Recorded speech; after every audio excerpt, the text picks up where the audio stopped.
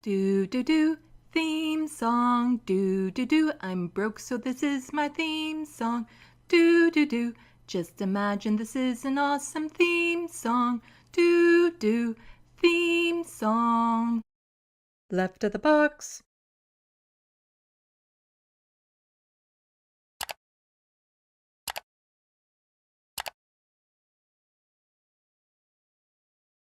Hello, welcome to Left of the Box. Bonjour, bienvenue. I'm Sandy. As always, there's a bunch of producers in my SandBox. Give me a thumbs up that audio and visual is okay, because I was having a lot of troubles with it yesterday. I want to make sure that they're cleaned up, and I'm getting concerned because the light on my computer, the power light, is flickering, and I'm worried I'm about to blow a fuse because it's really hot out, so I have the AC going and everything else, and I'm just kind of a little worried. 56 Nick Rich gave a thumbs up that everything is okay. Okay.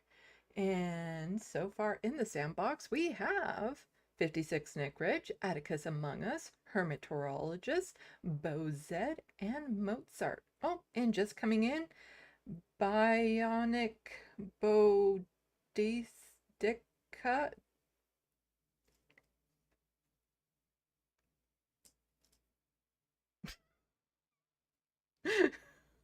Read the sign. Okay, yeah. So, I'm doing this again relatively soon after my last live stream. My last live stream, a little impromptu. I got on at about 9 p.m. last night because there was breaking news, and that kind of breaking news can sometimes make people want to seek community because it's really stressing, and you want, comfort in numbers, I guess you could say, because there's not much that could really comfort you with the news that was going on, but you want to be around people, and in today's world it's sometimes hard to physically be around people, just given the cost of transportation, or your networks aren't around you, and the people around you might not be of the same political mind and whatnot, and you might feel ostracized by them. So uh, I wanted to provide a place online where people in my community could at least electronically be around others who understood the gravity of the situation and, like me, feel like we're losing our mind because we keep on talking about what's happening in Gaza and, the United States and here in Canada and all the right-wing trends that are going on, and we're being gaslit so much by the mainstream media, government organizations, other, right-wing-ish live streamers and whatnot. And we're constantly being told that things are good. Things are all right. There's no genocide happening. It's all in your head. But we see it with our eyeballs online. What's going on? We feel how this world is deteriorating whenever we go outside. It's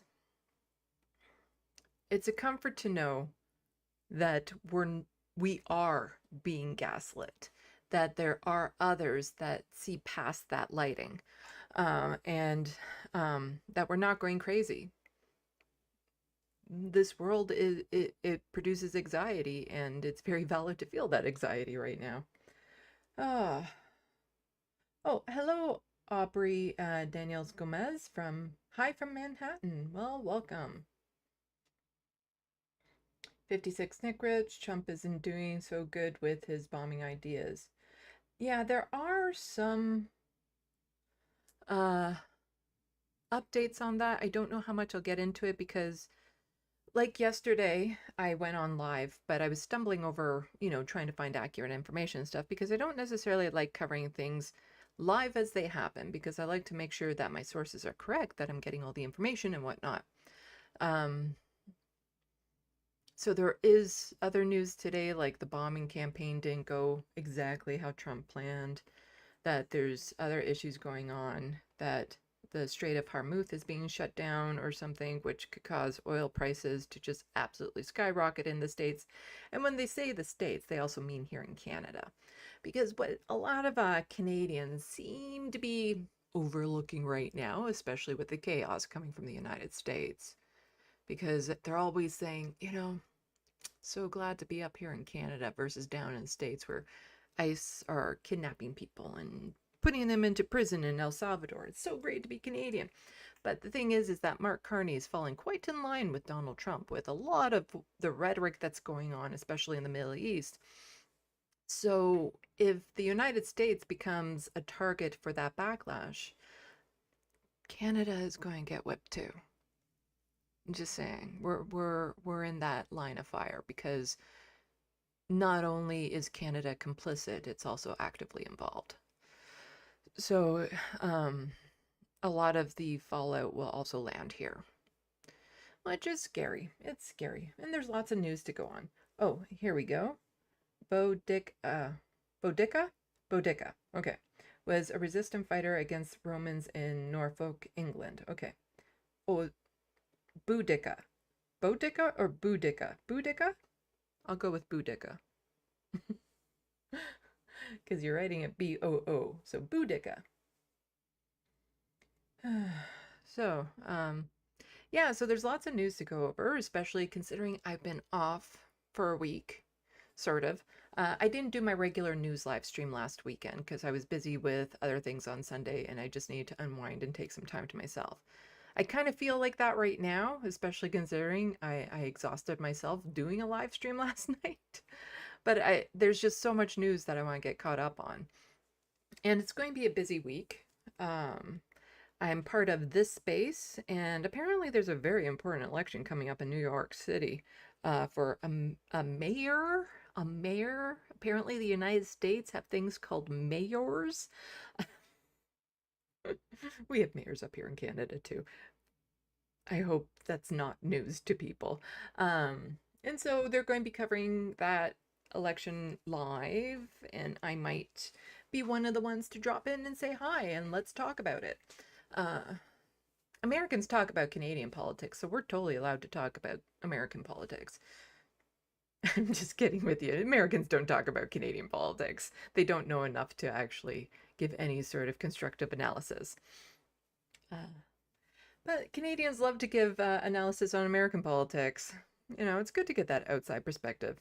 Speaking of outside perspectives, providing nothing major comes up on Wednesday, my regular slot in this space. Everyone go check out that YouTube channel. From 4 to 5 p.m. Eastern on this space, I will be going on as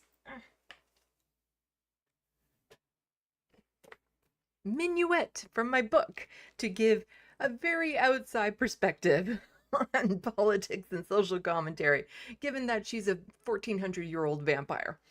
I'm looking forward to it. I love role-playing as vampires. I love it so hard, especially a vampire from my book, which is available to purchase on Amazon. Link is in the description box below, or if one of the mods is so nice to toss it into the SandBox, because I have a hard time figuring out like multitasking when I'm live streaming. Even though it's something simple, and I do occasionally toss in links in the live stream, or in the SandBox, but that's usually because I'm sharing a link of an article I just read or something. So it's right there in front of me, so I'm not having to go search for it. I could have them ready to go, but that's like extra work, and I've already been working on this live stream since about noon. As in, gathering up all the articles I want, putting them in the dockets, arranging it, reading, watching, making sure I have a rough idea of what I'm going to say. So I've actually been working on this live stream since about noon, which is my typical. I really should be doing a better job of like pacing it out through the week so it's not all bunched up on Sundays, but ADHD, I've had the best intention for it, but it's never happened. Hello, Lanier. Lanier wants to say hi to everyone. No, just your butt in my face isn't saying hi to everyone. Oh, come on. If you're coming on my lap during a live stream, they want to see your face. Mhm. There we go. They want to see your face. They want to see your cute, adorable face.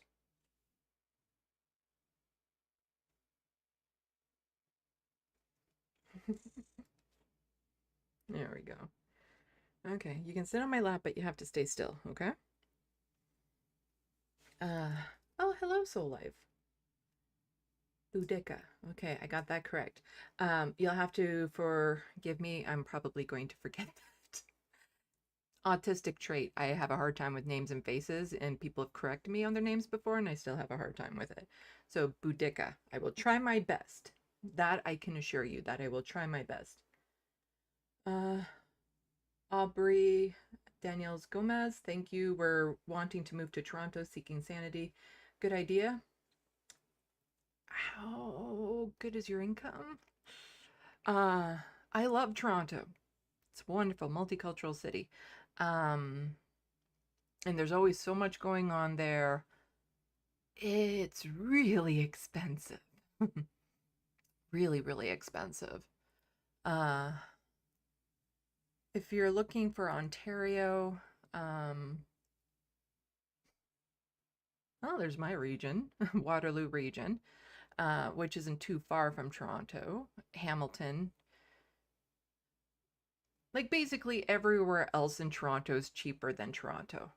Everywhere else in Ontario is cheaper than Toronto. Um, but we do have a conservative premier, and that is problematic. But if you're in Toronto, then you're very close to Queen's Park. So when there's protests about him, you can join right in. You'll be right there. You don't have to travel in for them. And there's going to be a lot of protests.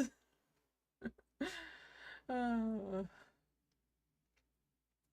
so thank you, Soul Life, for tossing in the link to my paperback, Necroplasm. So yes, on Wednesday, again, providing nothing major comes up, I will be coming on as Minuet from my book. It will be a bit challenging as much as I love doing it because it's so freaking hot. So I don't know how much I'm going to do the makeup and whatnot. Because I have the AC on, and I think that's part of the reason why my light is flickering on the power on my computer. Because I'm using a lot of energy right now, trying to keep this place livable. And it is difficult. Oh, Audrey Danielle Gomez, I know it's expensive. Where would you say is the safest for trans people? Toronto. Yeah, there's a wonderful queer community in Toronto. Um, yeah, just look for Church Street. But there is a wonderful big, like they have the Pride Festival. It's one of the largest in the world. You're going to miss it this year though, because it's just about wrapping up. But yeah, it's wonderful in Toronto for the queer community up there. Lots of things to do, lots of places to go.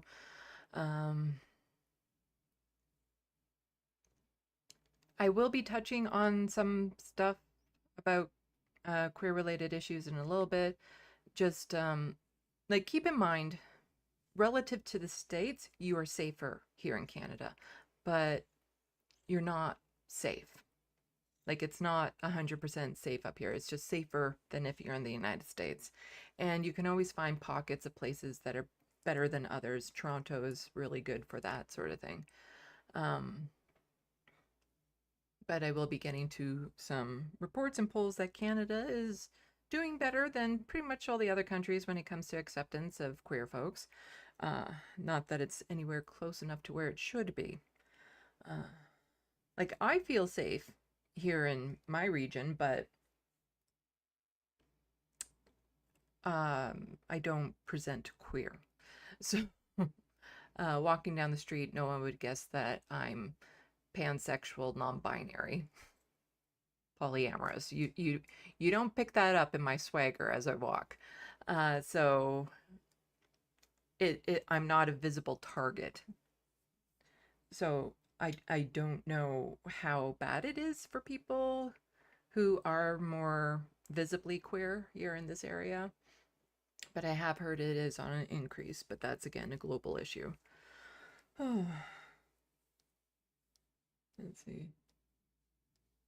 Audrey Danielle Gomez, LOL, I really want to make the Fringe Festival, but I think we're too late for that too. I think that's in September, Fringe. Yeah. So maybe. Audrey Danielle Gomez, thank you so much for your answers. Yeah, I try to help. Oh my gosh, Lanier is being so cute right now. Yeah, anyway, I should probably actually start getting into the news because I've been rambling for like 15 minutes already, which isn't as bad as my normal rambles, I suppose. It's just I'm starting a bit late and I have a lot of stuff to go over. I've cut out a lot of stuff too because again, I'm like 2 weeks behind on stuff. So some stories that are kind of like, yeah, that's really past the point. I've cut out of the dockets. But then I also added a bunch of stuff because of what happened yesterday. Oh, Aubrey is saying that the Fringe is in July. Oh, I'm thinking the film festival. Okay. Yeah. There's a film festival, I think, in September. I might be mistaken on that too. But transit in Toronto is generally speaking fairly reliable and good. You don't really need a car. In fact, a car in Toronto is difficult for parking reasons. It's a lot more expensive, and the gridlock in Toronto is just absolutely brutal. So what that can do is restrict you to Toronto, because lots of people will travel to Toronto, but Torontonians, as we refer to them, do not travel outside of Toronto. So I will not ever date anyone from Toronto because they would always expect me to go to them. They would never leave Toronto to come see me.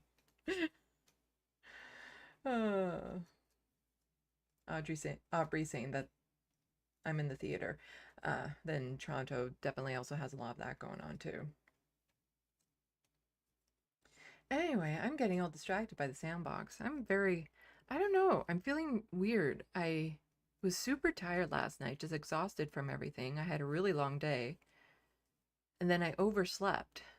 And so now I'm just in a weird headspace. And I have to cover some pretty serious news. Oh, fun. But what do you guys think of my earrings? Huh? Yeah. I got them at the Pride Festival, actually, a couple weeks ago. I've been looking for more stuff related to symbolism, stuff related to Palestinians. It's hard to find because I'm not going to buy it off of Amazon type thing. But there is an event coming up that I should be able to attend that I will finally be able to pick up my very own kafia. Hello, Crotchy. I was about to call you crotchety again. It's been a while since I've seen you. Crotchy, right? It's crotchy, yeah. Ooh, hello, Charlie Martini. Thanks to whoever gave me a membership. I'm horrible with names, but yesterday during my live stream, somebody gifted 20 memberships. And I shouted them out at the time. That's probably who you got the membership from. Oh, and hello, Marty. Howdy, strangers. Wow, that hot day outside. Yes.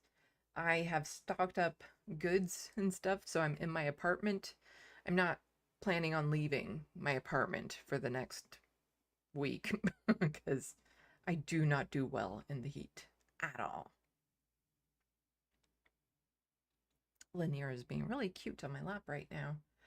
And I'm getting all distracted by this. I'm feeling really bad. I don't remember the name of the person who gifted all the memberships. They also were very generous in super chats. And they became a Quartz member. That's probably an easy way that I could find out who they are. At least I'm assuming that's who gave it to you. But then I have to like leave the screen that I'm on and I get all worried about that.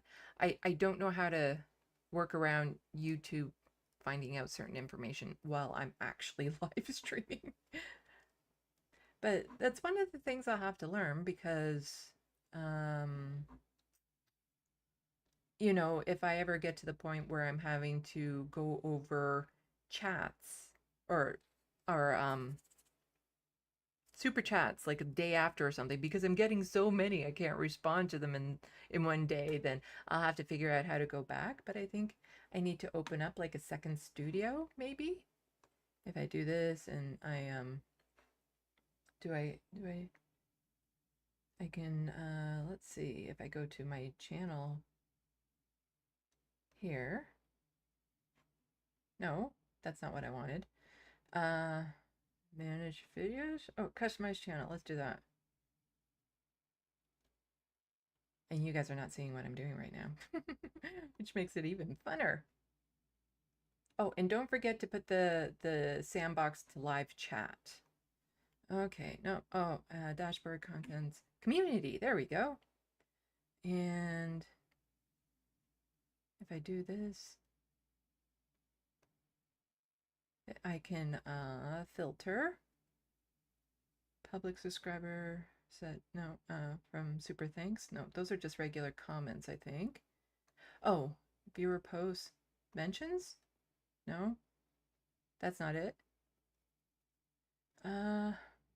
Let's see.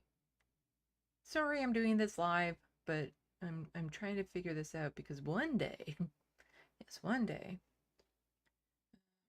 public channel member status, there should be a way. I know that there's a way for me to be able to, maybe it's under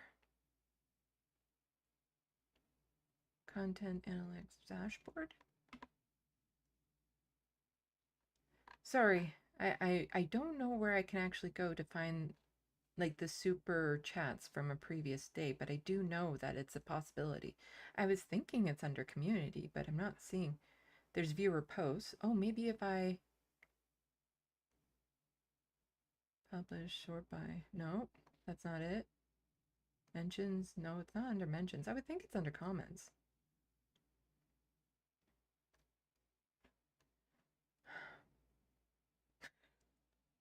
Is it under earn maybe?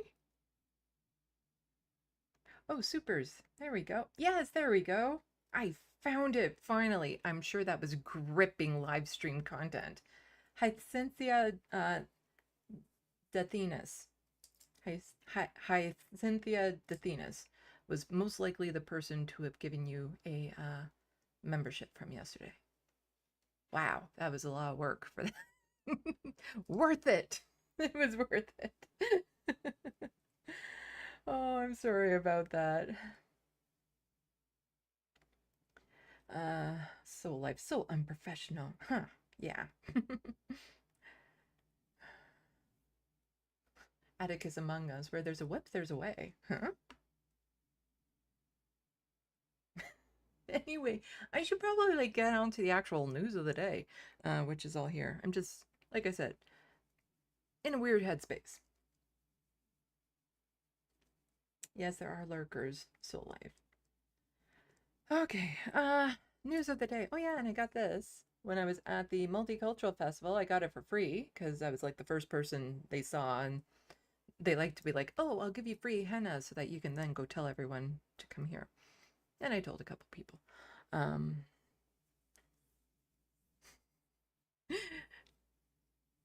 This is how people with untreated ADHD do live streams. Like, this is why whenever I've done this space, go check out that YouTube channel, one of the mods, if you're kind enough, toss that in the SandBox. I've never gone on with like prepared content because I'm never worried about filling in an hour worth of time because I can get so distracted and off track and then back on track and stuff. Let's see. Oh, need to switch legs too because my cat is sleeping on my lap. He's so cute.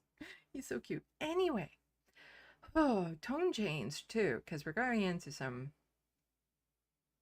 really, I'm going to start by going over some of what happened yesterday, just seeing a timeline of how it unfolded here in Canada. Because like I said, I did the live stream last night because I knew there's probably a lot of anxious people just wanting some comfort around other people who understood the gravity of the situation. And as per my normal, whenever I cover these things, I do try to find a Canadian angle to it, and I was finding Canadian angles to it. I reminded everyone of the video of Pierre Poilievre saying that if Israel were to bomb Iran's nuclear sites, it would be a gift to humanity.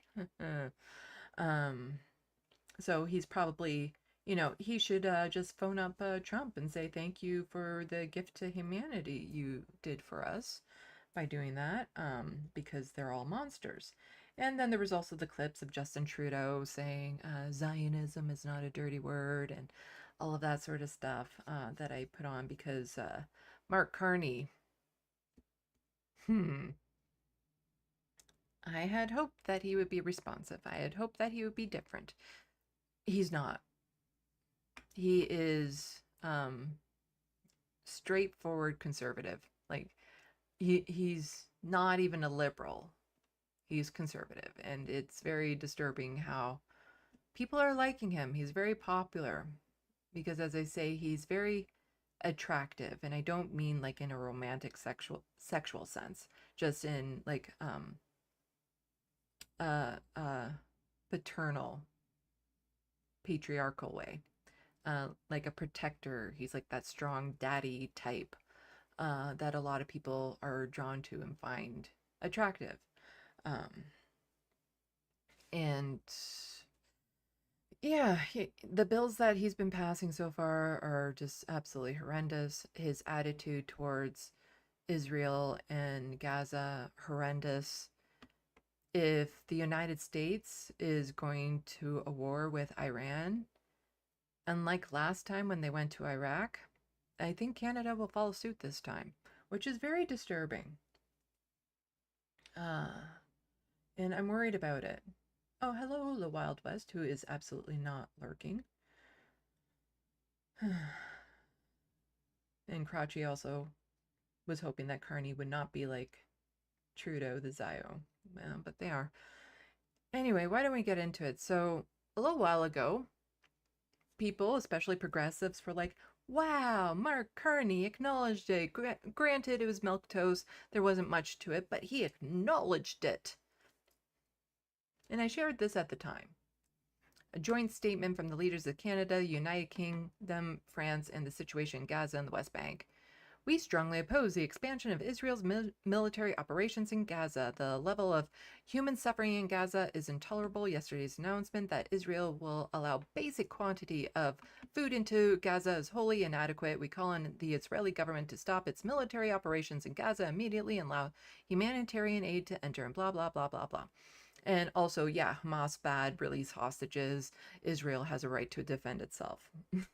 All of that's still in it. But, there's a line. And if you cross that line, then there might be potential of some sanctions of sorts, is the summed up version of what this is. We strongly support the efforts by the United States to blah, blah, blah, blah. Yeah. So this was May 19th, so a month ago. May, June, yeah, a month ago. And some people were like, oh, wow, he acknowledged it. Maybe he will be better than Justin Trudeau. No, he's no better than Justin Trudeau. And in a way, Justin Trudeau was a little bit more obvious with it, which was kind of, I like to see the monster for who they are. I don't like it when they try to hide. I'd rather just know what I'm dealing with. And Justin Trudeau was just very blatant with his opinions about, he said he is a Zionist. And I like those veils to just drop. I don't. And so I know what I'm dealing with, and I know the kind of fight that I'm getting into. And Mark Carney hasn't dropped the veil yet, but he is absolutely 100% Zionist and would absolutely back up the United States in going to a war with Iran right now, which is disturbing. And so Rachel Gilmore had quote tweeted this out. So last night I covered this on the live stream, and I'll recover it now for people who might have missed it. So Rachel Gilmore is just saying, it reminds Canadians how this war started. a Liberal MP making it extremely clear that this exhibition is being used as a propaganda tool, exploiting a massacre to justify mass atrocity. Nothing justifies Israel genocide. Israel mass starvation of civilians, none of it. And this, she was clipped in here from Anthony Horsefarter, the most Zionist of Zionists in the government, and he's a Liberal MP. Having the PM visit the Nova is so important. It reminds Canadians how this war started. The massacre in Israel by Hamas terrorists. 8 Canadians were murdered. And they very much wanted to see the PM to see this directly.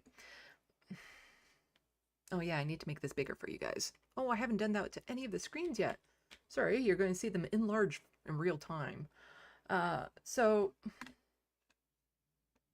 Mark Carney had tweeted this out just on June 9th, that he went to the Nova Music Festival and how, you know, anti-Semitism is on the rise and we can't look away from it. And he went to this, you know, trauma porn event, this propaganda event, and he's tweeting about it. But when it comes to the rising Islamophobia, when it comes to attacks on the people in Gaza, when we hear about the deaths, the starvation, all we got was this milquetoast statement. There's been nothing more about what's happening in Gaza. But he's more than happy to talk about the atrocities Hamas did. And again, there's no context there. There's no nuance. There's no talking about, like, so why did Hamas attack Israel? Was it just because they were bored? Was there a reason? This didn't start the situation. It escalated it, but it didn't start the situation. There was a reason why Hamas attacked. And I'm against violence of any sort. So I do not agree with what Hamas did. Of course not. But I understand why they did it. And I also understand that when you remove all peaceful ways of being heard, violence is inevitable. There's that famous quote about it that I'm misquoting right now. And, you know, there was the March of Return. There was all the protests. There were people speaking out who then get shut down. The BDS movement, which is now illegal in so many states, and you can lose careers and stuff if you acknowledge that you participated in it. And so when all of that keeps on coming to a wall and you keep on getting denied, and the suffering just keeps on increasing in Gaza, in the horrid conditions that they were forced to live in, the open air prison, the fact that in the West Bank, they weren't even allowed to collect rainwater for crops and things of that sort. When you start looking at all of that, and no matter what they do, the situation is just getting worse. And I mean, like, no matter what they do peacefully, the situation just keeps getting worse. Something like this was bound to happen. And, you know, Israel will always deny its culpability in that. And they also deny the fact that the IDF was responsible for a lot of the deaths that day. And they also leave out the context of a lot of the people who were killed that day were military. So there's all of this nuance that gets missed from it, but Mark Carney is out there just talking about the brutal massacre on October 7th without any other context added. So here is a tweet from Paul Champ. He's a lawyer, and this is a little bit more balanced in the statement. So he says, Iran is a regime that regularly violates human rights. See, it is a sovereign country. Israel's attack clearly violates the law of nations, including Article 2.4 of the UN Charter. Israel is a rogue state that violates international law on a daily basis. Now, when I defend Iran against what Israel did, I'm not saying they're a good country. Like, that's what a lot of people don't seem to get with us progressives. Like, how can you defend people that are horrible sometimes? Because a common example is when queer folks defend the human rights of people in Gaza, because they're like, oh, do you know what would happen to you if you were queer in Gaza? What they would do to you? They're so bad, blah, blah, blah. And it's like, you know what? I don't want to see them die. I don't want to see them die. I don't want to see them starve and be tortured to death. None of that. Their feelings towards me is moot. I don't care. I don't want to see their rights violated. Iran has a lot of issues, and they violate human rights regularly. That said, I don't want to see them bombed by another country. I don't want to see them bombed in general. I'm against violence of all sorts. And we should be calling, and we do call out Iran for the human rights violations that they do. And, but there's no, to me, like, there's no conflict with also saying what Israel did to them is absolutely wrong. Let's just, there's a little clip attached to this to listen to, and this is from Al Jazeera English. Israel's attack on Iran, an attempt to divert global attention from what Israel is doing in Gaza, a massacre that Gazan Humanitarian Foundation centers, says Ori, an Israeli political commentator. And my headphones are all tied up, but this is taking a moment to load anyway, so by the time I'm done untangling my headphones, hopefully it will be watchable. Because my internet seems to be getting really slow right now, which I think is part of the power drain that I'm doing. And now Lanier is looking at these chords like they're spaghetti. Maybe if I try refreshing the page.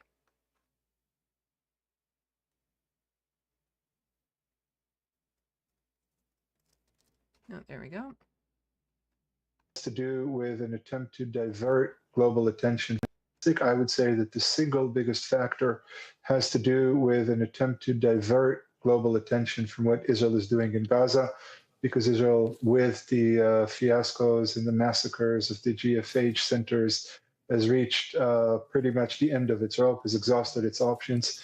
And moving to Iran provides Israel with a chance to see whether the international community will still rally behind Israel or if it does not.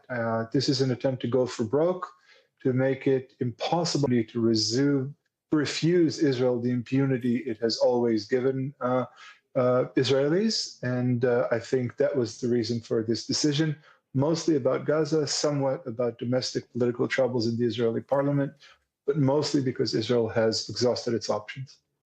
Yeah. And I'm just catching a couple comments in the SandBox out of the side of my eye that I want to respond to. I got cat hair on my tongue. Happens.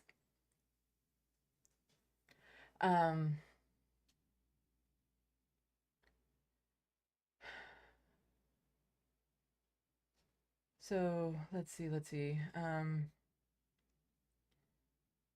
Wild West pointing out LGBTQ Palestinians and Iranians exist. Yes, of course. Like, that's the thing. There are queer folks all around the world, in every religion, in every nook and corner, because people are just born that way. And they do exist, and right now they are suffering the same fate as everyone else and being bombed.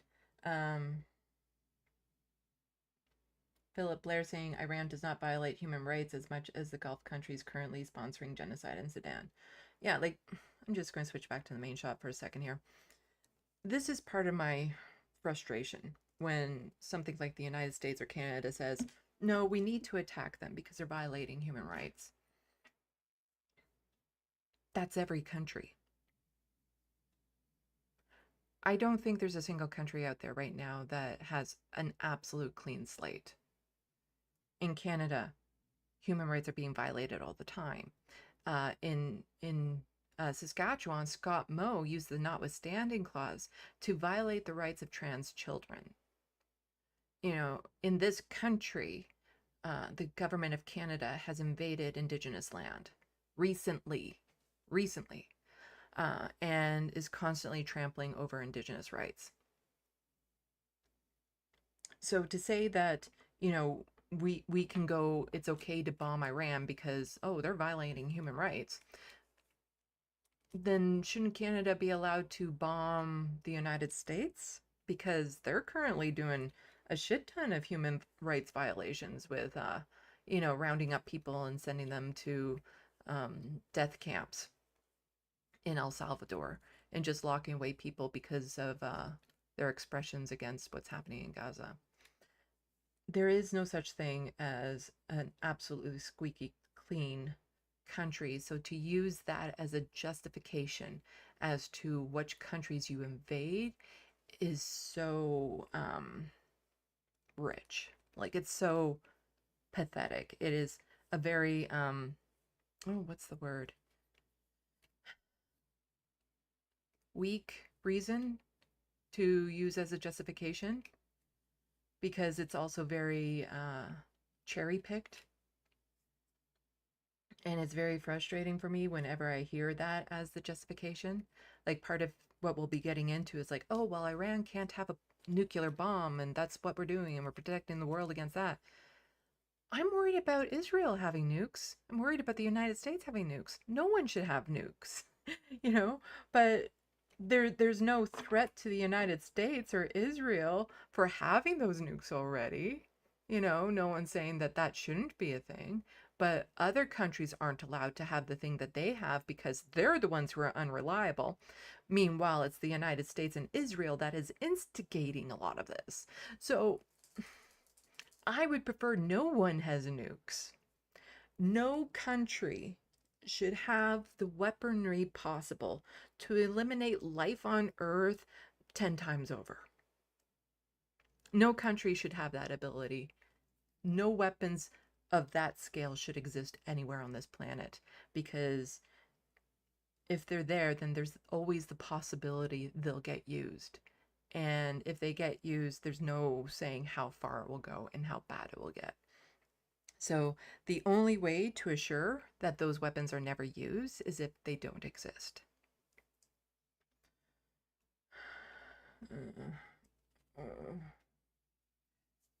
And Crouchy's saying countries are allowed to have nuclear energy. Yeah, because part of the reason why Iran wants nuclear stuff is for energy.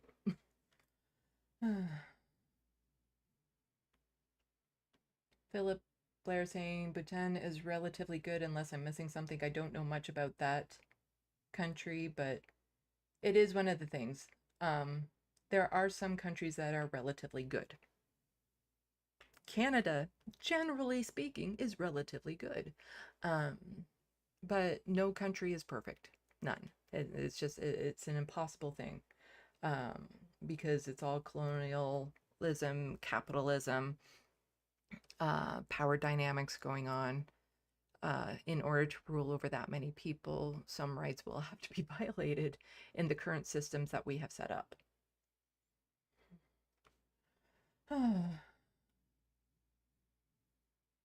So, Life, I have not seen the Left of the Coffin logo that you made on Discord. I'll have to go check it out. Anyway, we should probably get back to the news.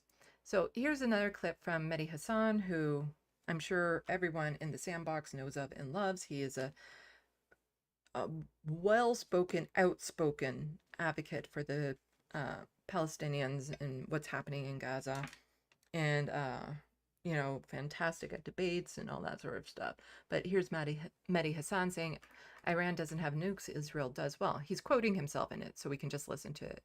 But Israel's the victim. And so here is his video on Zeteo about it.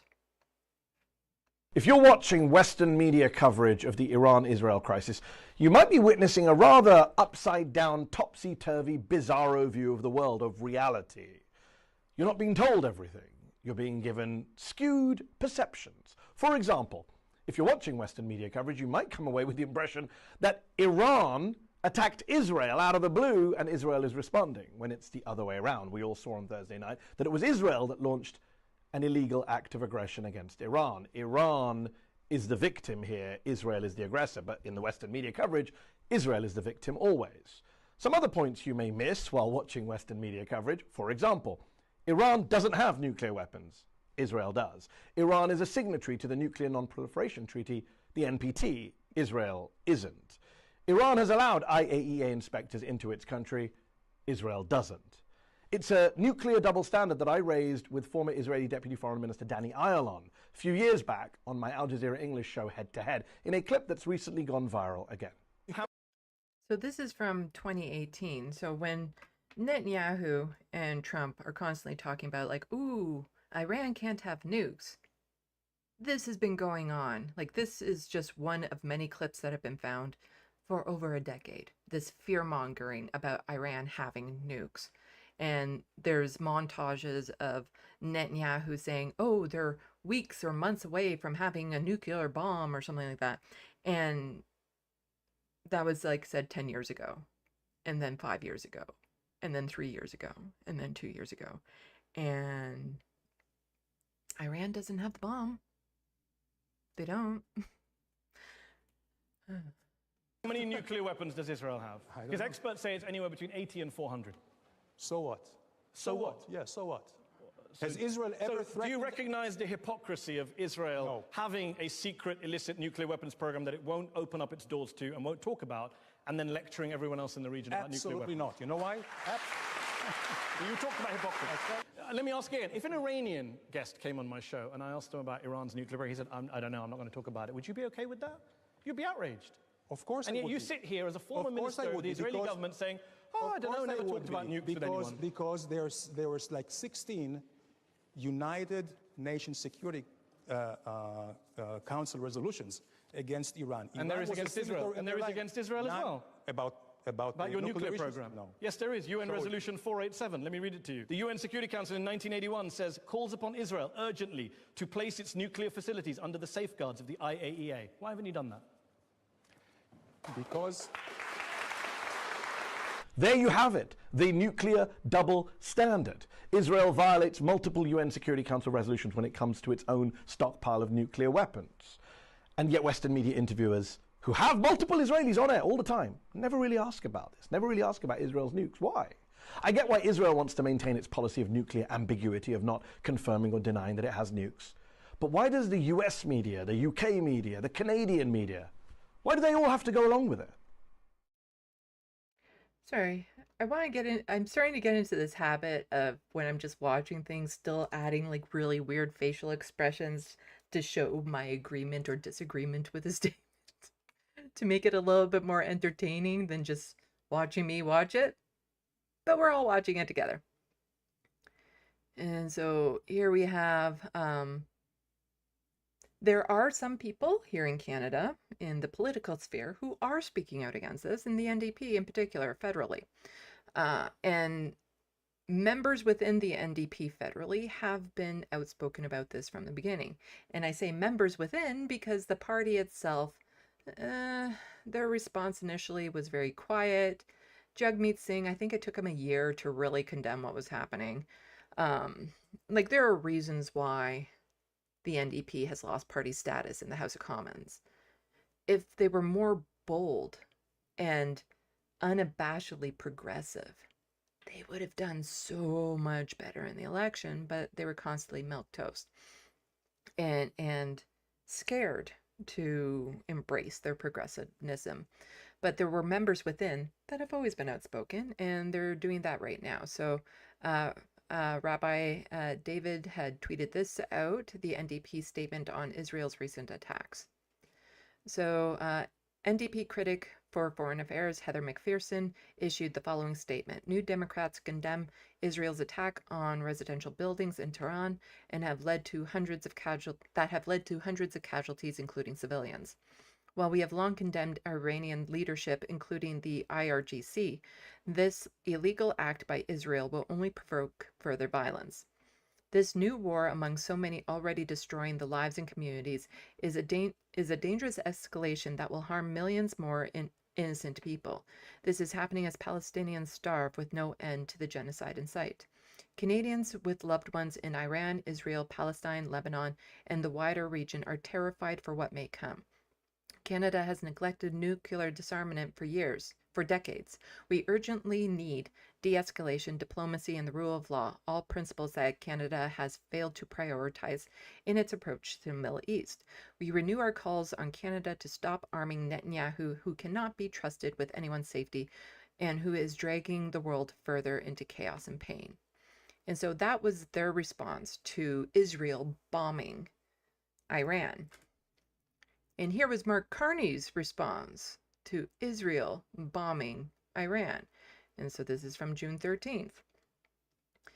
Iran's nuclear program has long been a cause of great concern, and its missile attacks across Israel threaten regional peace. In other words, they were asking for it. Yeah, it was their own actions that brought this on them. Today, I convened our National Security Council to receive an update on the situation and ensure that all necessary steps will be taken to protect our nationals and our diplomatic missions in the region. Canada reaffirms Israel's right to defend itself. How is preemptively striking another nation's nuclear sites defense?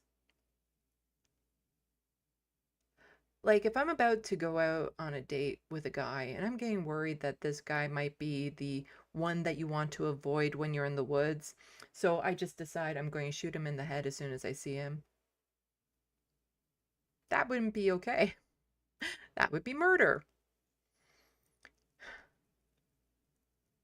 Genocide is not a defense. Like, you don't commit genocide in defense. That's not how that works. You don't get to bomb hundreds and kill hundreds of innocent people preemptively in defense. Because then when they retaliate, suddenly it's like, oh, well, you see, they're the ones that are being violent. No. Israel does not have the right to commit genocide. They don't have the right to instigate wars. They don't have the right to bomb innocent civilians, nuclear sites, hospitals. None of that. They don't have the right to do it. But they're granted that right because of other powerful nations backing them up. And to ensure its security, we call on all parties to exercise maximum restraint and move towards a diplomatic resolution. Oh, so Iran, what we're saying is, you know, Israel, yes, they've bombed you, but let's have some restraint. Don't retaliate. Let's move to a diplomatic resolution. Now that we've actually, done the bombing, just don't respond. And let's be diplomatic about this, shall we? And it's not like it's just Mark Carney that's doing this. There's also the Minister of Foreign Affairs, Anita Anand. And she says to that event, again, this is Israel bombing Iran. Canada is closely following the escalation of tensions between Israel and Iran. Between. The escalations that Israel is causing. Israel was doing the escalating there. It's not so much between. It was very one-sided, that was. Further action risks triggering a broader regional conflict with devastating consequences. In other words, if they defend themselves, if Iran defends themselves, well, then there could be problems. Things might escalate more if they bother to fight back. De-escalation must be the priority. We urge all parties to refrain from actions that further destabilizes the region. The protection of civilians must be paramount. Canada remains deeply concerned by the threat posed by Iran's nuclear and ballistic missile program. Where's the proof? Where's the proof on that one? That, there's a threat posed by Iran's nuclear and ballistic missile program. Where's the proof on that one? It's all propaganda. And quite honestly, at this point, if Iran wasn't working on that, I'd be surprised because, I don't think it was an old thing. I think at this point, if they're not looking into it very rapidly, they'd be very naive. Because they will also want to defend themselves. Importantly, Canadians in the region are advised to exercise a very high degree of caution, monitor developments closely, and follow advice of local authorities. So again, it's kind of like, Israel bombed Iran, but really it's because of Iran's actions. It's because that they were potentially working on a nuclear program. For what, we're not going to say. Any proof of what we threaten or propagandize, we're not going to show.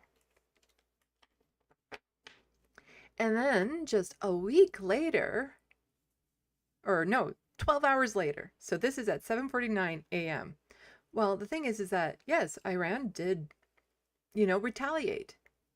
They retaliated. They didn't initiate anything. They didn't do it out of the blue. It was a retaliation and sent bombs over in Israel. And I believe a hospital was hit or something. And they were very outraged about that. Never mind all the hospitals that Israel has leveled in Gaza. No word of boo about that other than, oh, Hamas, blah, blah, something, something. So they, again, deserved it. Yeah. Not shockingly, Iran retaliated because if they just keep on sitting by, well, Israel does whatever the fuck they want in the United States because, the United States has also tried to escalate the situation before, they will be just trampled over. And a lot of people, even in a losing battle, would rather go down fighting than just, roll over and let it happen. So 12 hours later, this is her response. Canada condemns Iran's attack on Israel. Where was that condemnation for Israel? And again, it wasn't an attack. It was a retaliation. So Canada condemns Iran's attack on Israel and urges restraint on both sides. And this is at 7:32 p.m., so 12 hours later on the same day. Further actions can cause devastating consequences for the broader region. Yes, if you keep on fighting back and defending yourself, there could be issues. How about talk to Israel about not bombing them? Because that could have devastating consequences for the region. The U.S.-Iran negotiations represent the best path to achieving a lasting and peaceful resolution to Iran's nuclear program. Diplomatic engagement remains essential to ensuring long-term regional stability and international security. Iran cannot obtain nuclear weapons. Are they allowed to have nuclear power? Or is that a no-no too? How about Israel cannot have nuclear weapons. The United States cannot have nuclear weapons. Pakistan cannot have nuclear weapons. Let's go with that. Let's go with, how about no nation can have nuclear weapons? Iran's continued efforts to pursue nuclear weapons support for terrorists and direct attacks on civilian centers embody Iran's persistent threat to regional stability and to Israel, which has the right to defend itself. Apparently, only Israel has the right to defend itself. No other nation does. Only Israel has the right to defend itself. Canadians in the region are encouraged to remain vigilant and to register with the embassy in order to receive timely updates. Yes, so just 12 hours later, how dare Iran fights back? And we're going to chide them and talk about their nuclear program without saying anything about Israel's aggression, the fact that they have nuclear weapons, and the fact that they're committing a genocide right now. And this is from the Muslim lawyer, just another statement from Anita Anand that had come out, and he's saying, Minister, this selective concern is as dangerous as it is revealing. You thank Israeli officials and reaffirm support for Israel's right to defend itself, yet say nothing about the Israeli warplanes that illegally bombed Iran, killing civilians and assassinating officials in a foreign capital. That's what started this. You speak of one Canadian rescued from the rebel in Tel Aviv, but ignore the thousands of Palestinians buried under Gaza by those same Israeli bombs Canada continues to arm. This isn't diplomacy, it's complicity. Canada must stop shielding war criminals and start defending international law. Equality and without exception. Equally and without exception. And this is the statement that she sent out. Thank you, Foreign Minister. I don't know their name. Gideon, for the conversation this evening. As we discuss, Canada firmly supports Israel's right to defend itself in the face of Iranian attacks.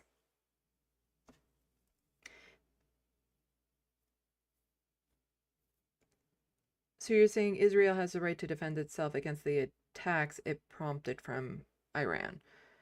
Again, who started this? Who started it? Who? It was Israel. You're saying nothing about Israel bombing Iran, which is what started this particular mess.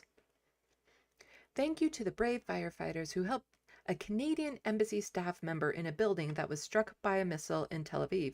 She was eventually rescued along with other occupants of the building and is safe and sound. Yes, a Canadian in Tel Aviv was harmed. How many Canadians were just killed in Iran? Do you know off the top of your head, Anita? How many Canadians were just slaughtered in Iran from Israel's bombs? There's enough connections, you know, if there wasn't a Canadian involved, I'm sure a Canadian family member has somebody who died in those attacks. Why aren't you saying anything about them? But you're saying something about a Canadian official who died in a retaliation. Something that would have never happened had Israel not bombed Iran in the first place. And here is a statement that was just released June 17th as well. So remember, there was this joint statement saying, you know what, maybe not do all this horrors in Gaza. And that was on May 19th. Well, we got a new one as of June 16th. But Kavita, I don't know how to say her name, disgraceful statement from the G7, including Mark Carney. Does anyone else have the right to defend its defense and security, or just the state whose leader is wanted by the ICC and who in front of the ICJ for crime of genocide? Yeah, like that's the thing. They're constantly defending Netanyahu and he's wanted by the ICC.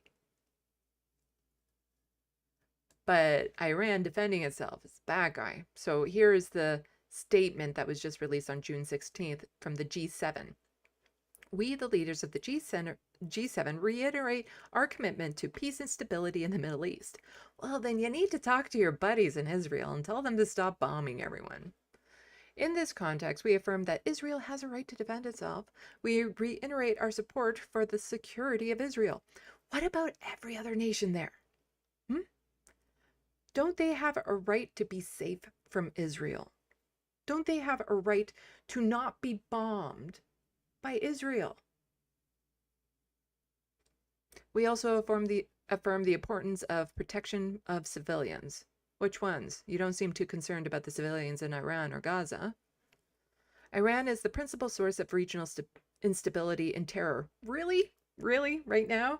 They're the ones? They're the ones that are... No. They're not perfect. Not by a long shot. We all know that. The main source of instability in the Middle East right now is Israel. We have been consistently clear that Iran can never have a nuclear weapon. And you know what? There was some sort of agreement about that, you know, a way for some checks and balances. That was going along really well. And then, oh yeah, that Donald Trump guy, he ended that. Yeah, he ended that program that kept, you know, Iran away from making nuclear weapons. We urge that the resolution of the Iranian crisis leads to a broader de-escalation of hostilities in the Middle East, including a ceasefire in Gaza. How is Iran involved with a ceasefire in Gaza? Like, where is that ceasefire in Gaza coming from, huh? Like, who needs to do the ceasefire in Gaza? That would be Israel. But the way you're making this sound, it almost makes it sound like it's Iran that's causing the conflict in Gaza, that they need to work on the ceasefire somehow. We urge the resolution of the Iranian crisis leads to a broader de-escalation of hostilities in the Middle East, including a ceasefire in Gaza. So if Iran de-escalates, somehow there will be a ceasefire in Gaza. We remain vigilant to the implications for international energy markets and stand ready to coordinate, including with like-minded partners, to safeguard market stability. In other words, they mean Zionist nations.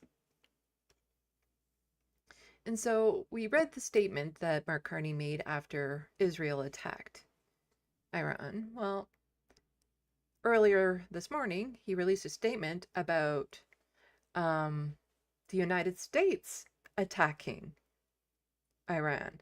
And this is the bulk of my live stream last night, how the United States bombed 3 nuclear sites in Iran, causing a lot of destruction. Maybe not as much as they hope from what I've been gathering. But if you were wondering where Mark Carney sits on the issue of the United States and Iran, I think this makes it very clear. And I am terribly, terribly worried that, should the United States decide to really go to war, and when I say really go to war, I mean boots on the ground war with Iran, Canada will follow suit. Last time in Iraq, Canada did not follow suit, more or less. There were still specialists and stuff behind the scenes, and we still spent over $100 million on it, but we didn't send like active boots on the ground. This time, I think it would be a lot different, and the Canadian military would be just as involved as the American military. So Mark Carney says, Iran's nuclear program is a grave threat to international security. Canada has been consistently clear that Iran can never be allowed to develop a nuclear weapon. Why? Like I don't want them to, but why can't they? Why can all these other nations have it, but they can't? I don't want any nation to have it. But why is it that Canada and the United States gets to dictate who's allowed these toys? What makes them the moral authority on it? The United States, the only country to have actually used it against populations, they somehow have the moral authority because they were first? No one should have nuclear weapons. And this is just propaganda over and over again. Every time Mark Carney tweets out about Iran, it's to, fearmonger about their nuclear program. And every time he tweets out about Israel, he has to put in that Israel has a right to defend itself. It's all propaganda. While U.S. military action taken last night was designed to alleviate that threat. Yeah, it was designed to so the United States bombing Iran was meant to, de-escalate the situation. The situation in the Middle East remains highly volatile. Stability in the region is a priority. Canada calls on parties to return immediately to negotiating table and reach diplomatic solutions to end this crisis, as G7 leaders agreed in Kanatskis. The resolution of the Iranian crisis should lead to a broader de-escalation of hostilities in the Middle East, including a ceasefire in Gaza. So he was just copying and pasting some of the statement that was already let out. So, you can sense the sincerity in his voice with this one. It really shows through in this tweet how sincere he is about this situation. No, if the United States decide boots on the ground there, Canada is going to be joining in this time. And I am horrified at all of it. I am horrified that Israel just gets to bomb whatever they want and then suddenly cry foul when the country retaliates. I am horrified that the United States gets to bomb whoever they want and there's no consequences. All of these people need to be brought in front of the Hague. And this guy, he hasn't done anything actively yet, but his time is coming. I imagine I would preemptively put him on trial at the Hague. Let's put it that way. That's where I'm feeling about Mark Carney right now, that I would preemptively put him on trial. And just to show, again, the consensus of the G7 or some very colonial states, Stuart Benson just mocking this, hey, can I copy your homework? Sure, just change a little bit so the teacher won't know. And so this was Mark Carney's statement that I just read. Iran's nuclear program, grave threat, return immediately to negotiations and all that sort of stuff. And then Keir Starmer, Iran's nuclear program is a grave threat to international security. Iran can never be allowed to develop a nuclear weapon, and the U.S. has taken action to alleviate that threat. Alleviate that threat, huh? Let's see. Where did he say it in here? Oh, yeah. Well, the U.S. military has taken was to alleviate that threat. So you're telling me this Canuck and this Brit both used alleviate that threat in separate tweets, and that it wasn't coordinated? That's some interesting language there. The situation in the Middle East remains volatile and stability in the region is a priority. Stability in the region is a priority. Yeah, it remains volatile, stability in the region. So yeah, just changing it a bit. We call on Iran to return to the negotiating table and reach diplomatic solution to end the crisis. Very original. And this is pointed out by the Muslim lawyer because we have all this outrage coming out from the United States, from Canada, from Israel over what Iran is doing. And whenever there is an attack on a Zionist, suddenly there's all this outrage. Like, how dare they? And there's tweets of condolences from, the prime minister, and Anita Anand is like, oh no, this person in Tel Aviv who is caught up in this retaliatory attack. Oh no, we need to name them by name and think of them. Where are their comments and concerns about this? Whenever there's an attack on a synagogue, you can be damn sure that the Prime Minister and other politicians will acknowledge it. But here we have from the Canadian Muslim Forum.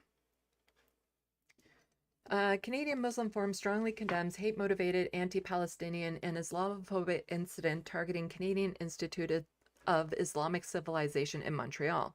The Canadian Muslim Forum strongly and unequivocally condemns the appalling hate-motivated attack that targeted Canadian Institute of Islamic Civilization in downtown Montreal. This shameful act of anti-Palestinian Islamophobic aggression occurred amid ongoing global outrage over continued bloodshed in Gaza, where countless innocent children, women, and men have lost their lives. In a moment when the world is calling for peace and justice, Montreal has instead witnessed an act of hatred that contradicts that true human social fabric of our city, Montreal. Such an attack on faith and cultural institutions is not only an assault on community, it is an assault on our Quebec and Canadian shared values of inclusion and dignity. That's going a bit far. In human rights. And I say that because Quebec isn't known for, being inclusive to other nations. It's not a shared value so much there. It reflects a disturbing rise in hate-fueled rhetoric and violence, which must be condemned and confronted by all sectors of society. The Canadian Muslim Forum calls on all levels of government to urgently investigate this incident and recognize it for what it is, a hate crime, guarantee the safety and protection of places of worship and all targeted communities, take meaningful action to counter the rise of anti-Palestinian racism, Islamophobia, and all forms of bigotry. We also call on stakeholders in society, including elected officials, community leaders, and institutions, to speak out clearly and publicly against this act. Silence in the face of hate enables its spread. Leadership must rise to the moment. At this critical time, we issue a call for unity. We urge all Montrealers of all backgrounds, faith, and walks of life to come together and stand firmly against hate, violence, and division. Montreal must remain a city of peace, harmony, and coexistence. Acts of hate have no place here, and they will not define who we are. The CMF expresses its full solidarity with the CIIC, MAC community, and all those impacted. We remain unwavering in our commitment to justice, respect, and protection of fundamental freedoms for all. And so we can see some of the videos here. Somebody spray painting "Fuck Gaza" or all over the walls there, and images of it. Funny how the Prime Minister and the Minister of Foreign Affairs doesn't seem to have any issues with this. They're not saying boo about it. Just like they didn't actually seem concerned about all the innocent people that were killed in Iran when Israel initiated it, when they launched the bombs. They didn't seem concerned about the innocent people there. But, maybe sentiment is changing. Polls suggest half of Canadians believe Israel is committing a genocide in Gaza. Wow! You see, I normally do not cover polls on my channel because I think they're stupid. Maybe my mind will be changed reading this article, because this This confirms my biases. I would like to believe this, that, you know, half of Canadians are believing that Israel is committing a genocide, because they are. Ottawa. A new poll suggests that nearly half of Canadians believe Israel is committing genocide in Gaza almost 2 years after the current conflict began. In a survey conducted last weekend, the polling firm Ledger asked Canadians and Americans a series of questions about the conflict in Gaza. Ledger surveyed 1,511 Canadians and 1,011 Americans between June 6th and 8th. The poll cannot be assigned a margin of error because online surveys are not considered truly random samples. Fuck off with your polls. Just fuck off with them. Like, why are you even reporting on this? If they can't even have a true margin of error because this isn't random enough. Like, just... So a couple thousand people, yeah, some, you know, skewed questions towards, like, I'd love to see the questions so you can break that down. Just fuck off with it. I hate polls. Polls are useless. They serve no purpose. Because here's the thing. If a poll came out saying 90% of Canadians were against what is happening in Gaza,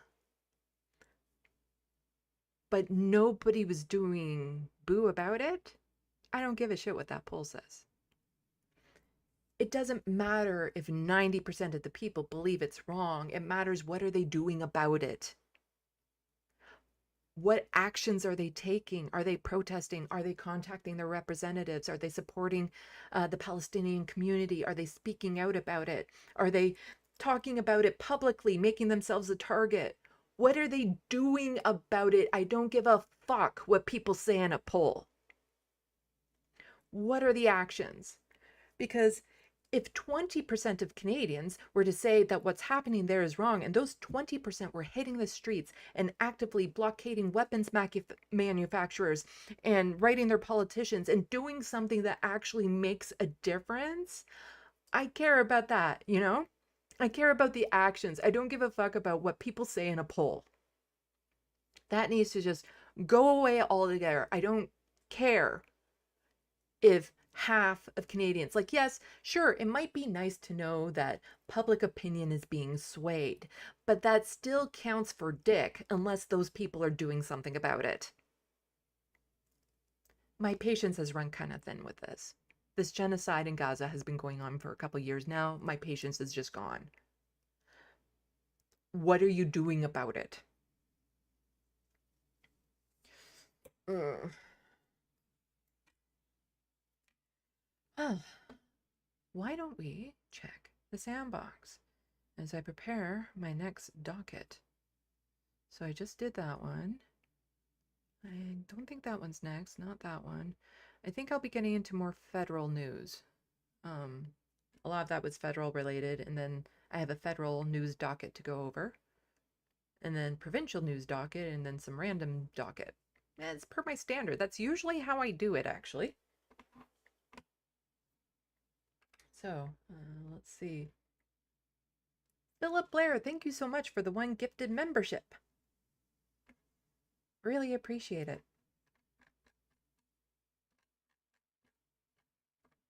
Let's see.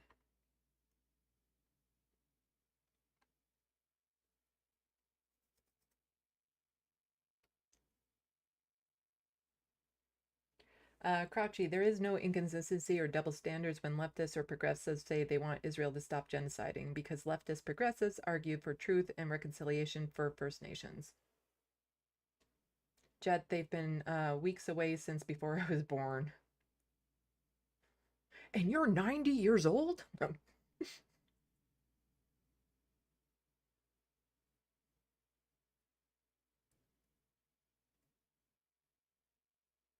Mozart, constipated? Try the news. The news is guaranteed to scare the shit out of you or your money back. Oh. Yeah, you could be, you should be writing pharma ads for the United States.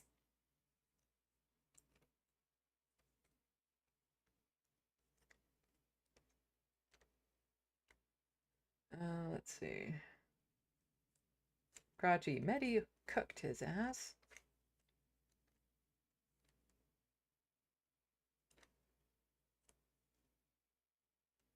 Philip Blair, Jill Stein is trending. I've seen a lot of weird trendings today. It's Twitter. It's all artificial. It's all artificial.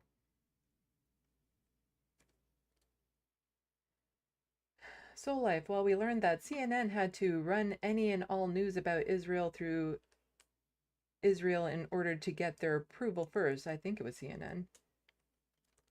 Not entirely sure what you're talking about, but yeah, it wouldn't surprise me.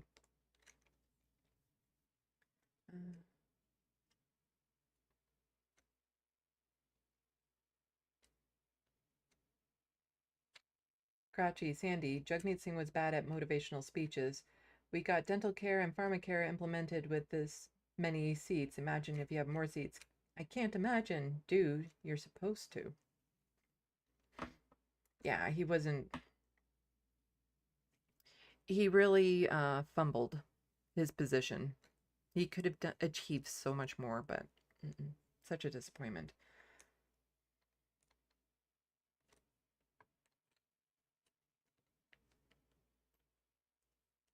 Let's see.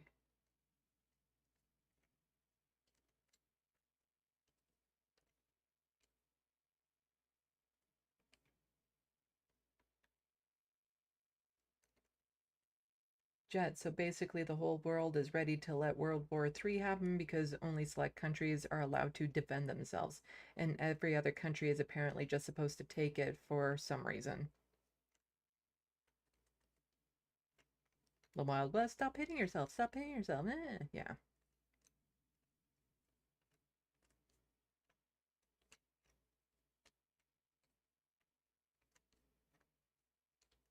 Hello, Looney Tunes.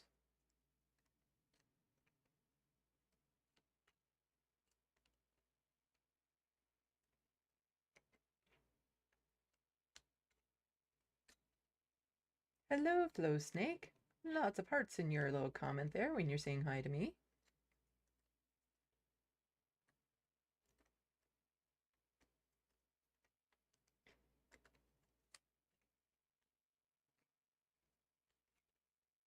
Looney Tunes 9000. Let me guess, Jordan Peter is applauding this. Am I right? Probably. I don't know. I haven't seen him.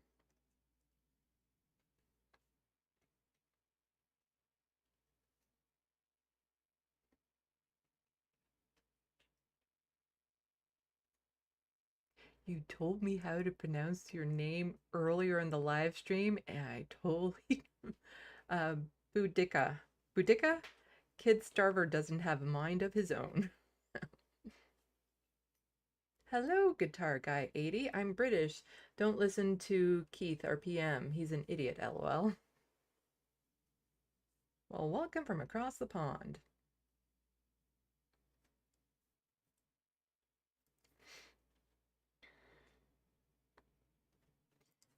I think there might be a joke in calling him Keith from the looks of it.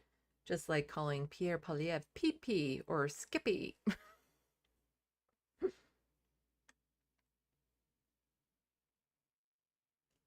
Let's see. Where'd it go? Where'd it go? It jumps from time to time. There we go. Jet, polls are weird. They take a small sample size, then use that to say X or Y of Canadians, Americans want this, that. Excuse me, I don't remember being included in that shit. Yeah, I love it when people, it's like, oh, here's a poll on Canadians' approval for the federal disability tax, disability benefit, you know. Ooh, all these, how about you just poll people with disabilities on that and see what we think? Because if you see it from the outside, you're like, oh, there's a benefit for people with disabilities. That's good.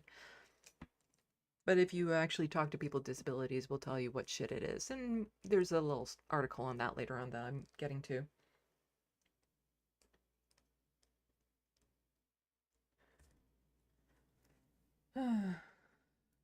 Let's see. Yeah.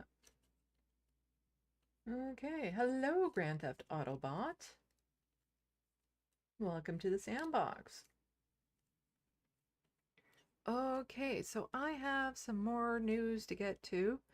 It's been a busy couple weeks. Luckily, there's a very talented independent journalist here in Canada called Rachel Gilmore, and she has a couple videos that we will be watching together because she does fantastic work and makes this easy for me. She does a great job of breaking things down, which is helpful because like she has the political mind, the know-how of reading into things. She has the journalistic connections to ask the right questions and everything. So she can bring a light and a simplicity to these things that me trying to research 12 different things without knowing which sources are accurate and not knowing like lingo of parliamentary speak and stuff like that can be a little bit more difficult and time consuming to try to pick up on. So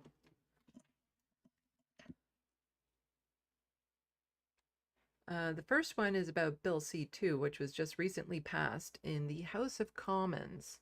And this was a bad bill, and I talked about it on my channel, where they were talking about how they can blanket ban immigrants to this country based on reasons, how people in Canada who have been here for a certain length of time can't claim refugee status, which is problematic if, let's say, you're a student or you're here on a worker visa and suddenly your country becomes destabilized and it's no longer safe for you to come back or go back to it.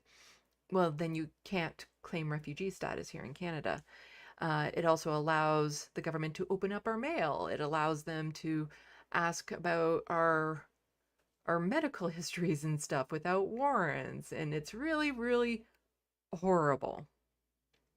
And yeah, it's just the bills. So Bill C-2 and Bill C-5 that they're currently working on, it just passed the House, are straight out conservative bills. And this is why they're having no issues passing it, because the conservatives are like, yes, please.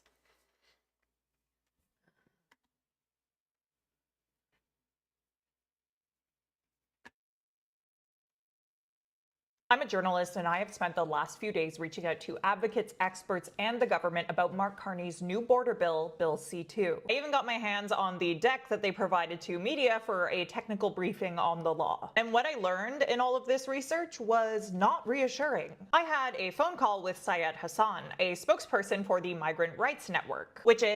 You see, I don't have the ability to do that, so I'm very grateful that Rachel does, so that she can find out more information on these things, because she's well established enough that she's a recognized journalist, so it's easier for her to access this information in contacts and stuff. Whereas the reason why I do political analysis and not journalism is because I don't have those networks. Is an alliance, a group of organizations that aim to combat racism and fight for migrant justice. And his warnings about this bill were genuinely chilling. And what's more is his network of organizations is not the only one saying this. But let's start with him. When I was on the phone with Syed, he told me that Bill C-2 is a, quote, massive expansion of authoritarian powers. He called it Trump-style tactics and antics, and he said it was egregious that this is the first bill the government has put out. Syed warned that this bill, Bill C-2, could create in Canada a Trump-style deportation machine through the new powers it grants. And if you're not very encouraging, that's very horrifying. And this is coming from a liberal government. Liberal. Like all that talk about Mark Carney being the man for the moment to stand up to Donald Trump really has fallen flat. And there's still people that I've heard, liberal type people, that are still just so impressed with Mark Carney, thinking, oh yeah, he's perfect to stand up against Donald Trump. Yet in his actual actions, he's capitulating to Donald Trump over and over again. Listening to this and you're like, oh, whatever, I trust that Mark Carney won't use the powers like that, I want you to remember this. With each thing... And so she's going to give an example, but the thing is that of like, oh, what if the conservatives have it? And I get that, but the thing is that the liberals are also problematic with this sort of power. It was Justin Trudeau's government that invaded Wet'suwet'en to force a pipeline through. It was Justin Trudeau's government that sent over snipers to have their guns trained on people at a blockade to their own land. On Indigenous folks, they had the scopes of sniper rifles aimed at them because they were defending their own land. I'm not just worried about what conservatives would do with this. I'm worried about what liberals will do with this. Thing I'm going to tell you, I want you to ask yourself, would I be comfortable with a conservative government having this power? Because even if you trust the Carney liberal government not to abuse these powers, and that's a big if, we will probably someday have a conservative government again.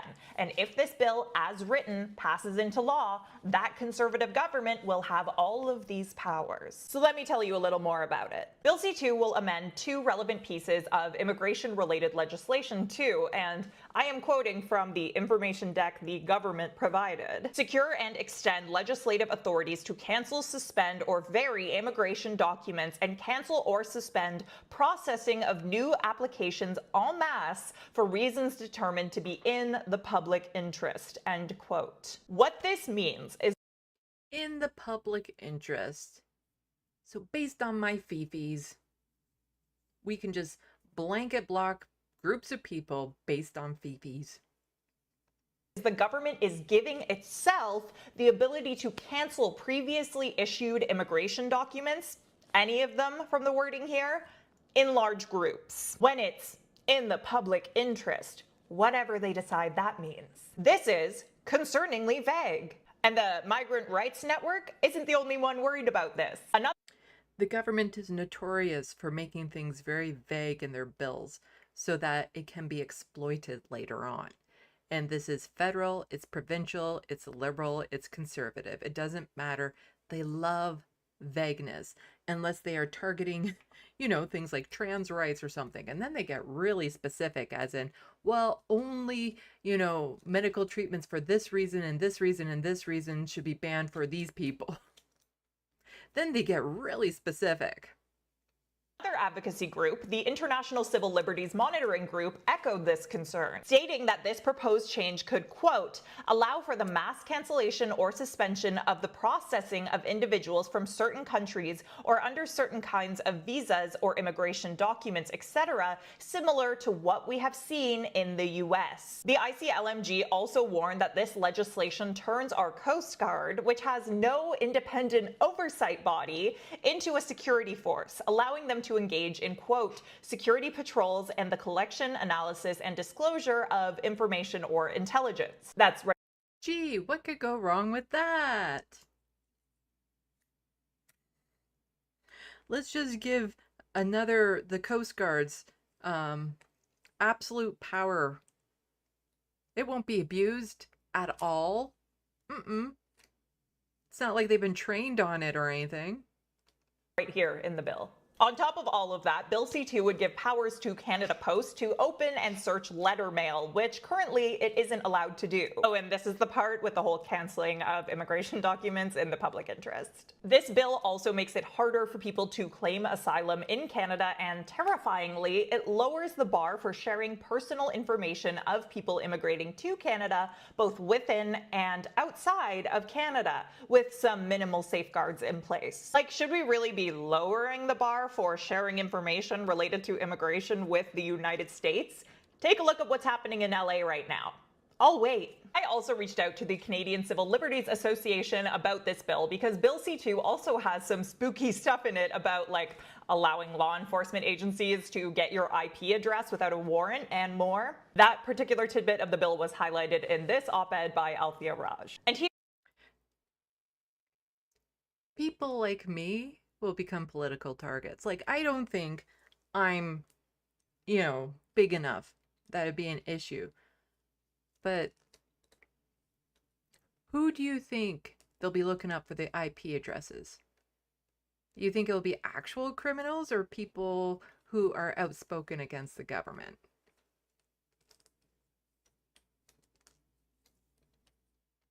Here is what the Canadian Civil Liberties Association told me in a statement attributable to their Director of Criminal Justice, Shakir Rahim. Quote, Bill C-2 is over 100 pages long and would amend dozens of acts. It will take time to review it thoroughly. It appears, however, to propose significant changes to laws that protect core rights and liberties, including protections for refugees, limits on police investigative powers, and privacy protections for mail and personal data. There has been no broad consultation by the government on the content of the bill. Complex legislation affecting our charter rights cannot be rushed through Parliament. It demands rigorous review. We urge the government to ensure there is adequate time and opportunity for immigration, civil liberties, privacy organizations, and others to provide meaningful input. And see, that actually... And the thing is that whenever there's a bill that goes through the House and there's a majority or majority consensus, because Liberals don't have a majority, but the Conservatives are very happy with this. The time in having the speakers come in and the analysis and the feedback won't prevent it from going through, but it makes the public more aware of it.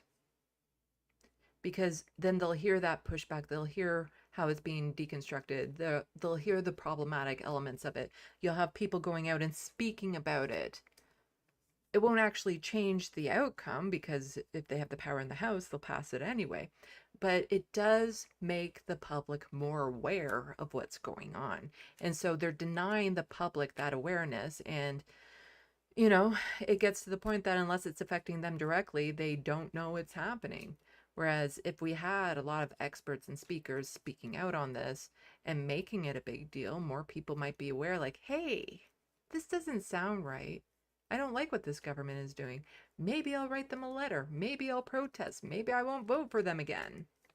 Touches on another one of my concerns. Because in about roughly the last week, Mark Carney's government introduced this sweeping border and surveillance bill, legislation related to the expedited approval of projects in the national interest that also lifts federal barriers to internal trade, and Carney promised to massively up defense spending. And as you can see, civil society is already struggling to put together a quick response. And at a time when the media is also underfunded and overworked, I'm nervous about our ability to read everything and fully hold this government to account, particularly when Carney is promising to push these through Parliament like fast. Like, even as I worked on this one story, I was juggling several others that are just as important. Now, I reached out to several government departments for this report: Justice, Immigration, Public Safety, and my request was passed on to the Public Safety Minister's office. Because a really fun fact is, while Mark Carney is moving very fast on legislation, the government is taking forever to actually hire comms people within Minister's office, so it's hard to know actually like who to reach out to.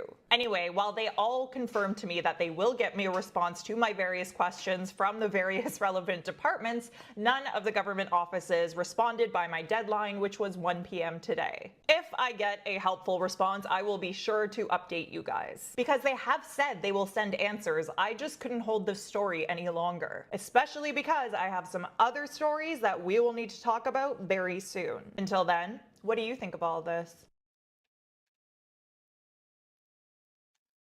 Okay, so a little bit more on that, and this is from the NDP. There was a Globe and Mail story on it, but, you know, paywalls. I don't like that thing here. I'm just going to clean up the screen a bit using a tool.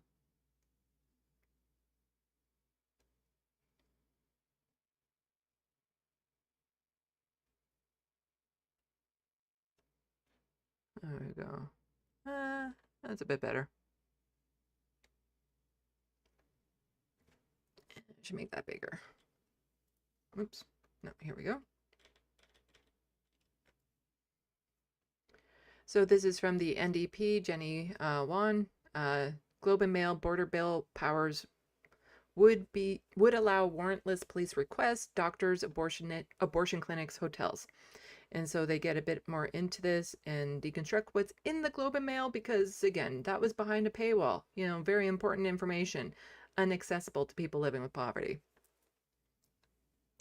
The bill would give CSIS, that's the Canadian Secret Service, intelligence type thing, and the police or a public officer, whoever that might be, the power to demand the basic information without a warrant if there are reasonable grounds to suspect that a crime could be committed or that any breach of law passed by Parliament may take place.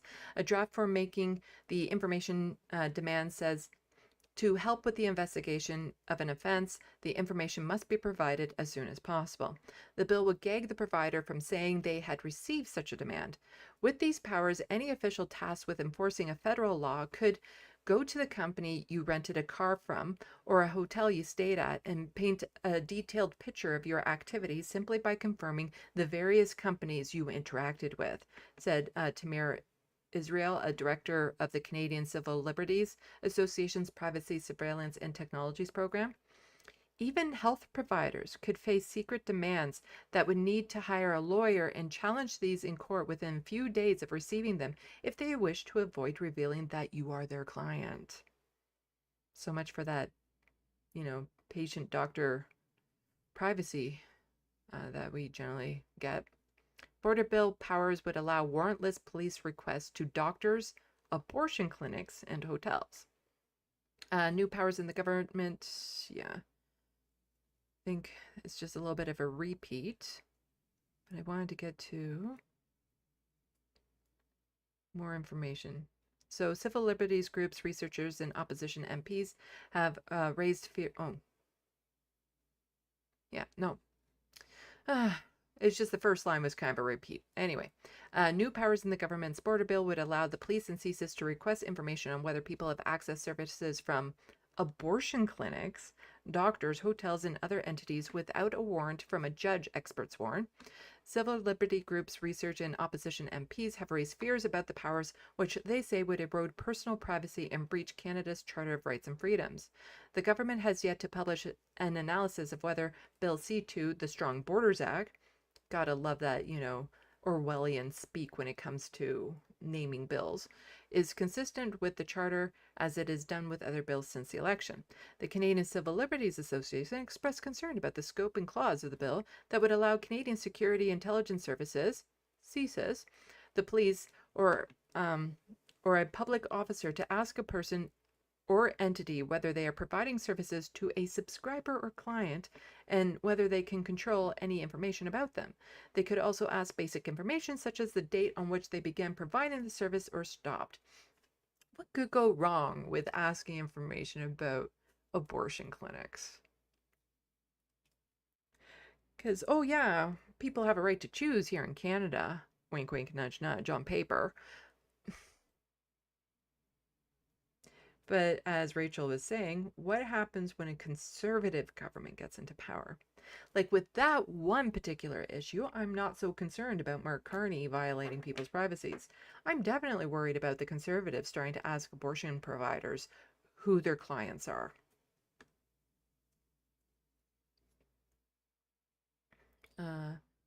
So let's see, that's repeating some information.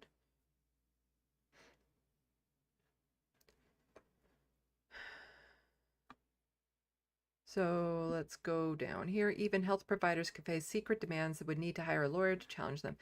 He said lawyers who receive such a request would likely refuse to comply, citing solicitor-client privilege, but the provisions would compel any person providing services, for example, an accountant, plastic surgeon, drug rehabilitation clinic, or telecom provider, to comply. Public Safety Minister Gary said after the bill was tabled earlier this month that its warrantless provisions are limited in scope and expressed confidence that they are compliant with the Charter. Kate Robertson, senior researcher at the Citizen Lab at the University of Toronto's Munk School of Global Affairs, said the government has not been open about the extent of the powers the proposed laws confers on law enforcement without judicial oversight. This particular power has been cast as something with narrow scope and doesn't unnecessarily or reasonably interfere with privacy implications, but the actual text of the provision is extraordinarily broad. And so this is a lot longer. So what I'm going to do is toss this into the SandBox if it lets me. because sometimes the links are too long, even as me, as the person who is in control of the channel. Oh, no, it worked. Okay, it's in. Yeah, because sometimes me, as my channel, I can't put a really long link in the SandBox. It won't let me, which is rude. And so now we're moving on to Bill C-5. So that was Bill C-2, which has been passed. Now it's Bill C-5, which is currently passed the House, but still needs to get Senate approval. Rachel Gilmore just tweeting this, a quote, so a tale of two Bill 5s. And this is Nate. He is an MP for Beaches East York. He is a Liberal MP speaking out against his Liberal bill that was just passed. And he's talking about a tale of two Bill 5s. And this is part of what I have in the title of my channel, you know, the federal and the provincial government's high five. Because we have Bill 5, which is provincial, which is problematic, and we'll be getting into it. And then we have Bill C-5, which is federal, which is problematic in very, very similar ways to the provincial Bill 5. So they're both Bill 5s. It's just one is a C-5 and one is a 5. Bill C-5. Consider the case of two Bill 5s. Doug Ford's Bill 5 and the federal government's Bill C-5. Ontario's Bill 5 became law last week. It gutted habitat protection just to start, but it also enacted the Special Economic Zones Act to give the government unnecessarily and disproportionately unchecked power. Effectively, the government can now designate special economic zones and then exempt or alter any provincial or municipal law that would apply to a company or project within those zones. EcoJustice rightly called it a threat to democracy. Worse. The Ford government shut down democratic debate, curtailed committee scrutiny, and jammed the bill through the legislature. Now, okay. And we all say that this is bad, and it is. And there's very few liberals, like this one, that actually calls it out when their government then does the exact same thing. Par for the course for Doug Ford, maybe. Fair. But EcoJustice has also called the federal government's Bill C-5 a threat to democracy. And no liberal government should welcome that accusation. Worse, in Bill C-5 and Bill 5 deja vu, this federal government is proposing to shut down democratic debate, curtail committee scrutiny, and jam the bill through the legislature. This doesn't seem like it is a bold statement. Like he's just stating fact. He is just being open with his thoughts about it. He is risking his career right now. He could be kicked out of caucus for speaking out against his own government. Like, this is a pretty bold move on his part to be so publicly outspoken against this bill. It would all actually make Harper blush. Liberals would rightly scream, that we would scream if a federal conservative government attempted the same. For those of you who don't know, Stephen Harper was the former Prime Minister of Canada before Justin Trudeau. And he was a horrible, horrible person and a horrible, horrible prime minister.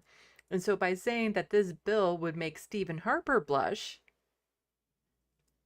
indicates why it's getting passed so quick, easily.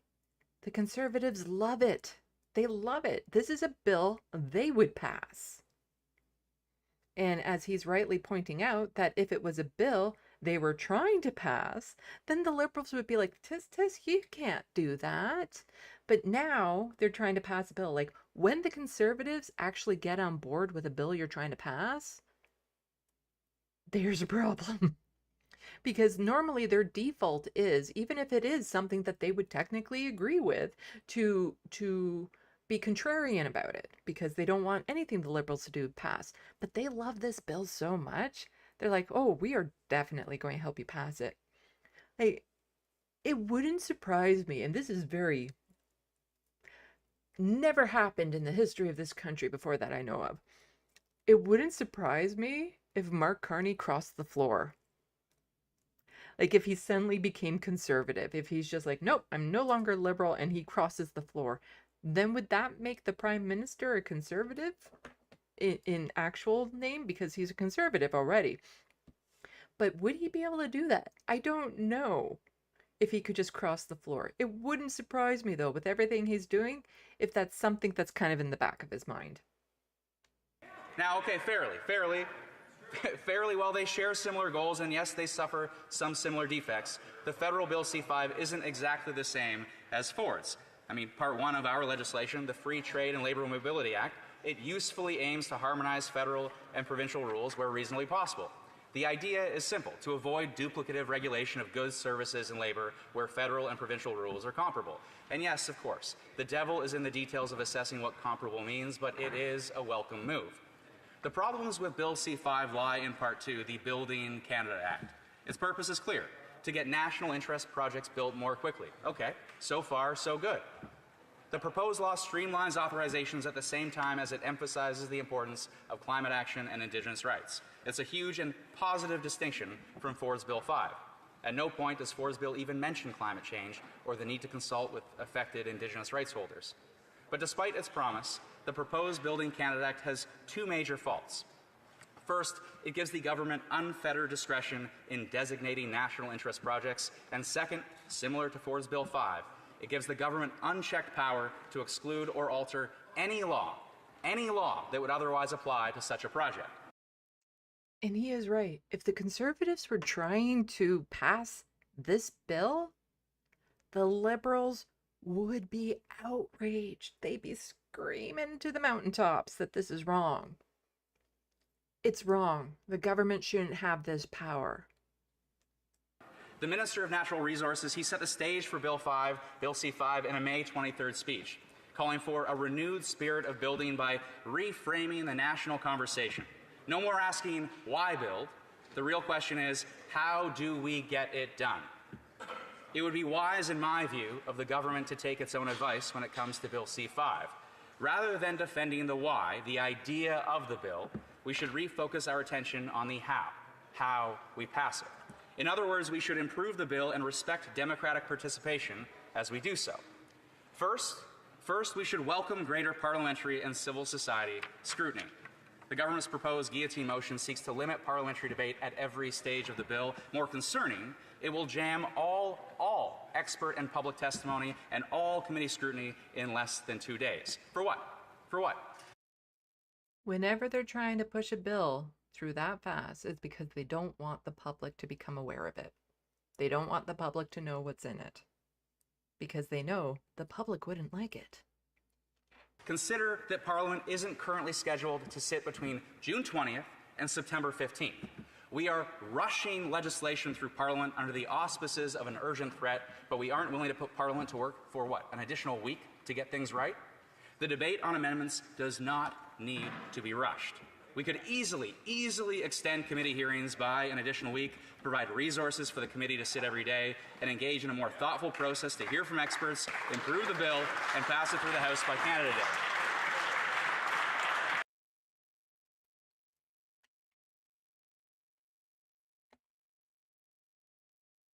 And so this is from Leah Gazan. She's an NDP MP, just talking a little bit more about Bill C-5.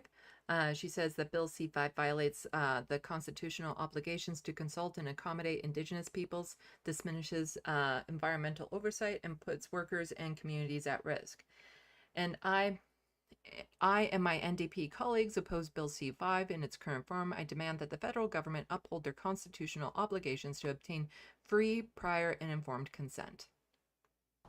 Today, the NDP voted against the motion to close debate on Bill C-5. Bill C-5 gives ministers and cabinet unprecedented government overreach on making decisions about project of national interest, violating Section 35 rights for Indigenous peoples, violating the right to free, prior, and informed consent, violating constitutional obligations to modern treaty rights holders. And that's not who else it's violating. It also is getting rid of environmental assessments, something that the Cancer Society of Canada has called alarming. Alarming because things like where federal regulations are more stringent, like in the case of asbestos, the federal government can rule in favor of provinces who have weaker regulations. What does this mean? Do we want workers to have to work with this asbestos? Do we want Canadian citizens and people across Canada to have to potentially be exposed to asbestos? This is completely unacceptable. Yeah, they're just pushing through a bill that will absolutely trample over people's rights. And this is a little bit more from her. The Liberals and Conservatives have teamed up to force through Bill C-5 without fulfilling their constitutional obligations. The AFN, ITK, and NAN have called this ungracious invitation to the Supreme Court. Will they uphold the democratic process and slow down Bill C-5, down C-5 to keep it out of the courts? So yes, the Liberals and the Conservatives are teaming up for this. And whenever they team up for it, it's in the interest of capital. It's in the interest of the capitalists and the capitalist system, rich people. That's always been the case. They will team up to not raise your taxes during a pandemic. They will team up not to pass pharmacare during a pandemic. They will team up to pass bills like C2 and C5, though. Mr. Speaker, Indigenous rights holders and civil society groups have been clear. Bill C-5 violates constitutional rights, escalates the climate crisis, and endangers workers' health and safety. But the Liberals and Conservatives are teaming up to pass this bill without proper consultations. The AFN, the ITK, and NAN have indicated that it is an ungracious invitation to the Supreme Court. This will stall our economy and the creation of good jobs. Will the Liberal government uphold its constitutional obligations and keep this bill out of the courts? Mr. Speaker. If only all NDP MPs were like that. They would actually still be in party status if that was the case.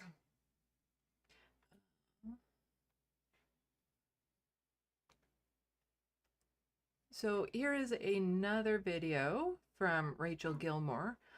It's a bit long, so I don't know how much of it we're going to go through, but she's talking about Bill C-5 in it.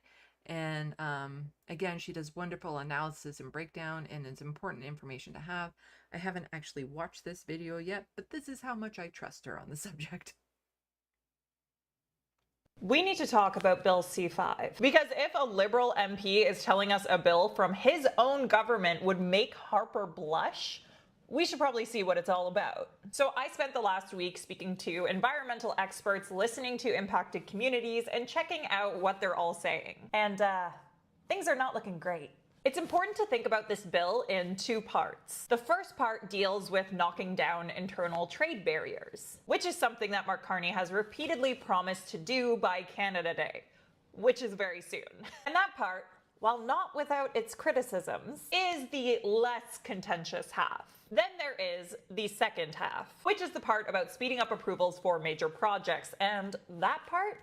Yeah, that's the one that's got people very worried. And because the government has promised that the first half of this bill will be in place by Canada Day, that means the whole bill has to be in place by Canada Day, and it is being rushed through Parliament, leaving very little time for consultation or amendments. And that is significant because once a major project, whether it's a pipeline or something else, is deemed to be in the quote-unquote national interest, the government gains, as EcoJustice put it, sweeping powers, including the ability to authorize a project despite potential negative environmental impacts on species, ecosystems, and communities that would not otherwise be permitted.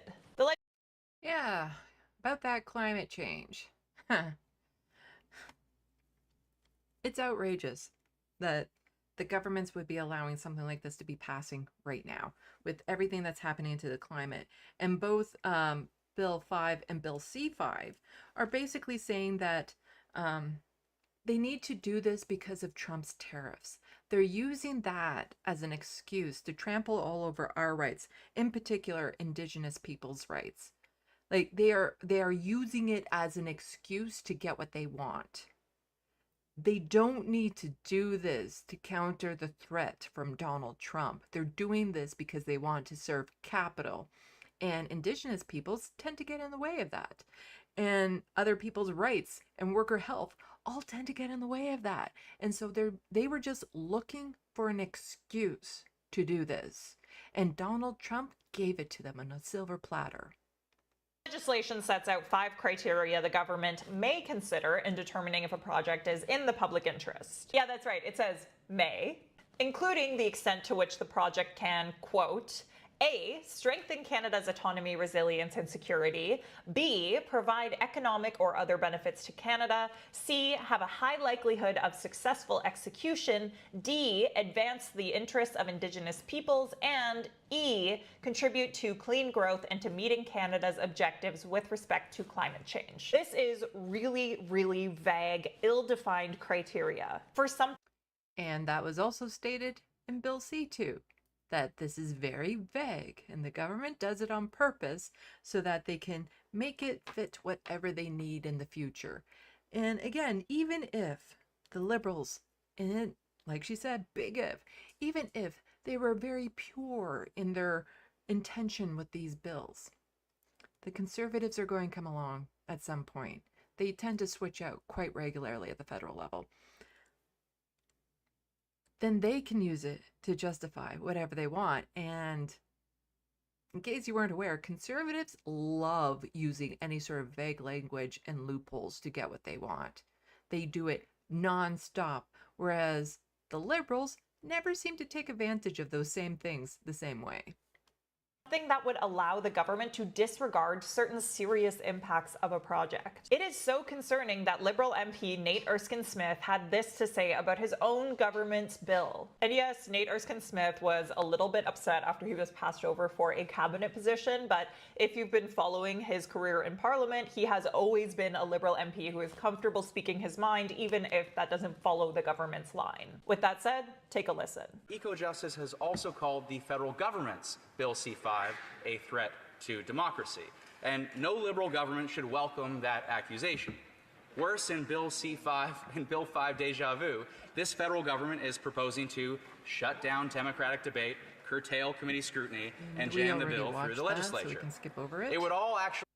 And Nate isn't alone in expressing these concerns. Far from it. We also heard from Indigenous leadership who feel frustrated about how they've been railroaded in this process and aren't being anywhere close to adequately consulted on this bill. NDP MP Leah Gazan held a press conference with several Indigenous leaders yesterday in the foyer of the House of Commons. So here's a few key quotes from that. I just want to start off by saying that how profoundly disappointed we are in this new Prime Minister, Mark Carney. We were never consulted prior to the bill being drafted. That 7 days is long enough to provide our First Nations with this bill is absolutely ignorant. It's absolutely disgusting.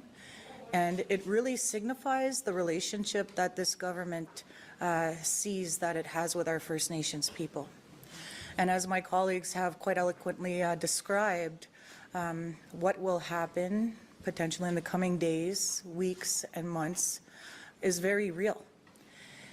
And our people are not going to be quiet anymore. At this point, we have not had any opportunity to say anything, which is unacceptable, and Canadians should be worried about that. This is fundamentally, this legislation gives the government the ability to do what they want, wherever they want, and to have a committee to review laws that they can exempt, that there's no sense in reviewing something that doesn't apply. It's ludicrous. And to think that Ontario can do the same, we were thinking that now Ontario can do the same. We'll have to rely on federal laws to protect some things that are important to us. The waters, the lands. Now the federal government is doing the same thing. So who is left to protect the resources? The federal government is failing us and the province is failing us. Finally, and that has been a thing in the past before, where like when it came to some housing issues and stuff, the municipalities, if they were bumping up against the provincial government, they could turn to the federal government, or the federal government was supposed to keep the provincial governments in check with certain things, and that's part of their coexisting roles. So when they're both on board with dismantling our rights, Who do we turn to? Well, there is the courts, and the Supreme Court here in Canada, generally speaking, does a good job of upholding the Charter of Rights and Freedoms. Unfortunately, there is the notwithstanding clause, and the provincial governments, especially Conservatives, don't seem to have a problem using that to override our rights. And given how conservative Mark Carney is, it wouldn't surprise me if he would end up using it too, to override our rights. Now, I talked a lot about the run-up to the election, how Pierre Poilievre was saying he wouldn't rule out using the notwithstanding clause. Well, I get the feeling Mark Carney isn't ruling it out either. He was just smart enough never to say it. Environmental groups held a press conference today where they raised significant concerns with the legislation. Here's some of what they said. Yes, we need big transformative investments in projects that benefit Canadians, projects like renewable energy, rail, and an east-west electricity grid. But economic uncertainty can't be used to shut the public out of decisions that affect them or run roughshod over Indigenous people's rights. The bill requires the federal government to authorize a project with a golden ticket, even if the evidence shows the project would kill the last remaining member of a species. Yes, you heard that right.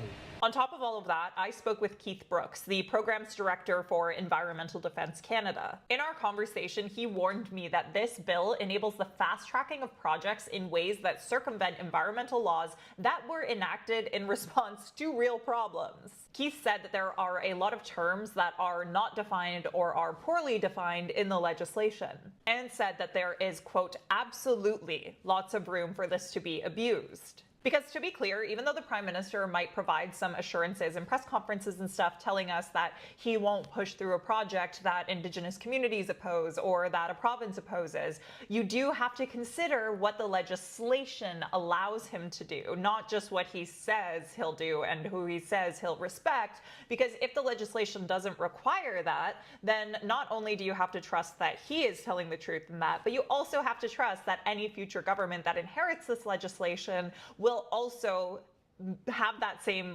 trust, will actually do that level of consultation and will have that level of respect. And I don't even trust this current government for that sort of thing, let alone any potential future officially stated conservative government.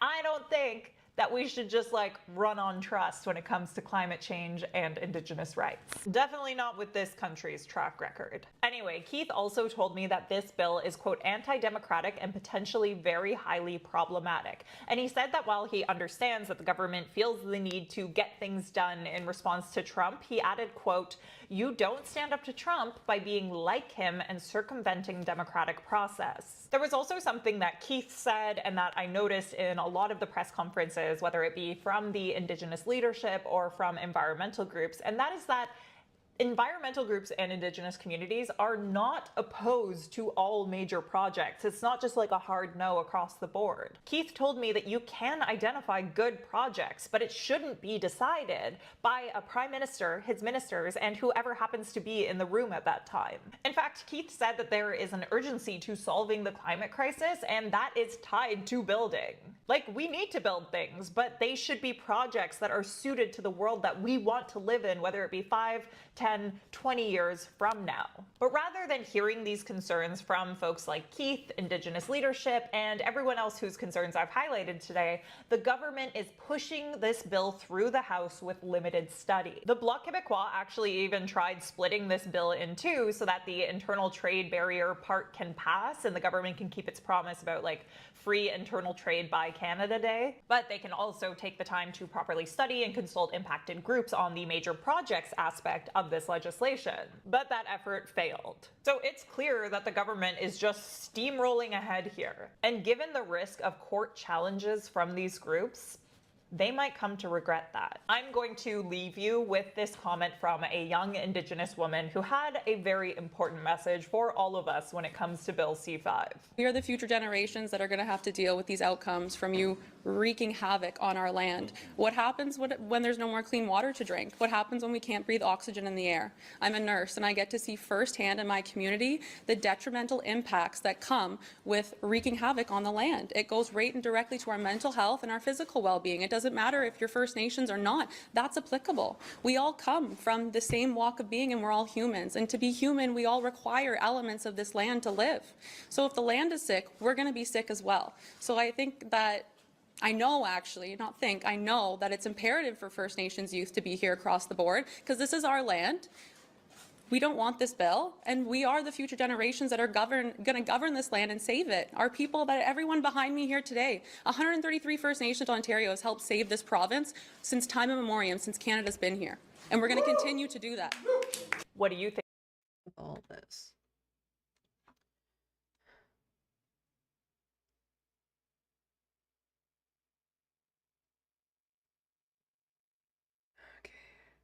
Just thinking with all of that, do we need to watch this one?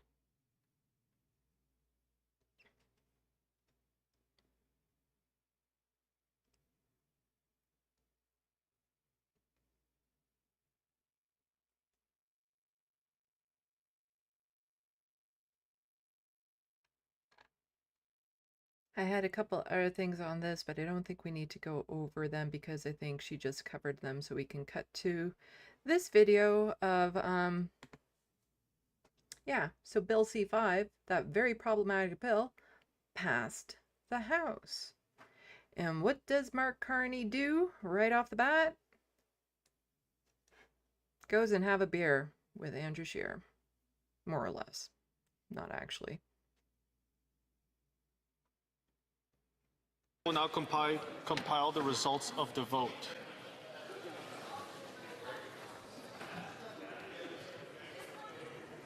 Yeas pour 306, 306. Nays contre 31, 31. We don't need to go through all of that because it passes. Canada Act and the Building Canada Act at the third reading stage.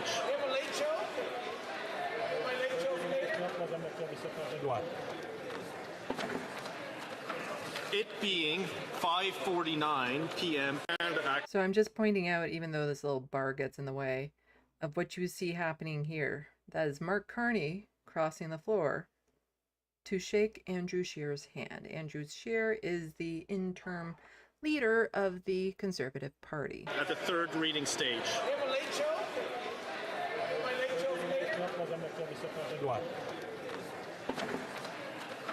It being 5:49 p.m. pursuant to order made on Monday, June 16, 2025. Andrew Scheer here looking very happy with what just happened. The House stands adjourned until Monday, September 15th, 2025 at 11 a.m. pursuant to Standing Order 28.2 and 24.1.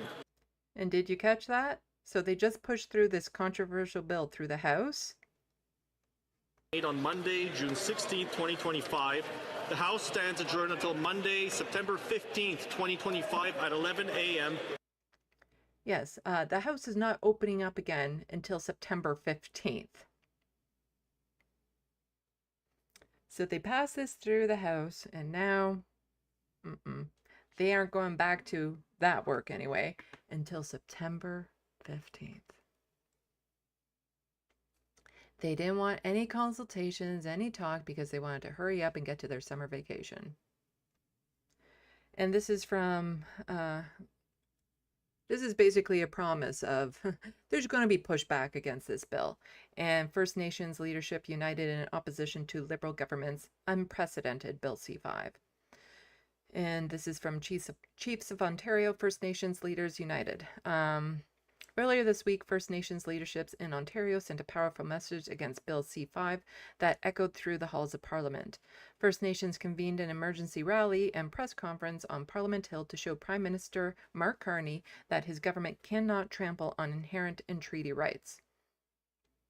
We are not anti-development, and our communities want to be prosperous, but we don't accept laws that silence our voices or that destroy our environment and ways of life, said Ontario Regional Chief Abram Benedict. The government is doing this because they want certainty. They want foreign investment in this country and to build infrastructure, but without First Nations at the table, they will not achieve certainty. And we're going to continue to make sure they know that. Bill C-5, one of the One Canadian Economy Act, bundles the Free Trade and Labor Mobility Act and Building Canada Act, gutting blah, blah, blah, blah. And then talking a bit about Bill's 5, controversial, which is also widely opposed by First Nations. Canada claims to be a nation of laws. We have proven time and time again that Canada cannot just run roughshod over our rights, said Grand Council Treaty. I do not know how to say that name. I'm very sorry. Francis Kavanagh. The Canadian government says it's passing the law to speed up development and protect the economy. We're here to say this bill will do the exact opposite. Treaty 3 is not opposed to all development, but we oppose to development that does not respect the laws of our nations or the inherent jurisdiction of our traditional government system. So rushing the bill through.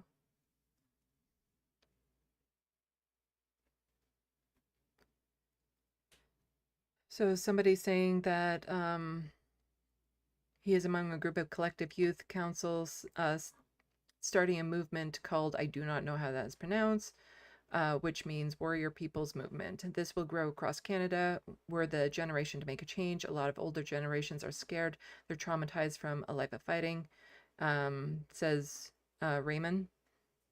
But not to worry, because we're here, we'll continue your fight and ensure our peoples and lands are strong, healthy, and prosperous for generations to come. Cutting corners on environmental laws will lead to oil spills, mercury poisoning, unsafe drinking water, and irreparable harm to the lands and all living beings. Grassy Narrows. If you want to talk about mercury poisoning, look at Grassy Narrows, and that is a generation tragedy currently still. That a corporation came along and poisoned the water source that the Grassy Narrows Indigenous community relied on, and most of them suffer from some sort of mercury poisoning and stuff, and the government, the federal and the provincial government, have just been arguing for 30 years over who's responsible for paying for the cleanup and paying for the medical costs. And so this would probably open the door up to a lot more of those issues in the future. Anishinaabeg Nation Grand Council Chief Lydia DeBassage said First Nations need to stand in unity across Turtle Island to show their strength and support one another. The Indian Act residential schools, those were all things designed to silence us and make us fearful of the government. It still hasn't worked. We're still here, said Grand Council Chief DeBassage. We cannot continue to live in oppression and feel powerless over things that we can change. There are 343 seats in Parliament, but there are hundreds of thousands of Anishinaabeg people. We can create the change we need. In other words, there's going to be some protests, and I support them. I preemptively support those protests. The Chiefs of Ontario will continue to advocate for First Nations rights and follow directions set out by leadership in the region. The Bill C-5 fight is not over. Carney needs support from other parties in Parliament, and you can be sure that they will all be hearing from us in the coming days, said Regional Chief Benedict.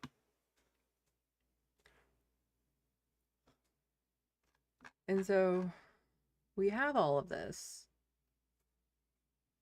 Bill C-5 being pushed through. But you know what? Mark Carney says, you got nothing to worry about.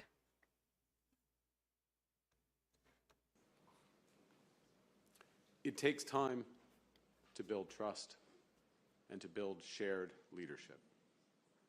That means building an economy where Indigenous communities participate fully in the national economy, where Indigenous microeconomies are not isolated but integrated into large-scale projects that connect communities to the national economy, creating more jobs and greater prosperity for all. That's why the first thing we will do to launch the implementation of this legislation in the right way is through full-day summits with First Nations, Inuit, and Métis rights holders, leadership, and experts. We're going to get into it with Bill 5 from Ontario. And Doug Ford said the exact same thing. He went a little bit further though, and wow, the things that he said were horrid. And that's the thing. It's like, now that we've pushed through this bill that will allow us to trample over your rights, yeah, sure, we'll sit down with you and talk about it. But that doesn't erase the fact that we can still trample over all your rights. But, you know, we're going to do the performative necessity of looking like we care about what we're doing here. And so we'll sit down and we'll listen to you talk, and we'll feel it in our bones, but then we're still going to do whatever the fuck we want. To that end, I will be meeting with First Nations rights holders on July 17th here in Ottawa. Inuit leadership in late July, and Métis leadership soon thereafter. I'll attend these meetings alongside the responsible ministers, which will include working sessions and public roundtables. You know what? Maybe that should have come before the bill was passed. But here we have Mandy Gall-Masti, who is an MP. It takes time. From Nunavut, saying, at yesterday's press conference, the Prime Minister affirms fundamental truth. Indigenous peoples are not just stakeholders, we are rights holders. Then why didn't this happen before the bill was passed? It's interesting how there's usually a couple of Indigenous folks that make it into government to basically, what's the word? When they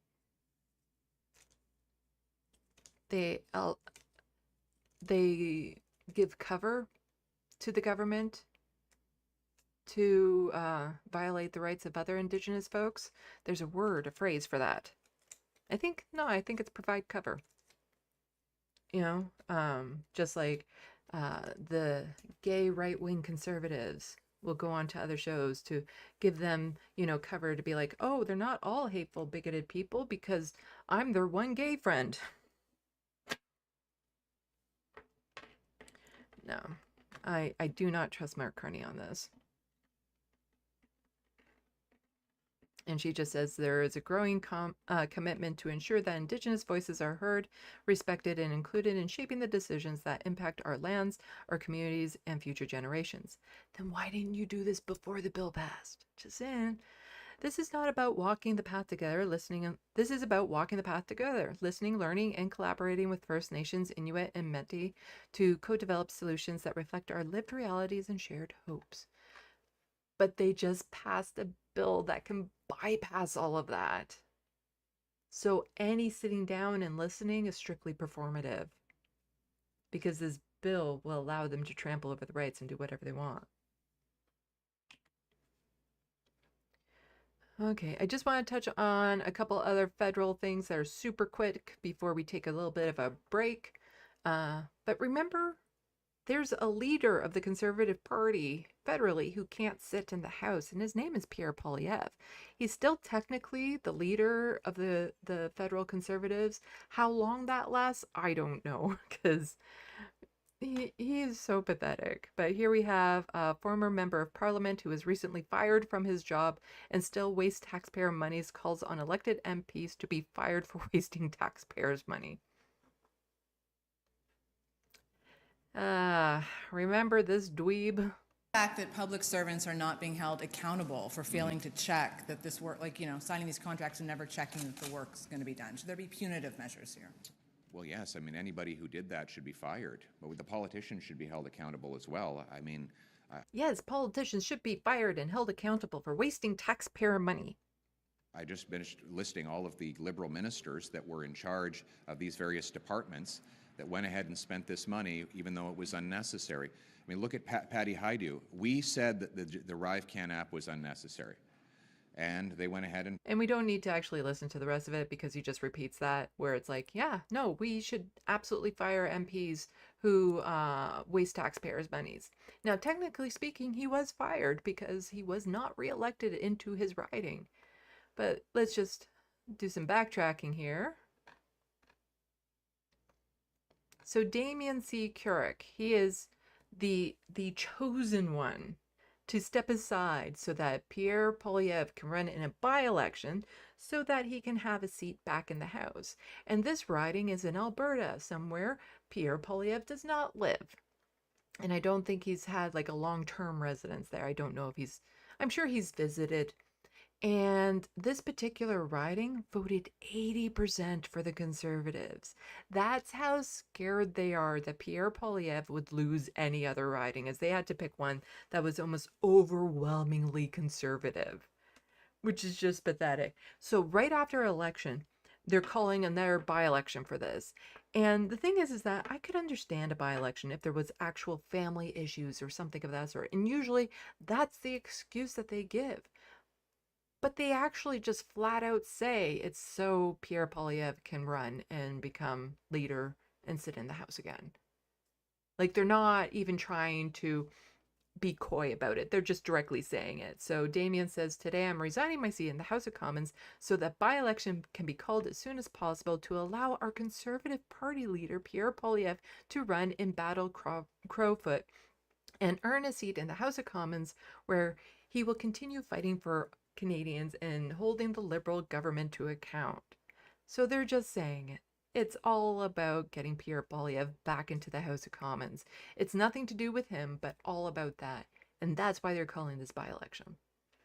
It has been a tremendous honor to serve the good people, blah, blah, blah. Well, we don't really need to read the rest of that. Let's backtrack a bit. So, Thomas is just saying, Mr. Kurek resigning his seat and trashing thousands of voters for which your campaign a few weeks ago is an insult to democracy, to voters, and to volunteers who I think that's supposed to be helped you. And it is. Like, could you imagine being on his campaign and fighting hard to get him reelected just for him to then immediately step down so that somebody who has never lived in your province can come in, be parachuted in, just so that he can get a seat in the House? A loser, somebody who couldn't maintain his own seat, you know, just so that he could come in here and take over. This opportunistic by-election will cost Canadians hundreds of thousands of dollars. Actually, it's more than that. Be over $1 million. The real question is, what is he getting in exchange? Nothing free in life, especially MP title, says this person replying to them. And he quotes tweets saying, this is a very important question. You are giving up your newly won seat, over $200,000 annual salary for at least 4 years, pension and other benefits. Canadians will have to spend $1.7 million on a by-election. Simple question, what was offered to you? Yeah, this guy is stepping down. He got a good deal. Because some people are saying he was forced to step down. He's in a position, I would say, that he could speak out if that was the case, because who wants a loser politician to run in your riding? He was offered something really good to give up that $200,000 annual salary and pension. Now, he has said that he will be back soon, so he might run in a different riding. Poilievre might end up somewhere else, but it's not like his pension is gone for good. He will most likely be reelected in at some point and get that pension. So this is just a delay in that, if anything. But no, he was offered something good. And then there's Pierre Poilievre. When was this? Just 10 days. So June 10th. So 7 days before this went out. 7 days before this MP has called for the by-election, saying he's stepping down so that Pierre Poilievre can run. And Pierre Poilievre saying, oh, MPs who waste money should be fired. And he's about to waste $1.7 million on a by-election because he lost his seat because he's a loser. The amount of hypocrisy in the Conservative Party can never be understated, and yet they're never held accountable for it.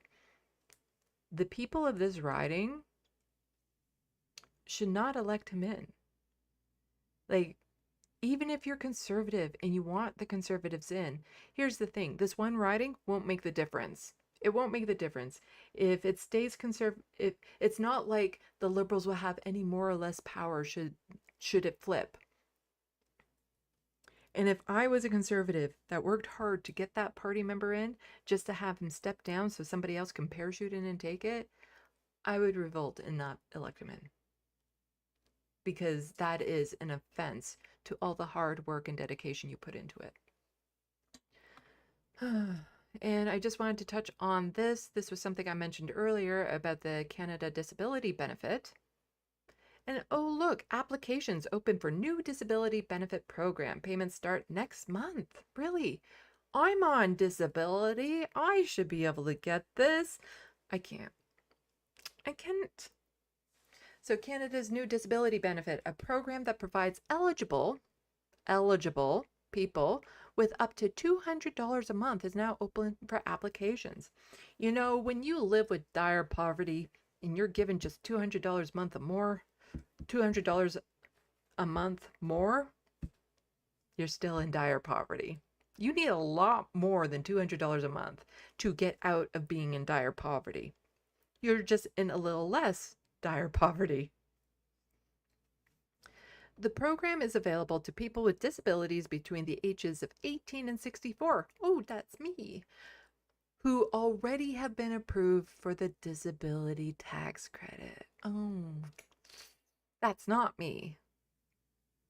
I haven't been approved for that because there's different criteria for being approved for the federal disability tax credit, and you need a family doctor to sign off on it, and you have to pay in order for that family doctor to sign off on it. And if they don't fill it out in the exact way, as is with most disability programs, they are more than happy to reject you the first few times that you try to do it, even though you should be able to qualify for it, but the government doesn't like it when you do. The government says applications will be reviewed by June 30th and payments are set to begin in July. The payments are meant to supplement provincial and territorial programs, and Jobs Minister Patty Hajdu said the provinces and territories, except for Alberta, have pledged not to claw back their own benefits. So in Alberta, if you apply for this and get it, then provincially they're just not going to give you $200. They're going to take that out of your disability payments provincially. So you're no better off than you were before. The benefit was part of the Trudeau government's promise to help lift people with disability out of poverty. Really? Because it doesn't help to lift anyone out of poverty. This won't help lift anyone out of poverty. This again is that smoke and mirrors. It's why I was ranting about the polls, because when Canadians are polled about the disability benefit, people are like, oh, this sounds great. People with disabilities get more money. It will help alleviate poverty. Yay! But if you actually ask people with disabilities, will tell you that is not the case at all, and they're lying through their teeth. Many advocates for people with disabilities have panned the benefit, saying it will do little to actually address poverty. Haju, whose new portfolio covers disabilities, says she has heard the criticism. Just like, Mark Carney will hear the criticism from First Nations people. I don't think that disability benefit is what a person needs to sustain themselves, and I don't think it was designed that way, she said in a recent interview.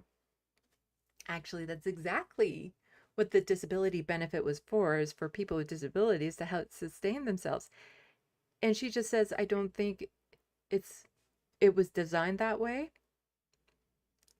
Yeah, it wasn't designed that way because it doesn't help get people with disabilities out of poverty. But it is a payment that allows for a fuller autonomy of people with disabilities, in that it's not directed towards any specific thing. It is a benefit that people can use to supplement whatever other earnings or income they have. So basically, yeah, it'll help supplement people who are working. We want you people with disabilities to be out there working, and we'll supplement you. Will help you out, but you should be out there working with your disabilities, even if your disabilities prevent you from doing that, and hence why you need to be on disability support. But no, we don't think that people with disabilities need to sustain themselves. They should be doing that on their own. It's not the government's responsibility to help people with disabilities. You should really be doing that on your own. The Justin Trudeau Liberals hated people with disabilities. Mark Carney's Liberals hates people with disabilities too, just as much. As part of the program, the government is providing funding to community organizations to help people who may need guidance on applying for the tax credit benefit program. Yeah, we'll help out that way. What a bunch of bullshit. Okay, I need to go get another drink and take a mouthful of chocolate before I continue, because I'm getting a little tired. What's next? All right, we're moving on to provincial stuff next. So we are going to take a 5, and I will be back in just a moment to see what people have been saying in the sandbox.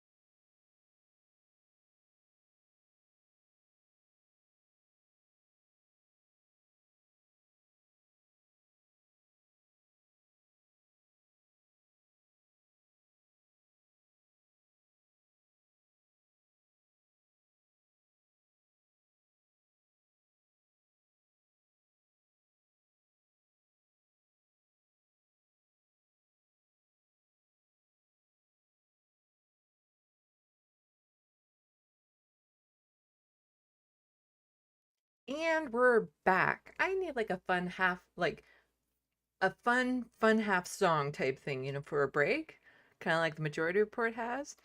If somebody were to make that up for me, then I could have a break halfway through my, 4 or 5 hour long live streams and keep you guys semi entertained during it. If somebody wanted to make up like a fun have song for me. My hair is still a bit frizzy. Oh, I should have fixed that while I was running to the washroom and stuff. But anyway, thank you so much for everyone who's come out so far today. And let's check the SandBox and see how everyone is doing. And then we have a bunch of provincial news to cover. And then some, well, I think it's just basically a lot of provincial news. Not just Ontario, but other news. But primarily Ontario, because I live here and that's the only province that matters. I'm joking. Nova Scotia's kind of cool too. And don't forget, this Wednesday on this space, if one of the mods would be kind enough to toss that link into the SandBox, is a new YouTube channel that is a collaborative with a whole bunch of leftists. And the ultimate goal is to make like a 24/7 YouTube channel that is just progressive leftist content. So you can have a variety, you can see different takes, different perspectives, but all from a leftist bend. And it's something that you could just have on like a 24/7 news channel in the background to listen to or to tune in when there's nothing else on and all that sort of stuff. And I'm part of the initial setup. So on Wednesdays at 4 o'clock, that is my time slot, which I get an hour. And this Wednesday, I'm going to be going on, not as myself, but as Minuet from my book, Necroplasm, which you can buy on Amazon as an ebook or a paperback. And this is something that I'm looking to do every, the last Wednesday of every month, is to come on and give social and political commentary from the perspective of a 1400-year-old vampire. Which should be a lot of fun. So barring like any major news and stuff that comes up between now and then, I should be able to do that, and providing, you know, I'm not melting in this heat, because if something were to happen to, like, let's say my electricity, like air conditioning and fan, I will not be able to do a live stream because it's going to be too fucking hot here. But we'll see how it goes, and it would just be a nice break, I think, from all the other horde stuff that we're dealing with on a daily basis, to just kind of have that. And it'd be a lot of fun, I think.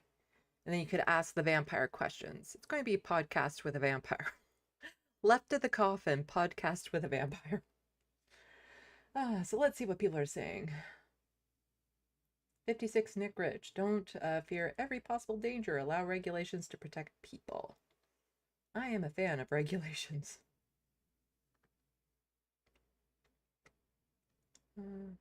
Looney Tunes 9000. Rachel Gilmore is so based. She is.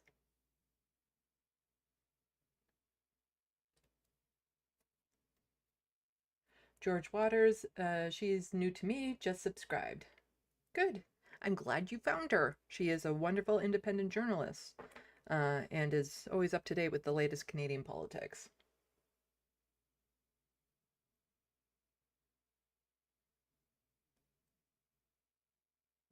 Let's see. Flow snake, allowing it in the first place. So, other words, if I had to take the roof off my shed, bounded asbestos entirely, liability. Oh, I think somebody was asking about, isn't it illegal? And I think the problem with this bill on the federal level is it would bypass those rights. And so, no, you're not allowed, like, workers can't force you to work around asbestos. But this would bypass that and say, no, corporations can absolutely force you to work in these hazardous conditions.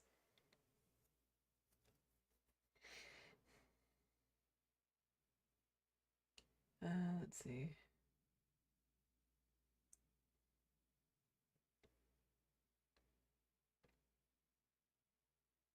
It looks like people are singing a song or something in here.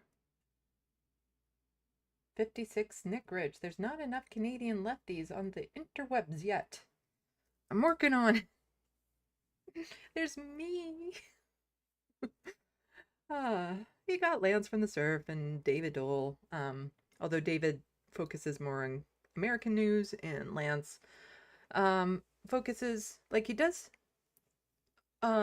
Canadian stuff at the beginning of his live streams, but the bulk of it is usually drama, social commentary, and other political news coming in from the States. But Rachel Gilmore, Steve Boots, they focus primarily on Canadian stuff, and I focus primarily on Canadian stuff. But we do need more variety, more voices out there, by far. Like, there needs to be far, far more out there covering Canadian politics, and in different ways from different perspectives, so it would help reach more people, because I don't resonate with everyone. Not everyone is going to like me. Not everyone is going to like my style. I don't speak to everyone. I don't speak on every issue. Like, I get a little put off by people who'll be like, oh, why isn't Lance covering this? Or why isn't David Dole covering this? And blah, blah, blah, blah. And the thing is that it's impossible for any one commentator to be able to cover everything. And like I have pointed out before, when they have missed some big points when it comes to things like disabilities or whatnot. But I don't do that to begrudge them. I do that because I'm adding to the perspective. I'm adding to the story, because you can't expect that one person who maybe doesn't have experience in it, doesn't see what's going on, to be able to speak to something they know nothing about. So it's important to have lots of variety, lots of different speakers from lots of different backgrounds when it comes to talking about politics online.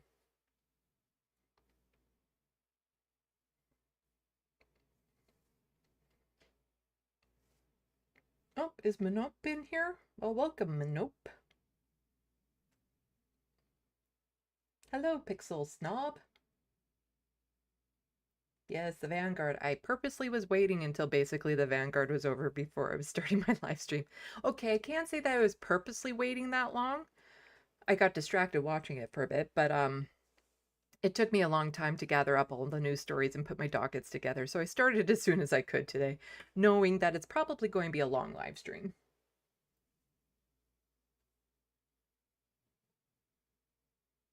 Swift returns. My only issue is that Canadians still act like we have a president. Our PM is a leader. He doesn't write the bills. He doesn't even lead the bill writing.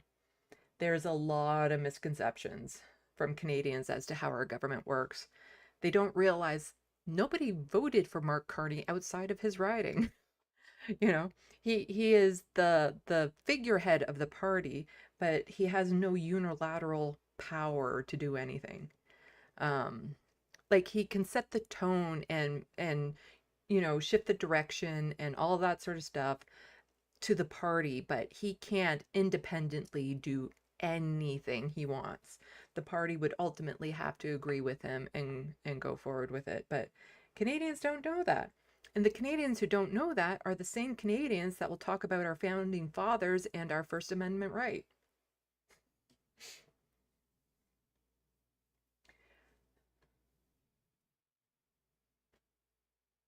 And Swift returns saying that I support them as well. I believe I saw that pop up when I was saying I would preemptively support the protests that Indigenous peoples are bound to have.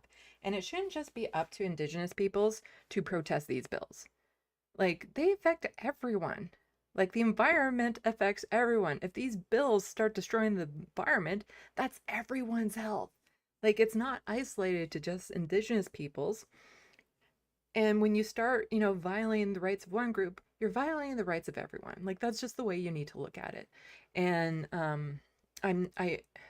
I support their protests, and they shouldn't be the only ones protesting it. Other groups should be standing behind them as well.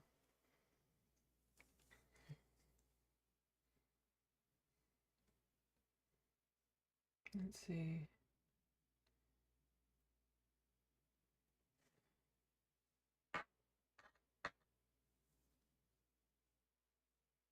Flow Snake, I watched a vid by a channel called What is Politics? I don't agree with everything they said, but they focus on big people versus little people, whether that's Indigenous peeps or slum dwellers. I think I know what you mean.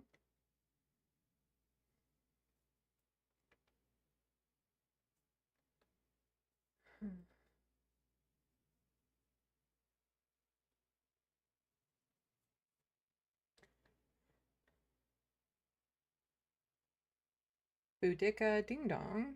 Too bad Lefty. I don't know. Rubber? I hardly knew her. You guys are joking about something else. I thought, ding dong. Oh, did my notification go off?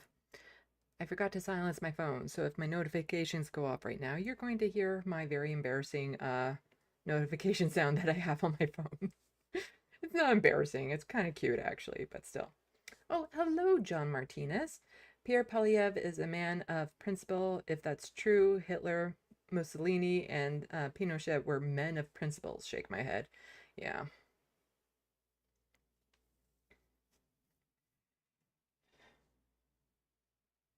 "56 Nick Rich, if PP loses the by-election, I'll laugh for days." Oh my god, I so want that to happen. Like, how can you be a member of that riding and think it's okay what they're doing? Like, it's so blatant too. And part of the reason why Pierre Polyev lost his riding is they actually found out who he was, because he was the leader of the Conservatives. He is so unlikable. Like, if they had any other leader in, they probably would have won. But Pierre Polyev is so unlikable, and up until that point, he was just riding under the Conservative name. He wasn't riding on anything he was doing. It's just the people in his riding who voted Conservative voted for him, and they were overwhelmingly Conservative. But then as soon as they found out who he was, because he had much more prominent profile and was speaking more and stuff, they're like, wow, this guy is an idiot. And so then they stopped, so then the riding flipped because they actually found out who he was. He is not likable. And so I would really hope that, they come around and be like, no, this guy's a moron. And, we voted for this other Conservative guy, which we like and respect. And Pierre Polyev, he doesn't have our respect. He's a loser. Oh my God, it would be so good if he lost. But the reality is, like, let's say he even squeaks by with 50%. They were at 80% for Conservatives. If it were to drop that much, I seriously don't know how the Conservatives would let him remain leader of their party. At the same time, I kind of don't mind because he's holding the party back.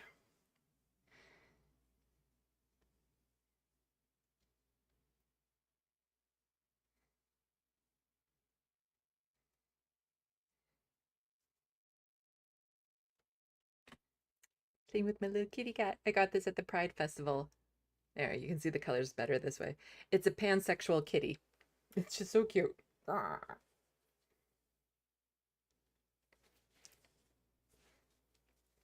And I'm constantly fidgeting, so. John Martinez. Let me guess. Jank got buried by Kyle and Crystal? Oh, did he ever? And the fact, from the sounds of it, it was his idea to go on to their show. Ouch. But you see, the thing is now that I'm going to make it about me, I'm done with a couple of very big major projects that I needed to get done, that were on my plate, that I needed off the plate, and they're done. Which means that over this next week, while I'm locked in my apartment because I'm not going outside into that heat, I can focus, finally, on that TYT video of mine that I've been working on and actually get some real work done on it. And hopefully get that a lot closer to being completed, because I really need to post it before they completely bury themselves and are no longer, anything. Like, I need to do it in a timely manner while TYT is still on the air, ideally.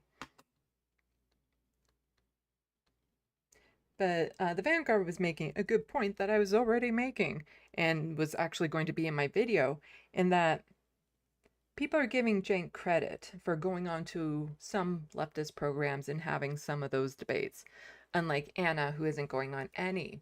But one of my critiques was, yeah, sure, he goes on these shows, but he never brings anyone onto TYT to talk. And the very rare times that he does, it's somebody he doesn't know, like the new Evangelico. He actually got to talk with him, but it wasn't on the main show. Meanwhile, on the main show, they will bring on like Marjorie Taylor Greene, Dr. Phil, or whatever. They'll bring on these right-wingers onto the main show to have their discussions. But they'll never bring on a leftist to have these debates and discussions onto the main show. And that way their audience is never really exposed to those other ideas. And partly it's because they know that it would reveal them as frauds. Because if you are just a TYT fan and you don't consume other online content all that much, like if you rely on them as your sole source of news and you're not on Twitter, you know, you don't see them on other programmings, I can see why you would still be a fan. You know, because you're getting that certain biases, and you know, you trust them. And so when they start saying things like, oh, trans women in sports bad and all this sort of stuff, then you might be like, well, if they're saying it, then there must be some point to it. Like, yeah, maybe. But they're never actually hearing the real arguments of what's going on or the other perspectives. They're not hearing what other leftists are saying. So all they're hearing is Cenk and Anna constantly beating down on progressives, saying how horrid they are and stuff. And if you don't know and you're never exposed to them, how would you know otherwise? And so, like, one of the big things about my video is trying to reach those viewers. The viewers who haven't left TYT, who still rely on them as that main source of news. And it's to point out, you know, Cenk and Anna's hypocrisy on a lot of their values and stuff. And it's really like, I really hope to reach that audience. It's targeted at that audience. And it's not getting mad at them. It's not calling them losers or stupid or all the things that Cenk loves to call us. It's to approach them with sincerity and, you know, good faith, and to really present the information as accurately as possible, and then let them come to their own conclusions as to whether or not TYT is the place for them.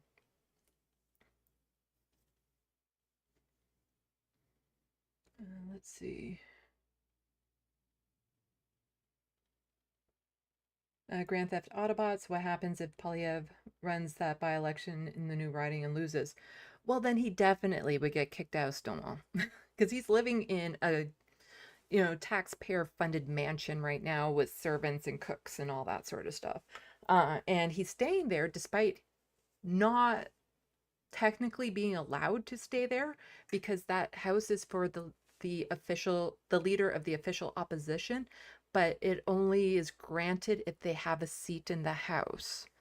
So technically speaking, he's not supposed to be allowed to live there right now, but for the cost of moving him and his family out for 3 months or whatever, like a short period of time before he were to win this by-election and become leader again and be moved back into it, it's actually cheaper to just keep him there for now. But if he loses, he needs to pay the taxpayers back all of that money that he would owe since he lost his own riding. Because it's taxpayer money that's funding to keep him there. But if he loses, if this is his gamble, he should have to pay that back. He was ragging on people, MPs, for wasting taxpayer money. Well, yeah, so he should have to pay that taxpayer money back if he loses for all these months that he's staying in that mansion, when he should have had the principles, the integrity to say, I lost, and so until I gain my seat back, I am moving out of this house. You know, and he's using his children as a shield for it, but you know what? I don't care. He did this to his kids then. Like, it's just... Jet, how the fuck is anyone supposed to survive off 200? It's not just 200, it's 200 on top of what they already get from disabilities and stuff. So, you know, if you get $1,400 a month and then you get $200 on top of that, it's $1,600. And with the average rent being roughly around that, it doesn't help. Like, it helps a little, as in you might be able to get a few more meals or something, but it doesn't help you get out of your situation.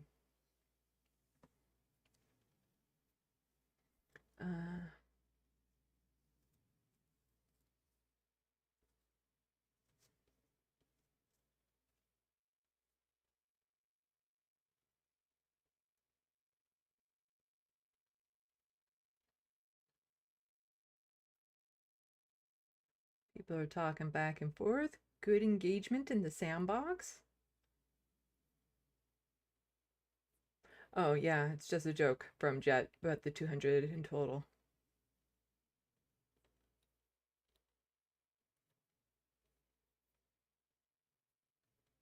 Knowing that it's not just 200, yeah.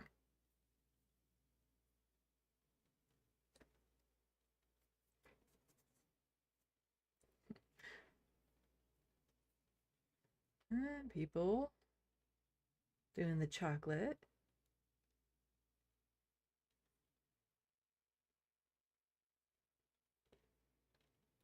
Hello, Donald James. Welcome to the sandbox.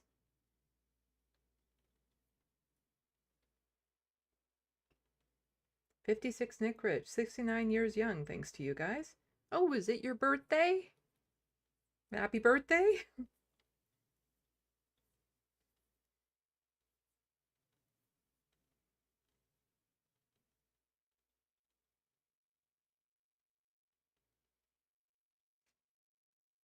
Soul Life, the meowing reminds me of the evil cat clowns I saw on LSD on my 13th birthday. That sounds wrong on very multiple levels there.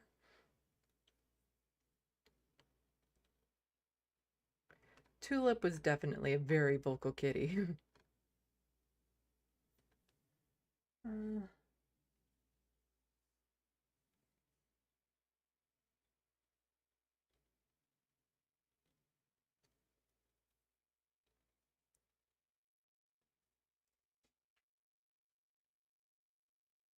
Let's see.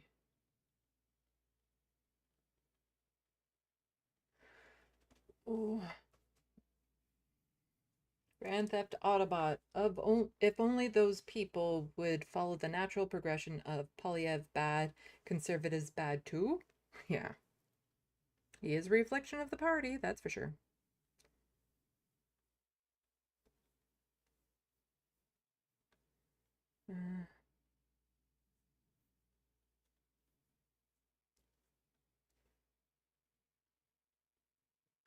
So Life, between Jank getting destroyed by Kyle and Crystal and Kyle, and Anna getting a tampon thrown at her by the new right-wing PPD friends, I wonder what TYT content will be like this week. Yeah, I saw that the PBD guy throwing a tampon or tossing a tampon towards her, and I'm way too autistic for that, because I would seriously be like, why do you have this? Like, I wouldn't be offended or anything, but it would be too autistic to work on me, basically, because I'd be like, no, I need to get into your head right now. Why do you have this? Why are you carrying a tampon for? Was this a pre-designed bit? Or is it something you're expecting, like a spontaneous vagina to pop up sometime? Like, it's like, why do you have this in your pocket just randomly? And then if it is this already, what's the word?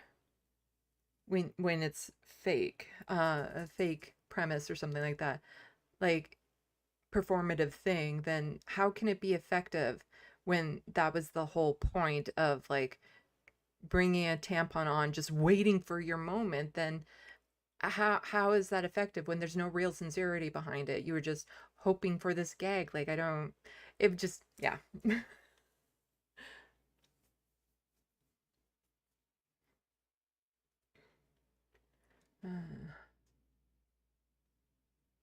So Looney Tunes 9000 will have his take on Jink getting his ass kicked tomorrow morning at 8:30 a.m. Eastern time. I will not be up that early, I'm sorry. But everyone can go and check that out or check it out afterwards. John Martinez, TYT is far-right Nazi show. In other words, no different than Die Dichette. Fascist propaganda being passed as truth. How far those clowns have fallen. Yeah. Looney Tunes 9000. That's Marjorie Karen Green and Dr. Phil to you.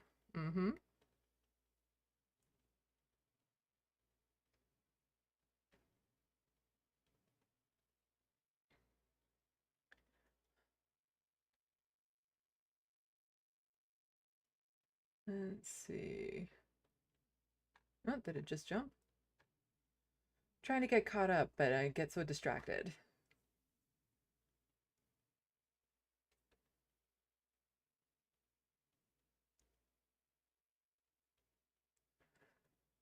Talking about some music. Let's see. Let's see.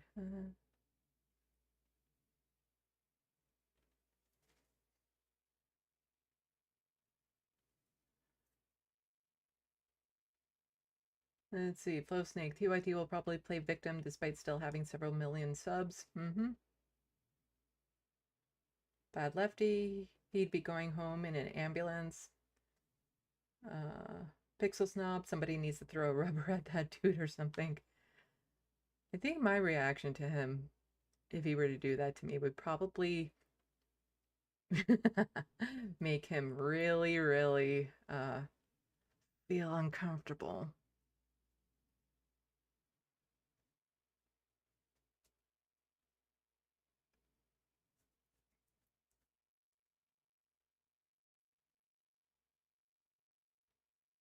Let's see.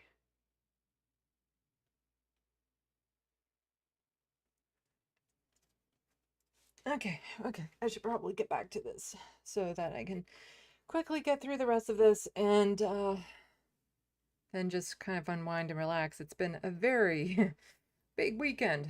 So let's get back into it. So we just talked about Bill C-5, and now we're going to talk about the Ontario Bill 5, which are pretty much the same thing. Just one is federal, one is provincial. So I was talking more about Bill 5 in previous live streams, but the thing is now it has passed. It is passed at Queen's Park. So from CBC News, Doug Ford's Bill 5 is now law in Ontario. Here's what happens next. Now that Ontario's controversial Bill 5 is law, all eyes are on what Premier Doug Ford does with the new powers it gives his government. I just hate that. Government shouldn't be all powerful. Bill 5, also called the Protecting Ontario by Unleashing Our Economy Act. Oh God, I hate these bill names so much. Empowers the government, among other things, to create special economic zones where cabinet can exempt companies or projects from having to comply with any provincial law, provincial regulation, or municipal bylaw. I used to say that, the government, the way that they make laws is just to make whatever they want legal to serve capitalist needs. And this is such a prime example of it. Because it's like, oh, is that thing you want to do illegal? Huh. Well, we're just going to make a bill so it's not illegal anymore. Like, it is so blatant. Ford pitches Bill 5 as a way of shoring up Ontario's economy in the face of Donald Trump's tariffs by speeding up major infrastructure and resource projects. So again, they're using the excuse of Donald Trump's tariffs to trample all over the rights of Indigenous peoples. Ford's officials insist the government won't exempt any companies in special economic zone from Ontario's minimum wage rules or other labor laws. Yeah, so I won't exempt a company to pay minimum wage or anything below that or whatever, but other people's rights, whatever. But the wide open way the legislation is written would allow cabinet to hand out exemptions from any law, whether labor, environmental, or operational. Asked this week which laws he's considering overriding with Bill 5 and whether any laws are off the table for such exemptions, Ford offered no specifics. Again, this is why they like to keep it vague. I just want to speed up the process, he said during news conference on Thursday, moments after it received royal assent, making it law. Ford then talked of how long it takes for a mine to get production. An issue is usually actually tackled in a different part of Bill 5 revisions to the Mining Act designed to shorten Ontario's approval process to 2 years from the current 4 years. Because what could go wrong by speeding up those types of processes? Press again on which laws he would exempt companies from the special economic zones. Ford said every situation is different. Let's see what companies come to the table, and depending on how quickly we can get opportunities and jobs, we'll reveal them. Ford said, so we'll tell you as we go along. Ford wants Ontario's first special economic zones to be the Ring of Fire mineral deposit, some 500 kilometers northeast of Thunder Bay in the heart of Treaty 9 territory. The area is said to be full of so-called critical minerals such as cobalt, lithium, and nickel in high demand for the tech industry. The Premier said on Thursday that he wants to make the Ring of Fire a special economic zone as quickly as possible, but has also said he won't do so without consulting First Nations. Yeah, we'll see how that goes. And that's the thing. It's like, there's a difference between consulting and actually negotiating. Because it's one of the things, like, we sat down, we talked, I don't agree with anything they said, so we're just going to do it anyway. Like, it's just, that holds no weight to say, oh, we're going to consult with them first. We're not going to listen to them, but we're definitely going to talk with them. Basically, you guys aren't prepared for what Doug Ford actually said. You're not. Like, you should be, you're not. Energy and Mines Minister Stephen Lecce said province is already consulting meaningfully with First Nations and will continue to do so over the coming months. We're all going to be part of this endeavor to really listen to the voices and help build a community vision of responsible resource development that unlocks bounty of the other resources, change lives, blah, blah, blah, blah, blah. Let's see. Just wanted to skip down to here. So Ford calls Carney Santa Claus. Carney asked all the premiers to come to last Monday's First Ministers meeting in Saskatoon with their ideas of projects that would be in the national interest, either by helping to diversify Canada's economy to reach new export markets. So basically, talk to us about our Bill C-5. It's now up to Carney to decide which projects merit federal backing, whether through fast-track approvals or funding. Ford describes Carney as Santa Claus for this approach, but to make the metaphor accurate, it means Ford and his fellow premiers have merely written their letters to Santa Claus, and they now have to wait until Christmas comes to find out whether Santa brings them what they asked for. You see, there's some conservatives that are upset with Doug Ford working with Mark Carney because, you know, again, they just hate everything labeled liberal.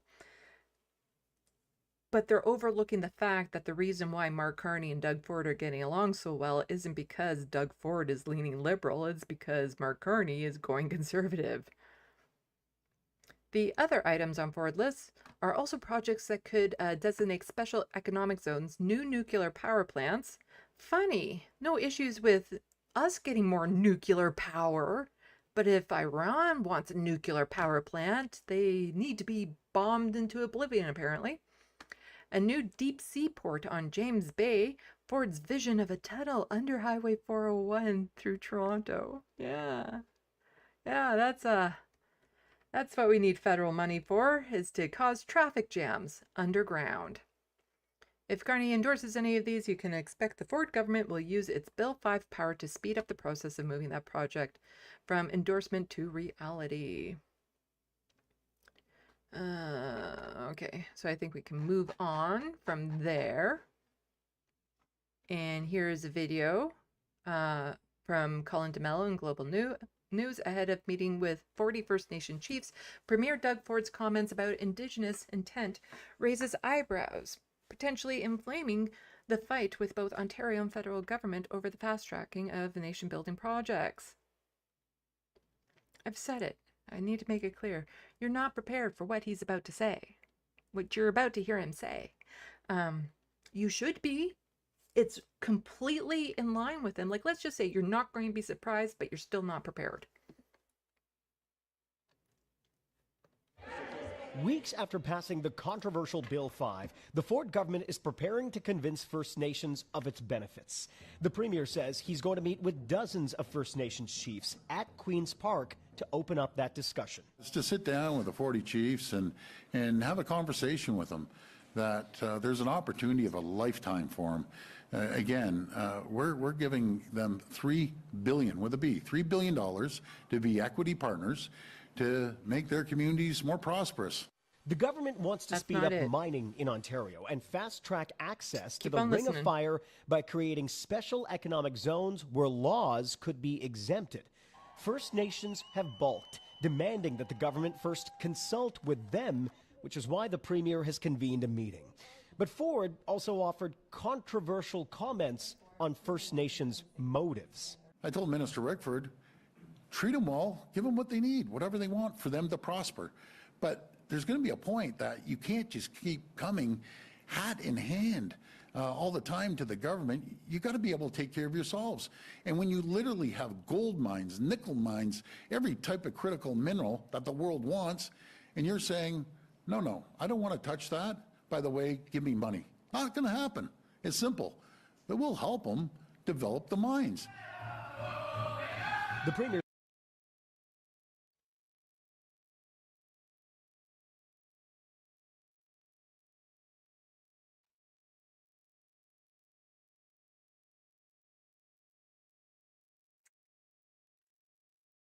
Yeah.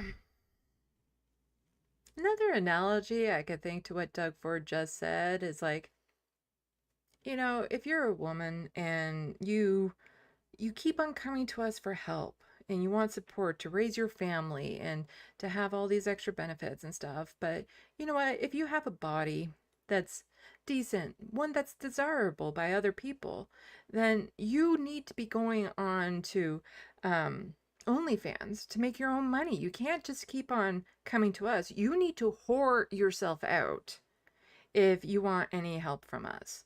Like, if you want help from us, you need to help yourself by whoring out your resources.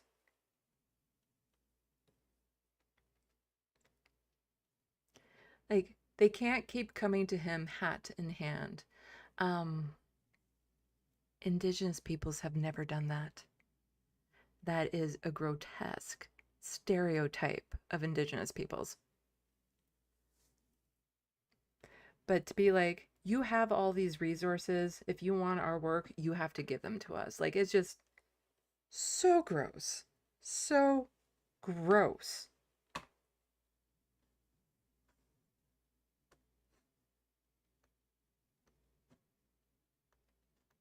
But there's going to be a Minister Rickford, treat them all, give them what they need, whatever they want for them to prosper. But there's going to be a point that you can't just keep coming hat in hand all the time to the government. You got to be able to take care of yourselves. And when you literally have gold mines, nickel mines, They have been taking care of themselves. And the things that they bump up against is when the provincial and federal governments do things to their lands to make it unlivable. When they don't do their jobs. You know, it's the federal government's responsibility to make sure they have clean drinking water. So when they demand it, it's not them coming to them hat in hand. It's them demanding that the governments actually do their fucking job. every type of critical mineral that the world wants, and you're saying, no, I don't want to touch that. By the way, give me money. Not going to happen. It's simple. But we'll help them develop the mines. Yeah, we'll help you whore yourself out. If you're not willing to do that, then stop asking for favors. They just want to be the pimp. That's all. Doug Ford wants to be their pimp. The Premier's comments came in the middle of a significant Chiefs of Ontario meeting in Peterborough, where Bill 5 was being discussed. In a statement, the group calls the Premier's rhetoric dangerous and say First Nations don't come to government cap in hand and are able to take care of themselves. Those comments could also exacerbate an already tense situation.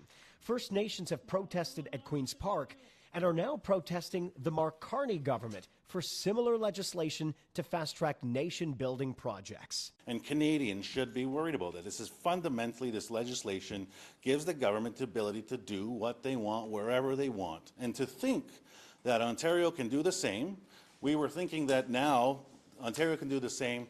We'll have to rely on federal laws to protect some things that are important to us. The waters, the lands. Now the federal government is doing the same thing. So who is left to protect the resources? The federal government is failing us and the province is failing us. First Nations have been promising protests and blockades. It seems government action isn't toning down the temperature. And so this is from Dr. Jill Andrew. She used to be the NDP MPP for her riding. Unfortunately, she lost her seat in the last provincial election. hopefully she'll become a member of provincial parliament again, because she was phenomenal, and I'm glad to see she's still speaking up. So she says, you got to be able to take care of yourselves. Ford's response to First Nations demanding due consultation and supports they deserve from government. Ford, they have been taking care of themselves from the start. Explore the legacy of colonialism.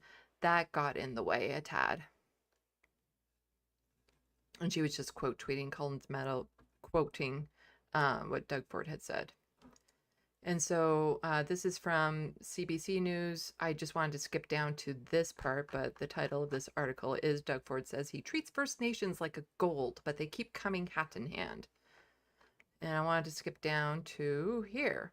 So Saul Mamakwa, the new Democrat who represents the Ring of Fire region and the lone First Nation member of the Ontario legislature, called Ford's remarks deeply offensive and deeply racist while speaking on CBC's Radio Metro Morning Thursday. The amount of times that Doug Ford has had to apologize for being racist, especially to Saul Mamakwa, is quite not surprising. Because there was the time when Doug Ford accused Saul Mamakwa of jumping the queue when it came to COVID vaccines, because he went up to a northern Indigenous community to get the vaccine at the time. And he was doing that as a way to show this group of people who is very suspicious of the government and not very trusting of the government for very valid reasons, to let them know that the vaccine was safe and that they should take it. And then Doug Ford accused him of jumping the queue. And that's just a small, like there's a bunch of things that go towards showing Doug Ford is a racist asshole. So he says, those marks prove that the Premier has a fundamental lack of understanding of what it means to have a treaty relationship with First Nations, Mamakwa said. It was very disturbing to hear that from a Premier. Mamakwa urged Ford to repeal the bill, which was only passed into law 2 weeks ago. It's creating divisions in our province. It's creating divisions amongst the people of Ontario and taking us back to where we should not be, he said. If you want to work with us, you've got to listen. And this Premier is not listening. So remember what Mark Carney was saying about consultation and all that sort of stuff? That was the exact same thing that Doug Ford was saying. And this is what you get. Condescension. You know, by saying you're going to consult, it does not say you're going to work with or listen or agree to or negotiate. Ford's office issued a statement later on Wednesday saying that the Premier looks forward to his discussion with First Nations. Seriously, how does anybody with any modicum of self-respect, after being called those things or said those things about you, go to Doug Ford with any, sense that he is being sincere, that he actually cares about you?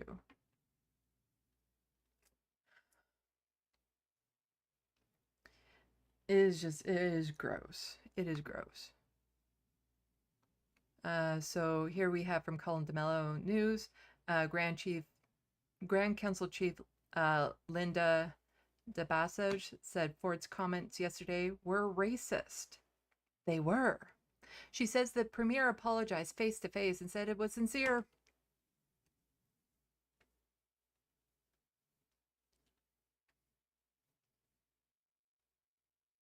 They always find some people to be that cover.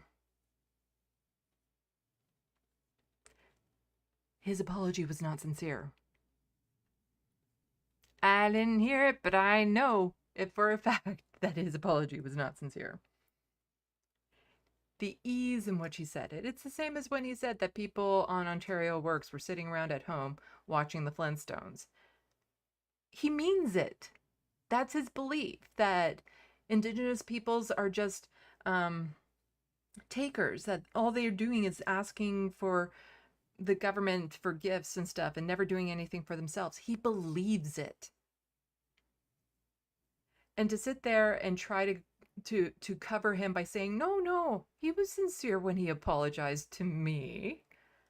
What a bunch of bullshit. And it's the same as the other one from the federal that I was talking about. Let me just pull that up again.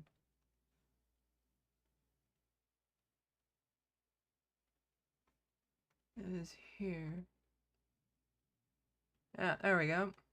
How's that any different from this? At yesterday's press conference, the Prime Minister affirms fundamental truth. Indigenous peoples are not just stakeholders, we're right holders. Yeah, you just gotta throw that cover for him. They always find someone to do that.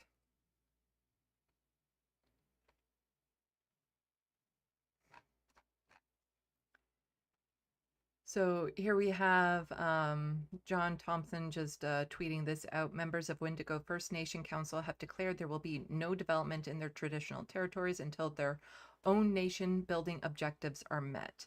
They promise to defend the land at all costs unless the well-being of their members is made a priority. So Wendigo First Nation, actually it's kind of bigger this way, okay. The Wendigo First Nation Council chiefs issue the following statement in relation to Premier's recent statement regarding First Nations people and Bill 5 Protect Ontario Act. Premier Ford, our people have occupied these lands since time immemorial, long before your ancestors arrived on the shores of Turtle Island. As a signatory to Treaty 9, however, you, as Premier of Ontario, have a sacred duty to uphold terms of our treaty with Ontario and partner with us in all decisions related to our lands and resources. We have stated in the past, and we do so again today, resource development in our territory cannot occur without our full involvement and consent. As northern remote flying communities with limited access to goods and services others in Ontario enjoy, our goals lie in solely making life better for our people. Our vision to bring electricity to WFNC communities was realized only recently. People do not understand the conditions, especially in northern communities, that Indigenous peoples are forced to live in. How decrepit and broken down and mismanaged it is. And again, it's the federal, when it comes to reservations, it's the federal's responsibility for infrastructure, which they purposely let fall. And so they only recently got electricity to this community. A lot of them don't have internet access. So like, you know, if they don't have local jobs, how could they even find work online or something like that? It's just, a lot of them don't have clean drinking water. Their houses are full of mold and breaking down, and the infrastructure isn't expanding for an increasing population. And it's just, people don't understand how bad the conditions are that they're forced to live in. Well, the work required to bring other modern comforts continues. We have worked tirelessly in the last decade to develop a system of all-season roads to connect our communities to provincial highways. We have requested your government's presence at our table, but have yet to receive confirmation despite repeated requests. So there are lots of communities, northern communities, where you can only fly in certain times of the year. Sometimes in the winter you have the ice bridges that they can cross to try to get to land, but they are very, very isolated, and that's why the cost of living and goods and stuff there tend to skyrocket, is because it's so hard to get it there. But something as simple as a road or lengthening a runway for a plane can make such a massive difference. And the thing is that there should be a road. There should be at least a road that they can use any time of the year, because one thing they've run into plenty of times is wildfire season.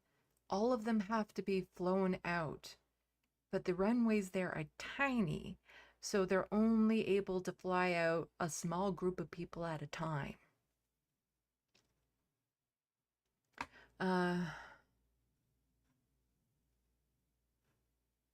So studies have confirmed that permanent roads will make huge strides in our lives by lowering costs, connecting us to education and employment, and by improving health services and outcomes.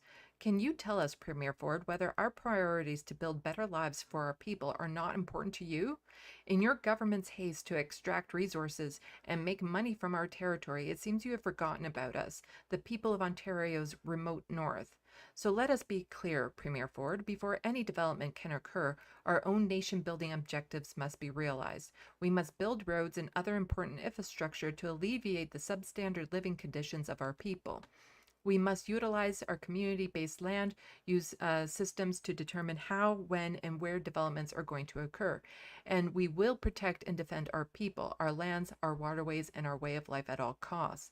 Along with our First Nations brothers and sisters, we call on immediate repeal of Bill 5. You have an opportunity to reset your relationship with us by repealing the bill and negotiating a respectful way forward. I preemptively support whatever protest they do. And if there's anything I can do to help them further, that is within my ability, I most definitely will want to do that. And so, of course, all of this happened. So Doug Ford made those comments. I guess it was back on June 18th. Yeah, he made those comments on June 18th. And here he is on June 21st talking about Indigenous Peoples Day.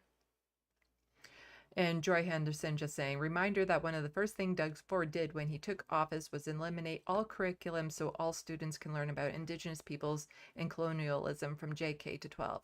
And let's not even go into this week's comments about Indigenous people. I've covered that a couple times. You can also see it in my recent videos about Doug Ford and the election.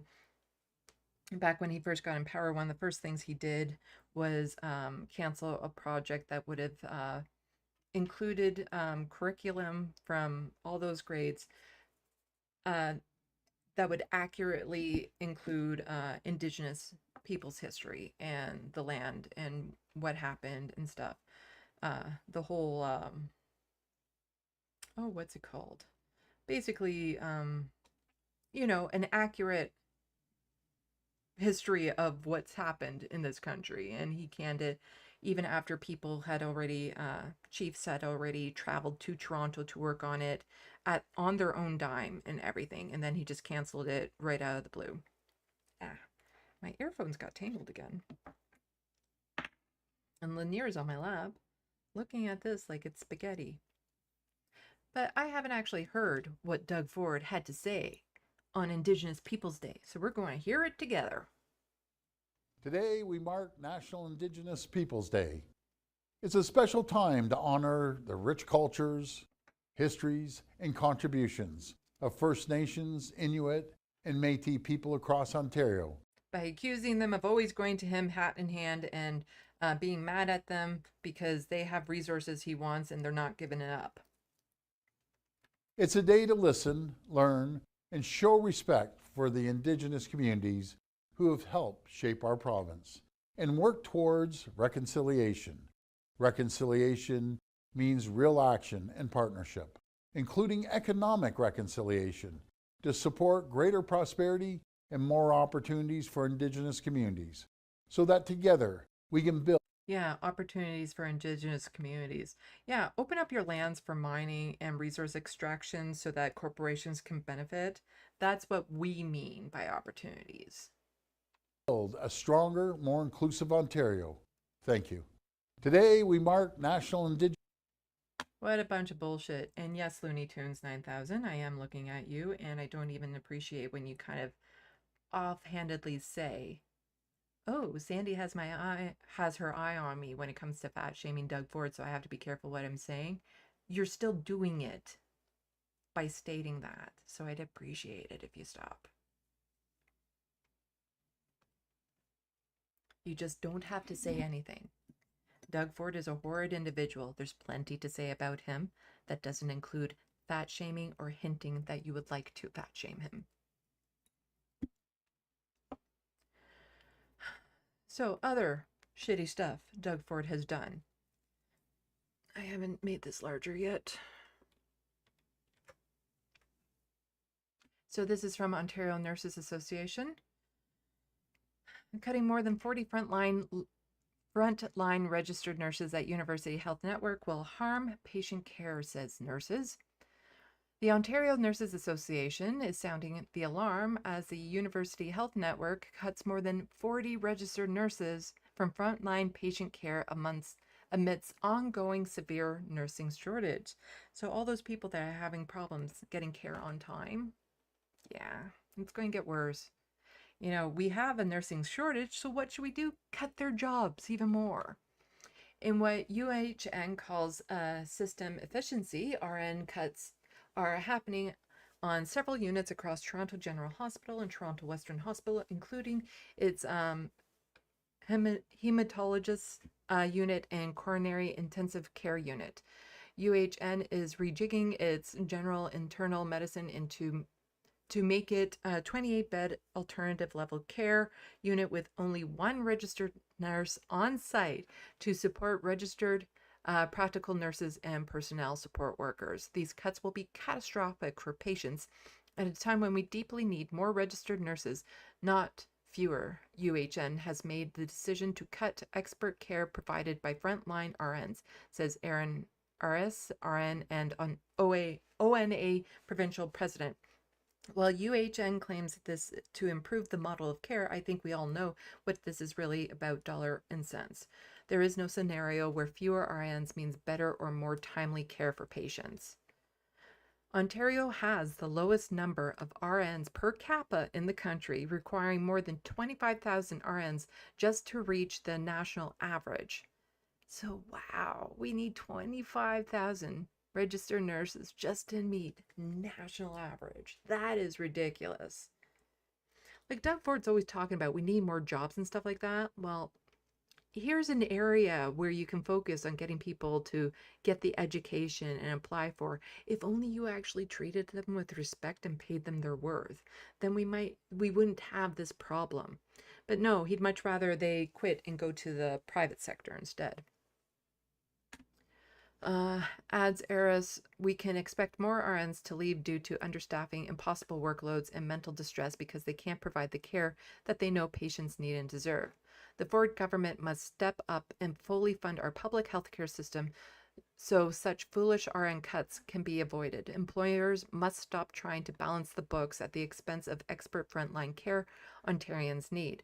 ONA is the union representing more than 68,000 registered nurses and healthcare professionals, as well as 18,000 nursing students affiliated, providing care in hospitals, long-term care facilities, public health, and the community clinics and industry. Well, Ford had some very dismissive comments about the fact that he was cutting all these jobs of nurses. So Jeff Birch had tweeted this out. For dismissive comments about the reduction in operating days at our urgent cares are unacceptable, though not surprising, given this government's abysmal track record on healthcare. We cannot allow this government to falsely normalize these closures as just another routine part of summer. So cutting 40 jobs that really should be staying, and also, well, there's closures in emergency care departments. And Doug Ford says,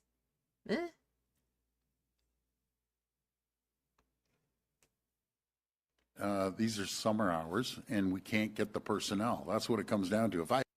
See, it's summer hours. Urgent care clinics, you know, they work on summer hours. There aren't so many people sick in the summer. You know, people are going on vacation and stuff like that, so we just can't get the personnel. I'm going to cut 40 registered nurses, but it's like, what am I supposed to do? I'm only a premier. I had doctors and nurses all over the place. Yes, that's not a problem at all. But Niagara Health, they're the ones that are looking at it. And if I had doctors and nurses all over the place, yes, that's not a problem at all. Why aren't there doctors and nurses all over the place, Doug Ford? Huh? Why is that the case? But Niagara Health, they're the ones that are looking at it and coming up with these situations. And it's unfortunate that summer hours and everyone's on holidays, but you see this every single summer. It's like Groundhog Day over and over again. So if it's that predictable, then why don't you plan for it? Hiring more people. The docs need holidays. The nurses need holidays. If I had an ample amount of docs that want to come to this region, by all means, these are...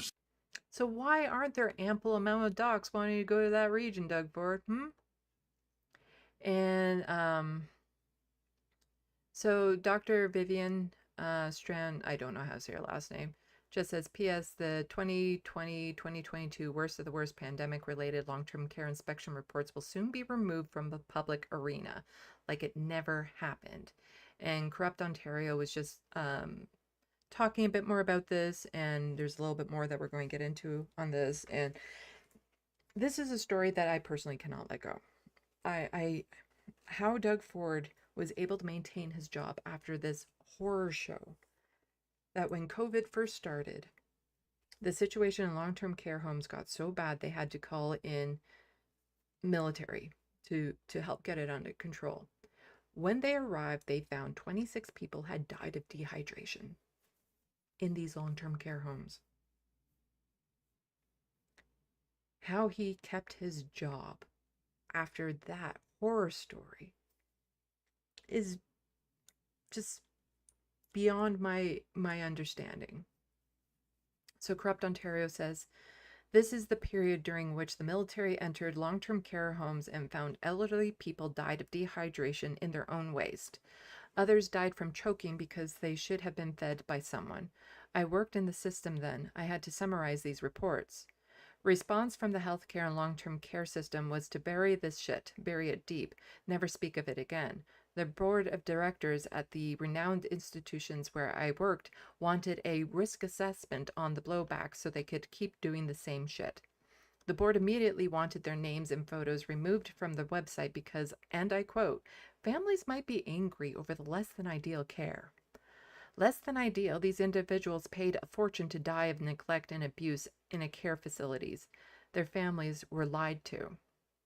All of the senior leadership at the hospitals and long-term care centers, making $500,000 each, blamed the minimum wage personnel support workers for these murders. PSWs in Ontario were mostly women, mostly immigrants, and were asked to work with no PPE.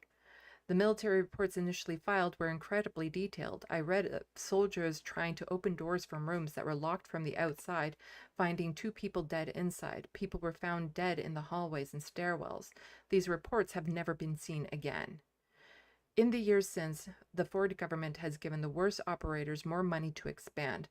In fact, these new long-term care beds are counted by the province as new homes. I've covered this and I've covered that. Like, you can see some of this in the videos that I made about Doug Ford around the elections, but the fact that they're counted as new homes, the same as like dormitory beds in college campuses are new homes, and that's how his housing number has been inflated. But also the hundreds of millions paid out to the shareholders of these long-term care homes, including a former premier, Mike Harris, that's his name. They got millions, hundreds of millions of dollars paid out to shareholders after this atrocity. When I think on it, that was the day I decided to do this, the Corrupt Ontario profile here. I was fired about 6 months later because someone from Ford's office did not like what I was sharing on my own personal social media accounts about what I knew. So I got bigger and gathered the receipts. Those motherfuckers did me a favor, and now I work for myself. And Lee's here. She is an MPP in Ontario. She is tweeting out some images from the Trillium. I tried to look up the article, but paywall. A story important as this is paywalled so that people living with poverty can't learn these stories and they can't put them in part of their podcasts. See, this is why I have a harder time competing with other people when it comes to having a YouTube show, that I can't access a lot of the same information that they access because I can't afford to be in the same spaces as them. But she did clip out some of the pages, so we'll go over that. So during the pandemic, seniors in for-profit care homes were twice as likely to get COVID and die. Now the Ford government wants to bury the inspection reports, hide the evidence, protect his friends in the for-profit long-term care industry. He's protecting profits. So from the Trillium, Ontario planning to take down older long-term care inspection reports. and Leeds had sent this out on Blue Sky. Ford government wants to hide older long-term care inspection reports, limiting public access to just 3 years of data. This would shield bad actors and make it harder for families to choose safe care. Transparency shouldn't have an expiration date. The move would shield bad actors in the sector from reputational damage they deserve. The Ontario government is proposing to limit public posted long-term care home inspection reports to only those from the last 3 years. So after all of this hell had happened.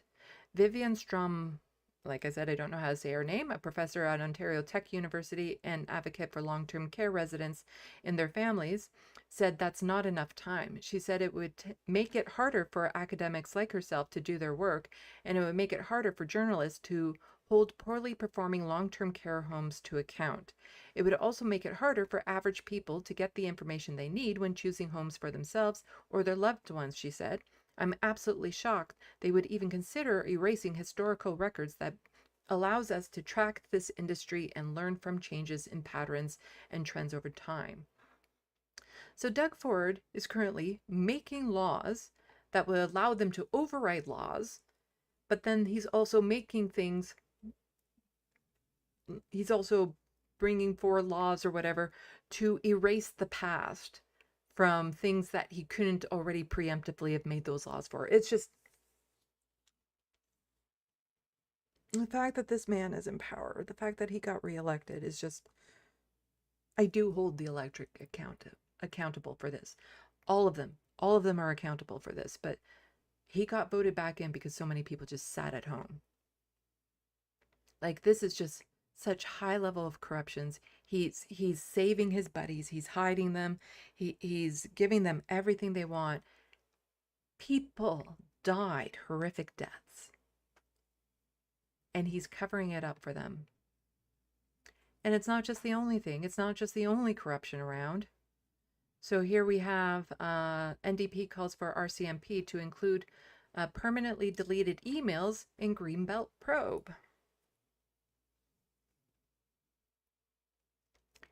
Other government officials have gone to jail for this type of thing.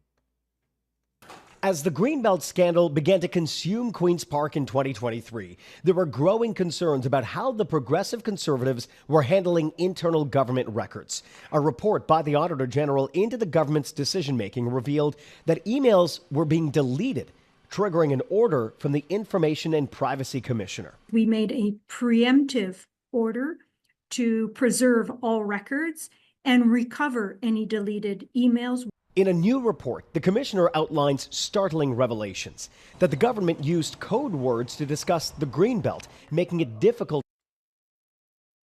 So not only was this just like base level corruption, it was intended, premeditated, worked on. You know, they found ways to do this. It wasn't just like some backroom deal. It was a whole system that they put in place to make it much more difficult for them to ever be held accountable for this corruption. To find all the relevant documents. In some cases, there was an absence of records detailing who ordered the changes into the Greenbelt and the general government decision-making. And staff routinely relied on private emails to discuss government business. Remember down in the States, there was this issue around private emails and the email server that still haunts Hillary to this day. But like I said, here in Ontario, there was previous Liberal government officials who went to jail for this exact thing. And yet Doug Ford is free to continue on. Nothing's happening.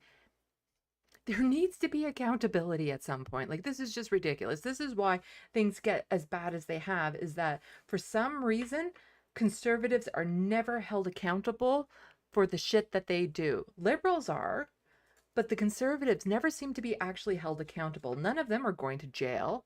They're under investigation, sure. But where's the outcry from the other parties? Why are they not going to jail for this? They should be in court right now. Some of those records, the commissioner said, were also wiped from existence. With the exception of those that were permanently deleted and therefore those couldn't be recuperated.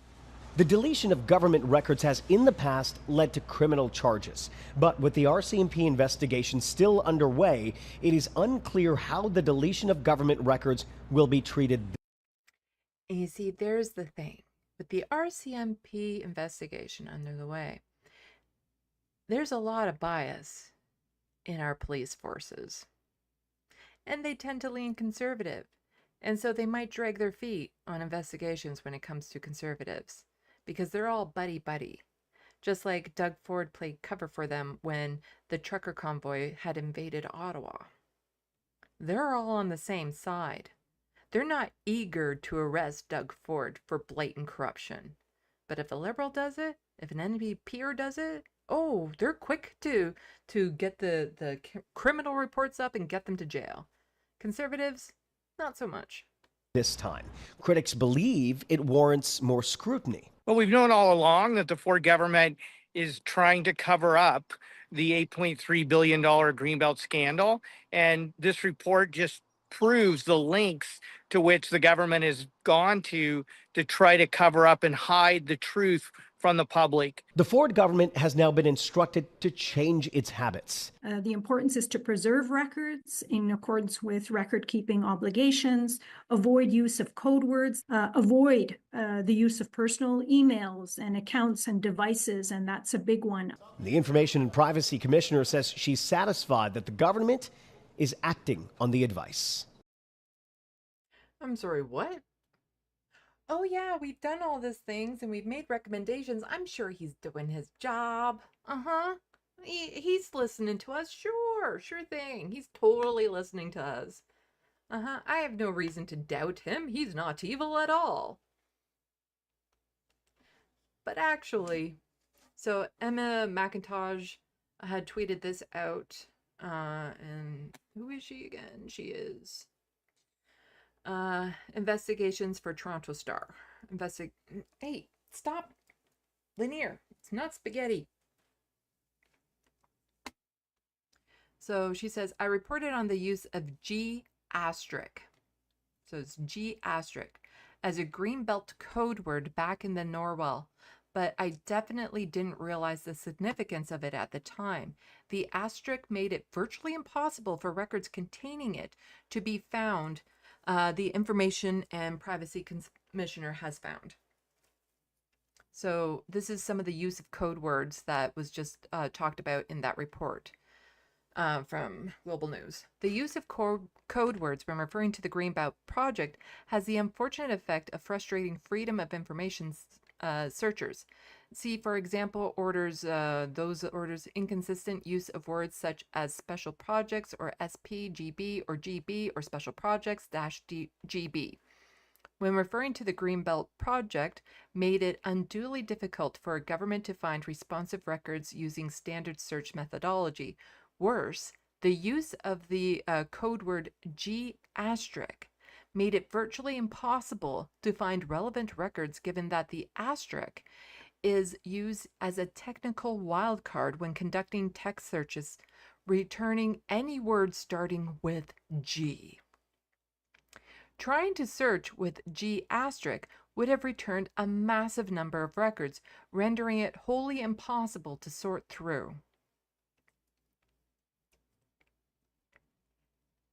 They are intentionally interfering with investigations at this point, as far as I'm concerned. Like, what is the term when you do that? When you, there's a legal term for when somebody interferes with a police investigation. That's basically what they were preemptively doing here.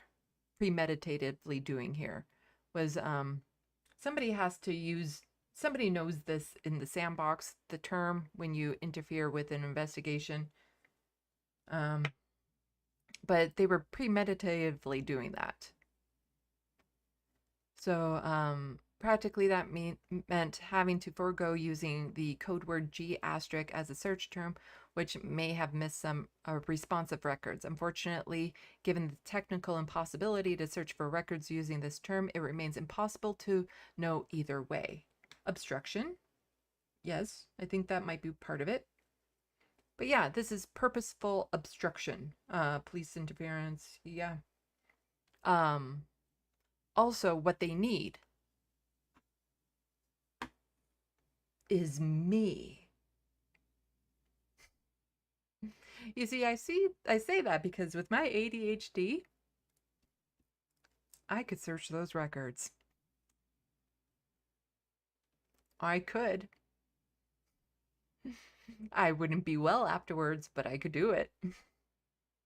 I know that because I've done very similar things that have taken a long time. Something for that TYT video I did. Whew. It'll be in the video, but I spent about 8 to 10 hours sitting right here going through the transcripts of about 2 years of majority report shows. And if you know anything about how the majority report is set up, you click on the episode, but then you have to click on a second link to get the full thing. Then you open up the transcript, then you do a word search. And I did that for about 2 years worth of programming to look into something.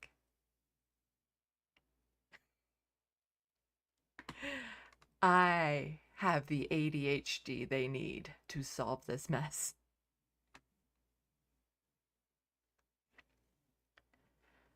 So that's just another blatantly corrupt thing that they've done.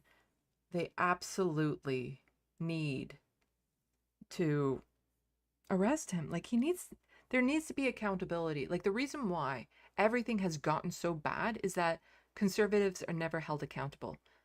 Donald Trump would not be president right now if there was any sort of real accountability for the politicians involved with January 6th.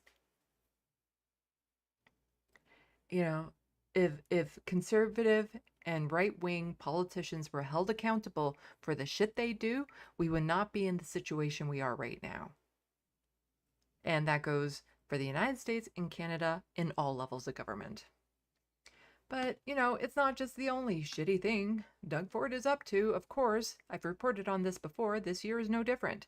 The wildfires, and this is from Marat Stiles, the leader of the provincial NDP, the wildfires in Northern Ontario are devastating.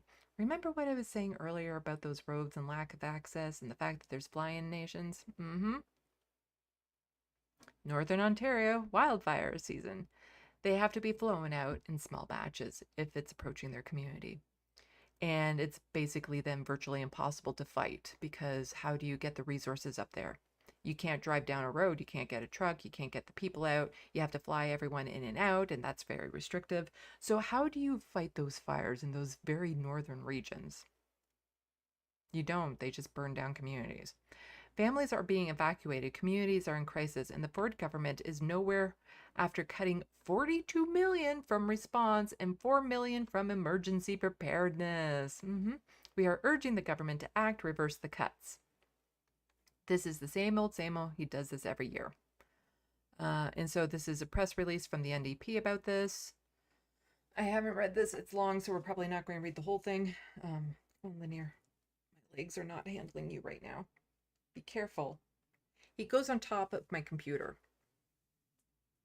the tower. And one time he did it, he actually hit the power button, and now I'm paranoid that he's going to do it again and shut off the live stream and everything. I should put like a cover over the buttons or something so he can't do that. But he did that once, and I had some unsaved work that he shut down that I was very annoyed with. Anyway. Oh, was I just reading stuff and you guys weren't seeing it? This is what I was reading. Did you see that? And you saw this, I think. Yes, and then I went into the ADHD thing. Notice how I get distracted very easily. And so then I showed this from the NDP, which you did not see on screen, which you are seeing on screen now. And this is their news release. So, as wildfires burn across the province, the official opposition NDP are calling on the Ford government to reverse cuts to wildland firefighting and acknowledge the crisis in the provincial wildfire program. This is devastating. People are being forced to flee their homes and entire communities are in crisis. People are displaced. so on and so forth. We are deeply grateful for frontline responders, the shadow minister, blah, blah, blah.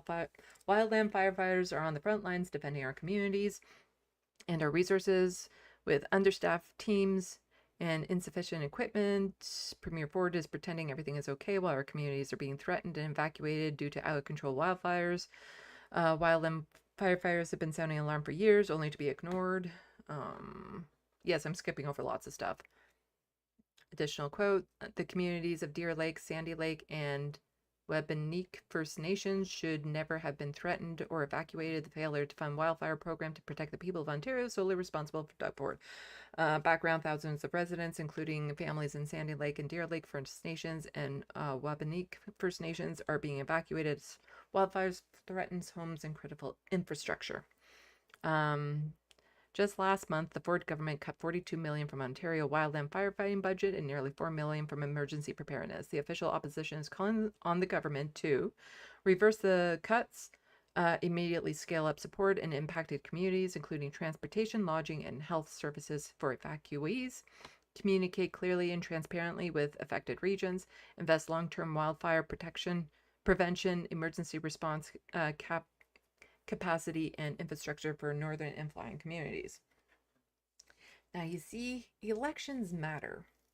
And if I had to move provinces right now, I'm really eyeing Manitoba, which is not something I ever thought I would ever say. That Manitoba is starting to look really good. And that has a lot to do with Wab Kinew being their premier. I do have some issues with him. Stop eating the cords. No doubt I have issues with him, as I do with every politician, but damn is he ever doing a good job in some areas. So, Vicky Campbell had just tweeted this out. Stop voting for conservatives. How many times do you need to be told? Because it's times like this that you realize how much it matters. They don't care how desperate you are.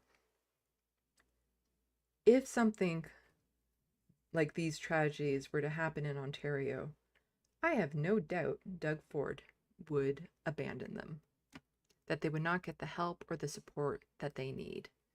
And so Carla Beck had tweeted this out. Manitoba wildfire evacuees have had support for weeks. In Saskatchewan, an entirely different story.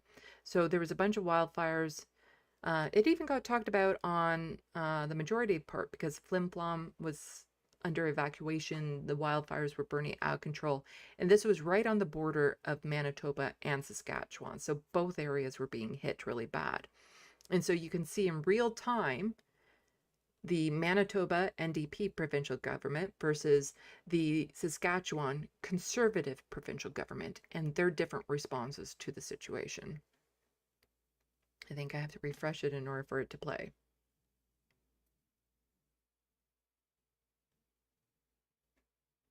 Money directly into evacuees. Alberta and Manitoba are putting money directly into evacuees' pockets through e-transfers. No hassle, no red tape. My name's Trevor Miller. I'm from the Manitoba side of Flin Flon. I filled out a form with the Red Cross the 28th, and money was in my account last week. Didn't do anything else. Nothing else. And I hear neighbors of mine, they haven't seen anything but a $40 gift voucher for Safeway. And is there a Safeway where you are? Doesn't matter, that's all you get. The Wab Kinew moved heaven and earth to get resources to the north, to get the Army in, or the Air Force in, evacuating people, assisting with all of everything in the whole north.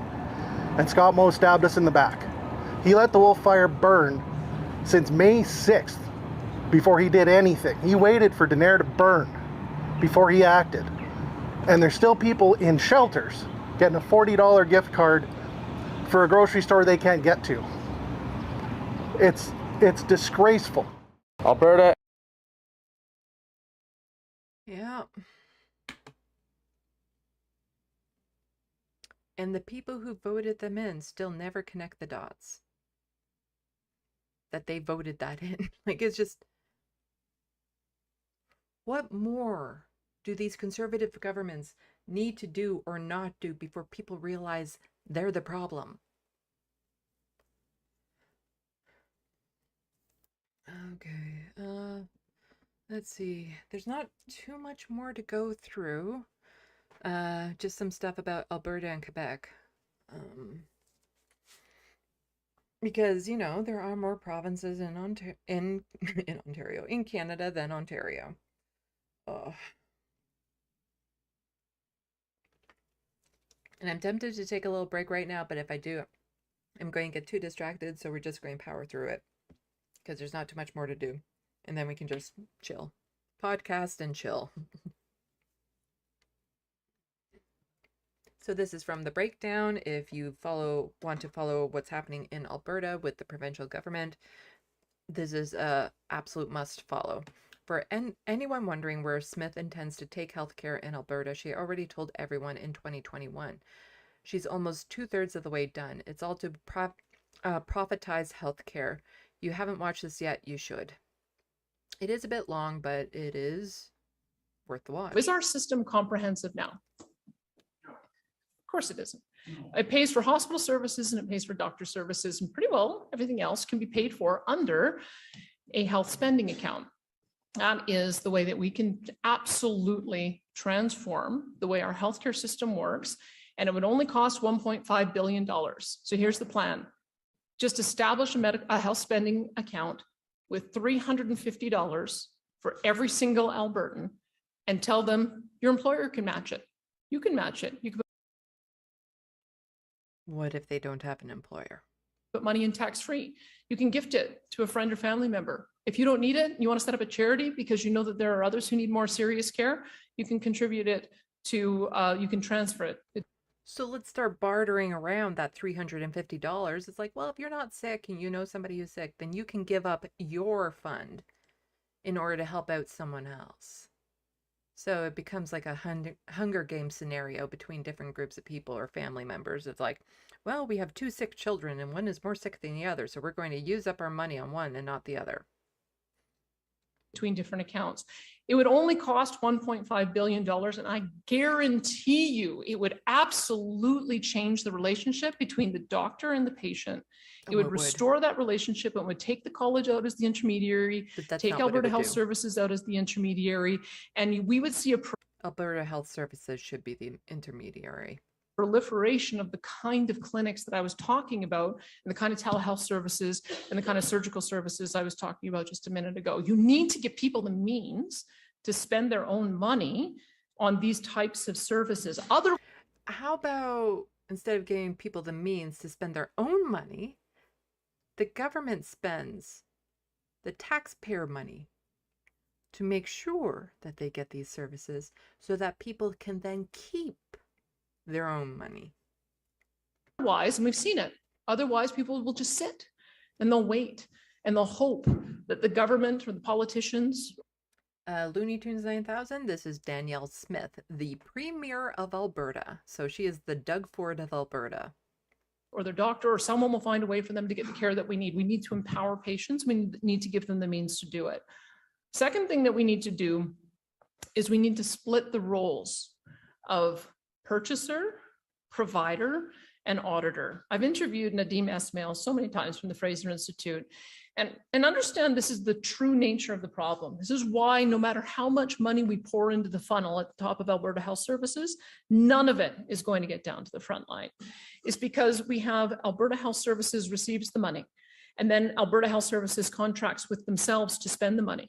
And then we ask Alberta Health Services to evaluate their own performance and say, how you're doing. And guess what they say? We're doing fantastic. Now think about splitting these roles. Keep in mind she's lying through her teeth. You give money to Alberta Health Insurance. It's a separate entity. It's a government entity. So oh yeah, because health insurance companies are the ones that should be determining what kind of health care people get, not the health services insurance companies. Publicly administered, they are forbidden from running any programs or any hospitals themselves.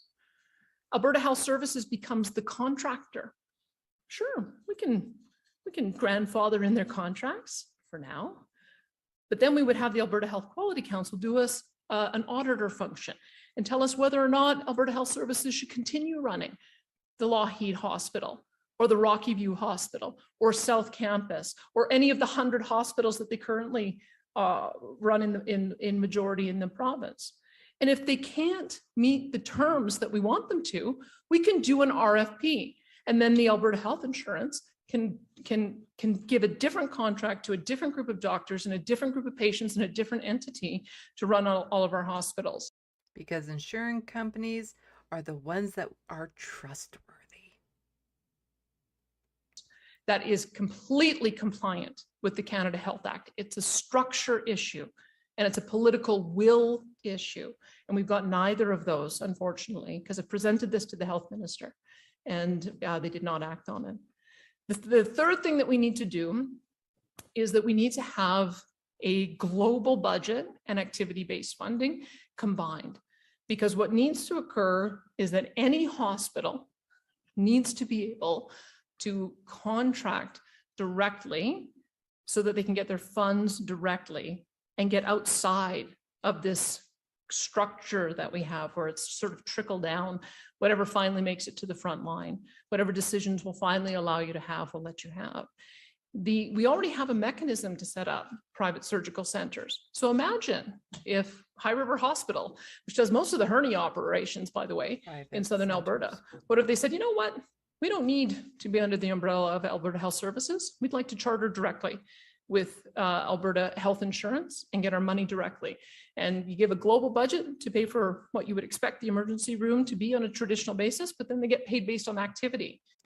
Ooh, when has that ever been problematic? To be paid based on activity as opposed to like needs of the patients. The more surgeries we do, the more money and profit we can make. But you know, what about all the extra costs and money and stuff? And maybe this patient doesn't need it right now, but maybe someday in the future they will. So why don't we say that they need it now and then they still have to pay out of pocket for all these extra things that we're going to put into it, even though they didn't actually need it? Because when you start making profit the purpose, the patient suffers. If they're able to do 1,000 hernias, they get paid on a per patient treatment for 1,000 hernias. If they're able to change their operations so they can do 2,000 hernia operations, then you allow the funding to follow through. None of these things would be outside the realm of what is currently possible under the Canada Health Act. I think what has happened is politicians have blamed the Canada Health Act because they're not prepared to make some of these decisions. These decisions can be made very easily, and there's probably others that would develop out of it. Yeah, she's blaming the Canada Healthcare Act for not giving enough profits to the medical systems. And here's Nate Pike, he's part of the breakdown, saying there are children in Gaza that are starving to death. Basically, I don't want to spoil the quote for you. This is something Danielle Smith said on TV in front of an audience. And again, you aren't prepared for the words that are about to come out of her mouth. According to Statistics Canada, for the fourth consecutive year, production of crude oil and equivalent projects reached a record high in 2024, up 4.3% from 2023. I do really quickly want to turn to asking you about. I just want to say we have an aspiration to double our production, and we could have been at already probably 6 to 7 to 8 million barrels a day. That's what I'm looking at. And why should we hold ourselves back when we know the world wants our products? This is the time for us to build them. Yeah, I guess I'm just countering the idea that things are destitute or that nothing is being developed or production is extremely capped. Like, the numbers bear out a different story. They're not perhaps as high as you and other people in the province or maybe even across the country want to see, but they're not going down. Actually, we've got the lowest living standards in the world. Like, we're falling. Excuse me, what?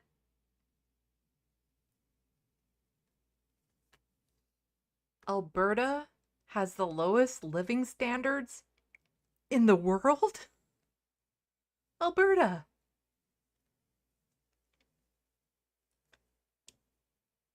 What? And if that were the case, whose fault would it be? Maybe the provincial government that's been in power for years and years and years.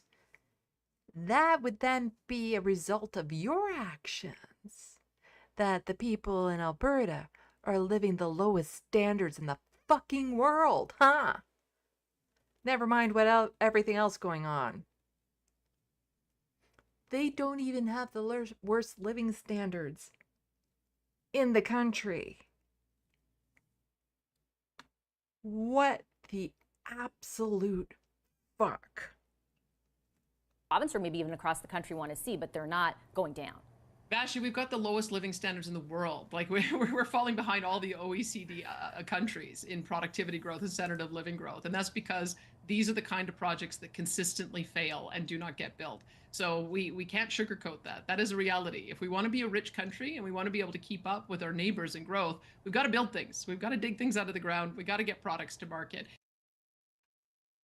And so the breakdown was just saying Danielle Smith, when confronted with the reality that oil production has increased in Alberta, we have the lowest living standards in the world. No, really. She said that. And as you all saw, she said that. And Nate Pike from the breakdown was just saying there are children in Gaza that are starving to death. Almost 200 million people in the world make less than $2.15 a day. But Alberta has the lowest living standards. This premier is such an embarrassment.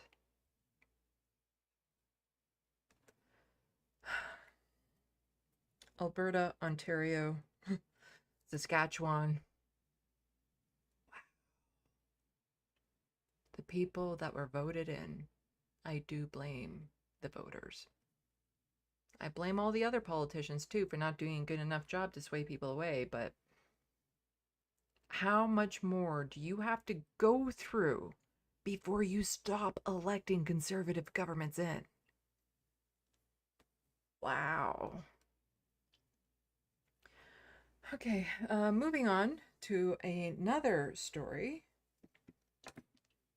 This is about Quebec, not initially, but you'll see why it is. Oh, what's this? Another poll. You know how much I love talking about polls on my channel, huh? I love polls. Polls are great. So this is from Global News. Canadians are leading in LGBTQ support amid global declines. Ipsos. And I should probably refresh that so that we can watch it. The video on this. I put it down and it gets tangled up. And then it's probably going to say, yeah, there we go.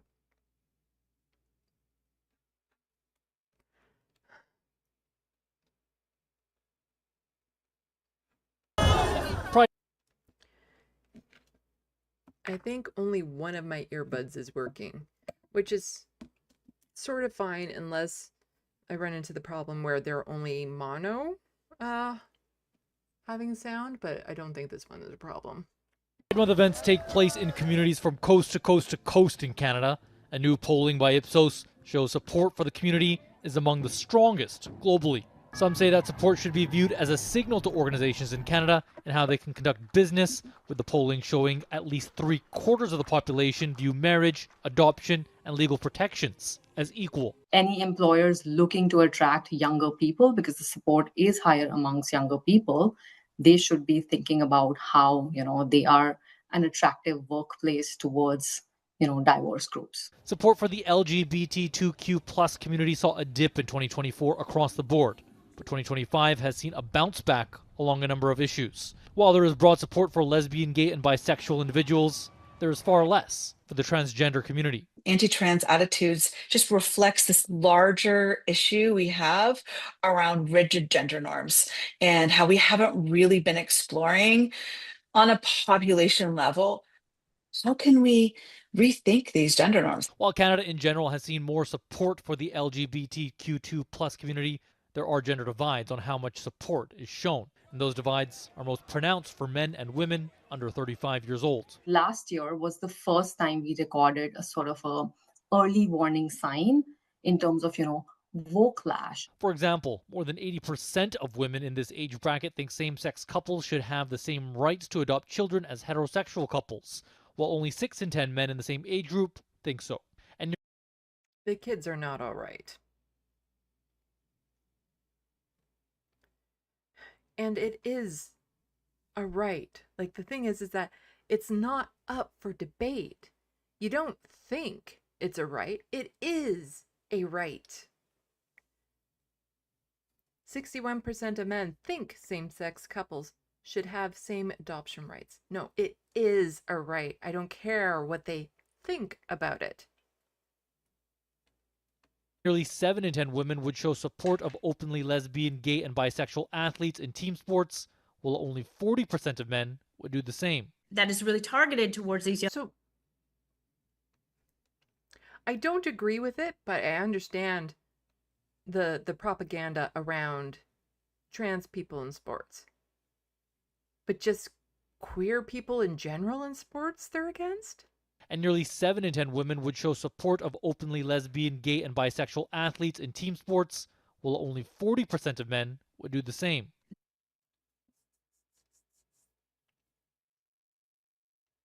Why does that matter?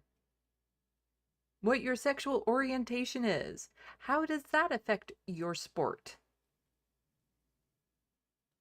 What? It's just, I think it's just basically a lot of men afraid that they're going to go into the change room and a gay man will look at them and they're worried that that gay man will then, what? Think they're attractive? Like, what is the problem? That is really targeted towards these young men, that really kind of espouses a lot of these ideas that are really, masculinity is this. The report found that 12% of Canada's population identifies as LGBTQ+. Kyle Benning. And a little bit more from the article. Actually, did I need to? That's just Oh, no, I don't really need to go through much more of the article because it just repeats what was in the video. Now, I pulled this up and I had my sarcastic comment about the polls. Ipsos polling. And as I have said before, I don't give a fuck about what polls say. I care about actions because this poll hasn't prevented this. From the Gazette in Montreal.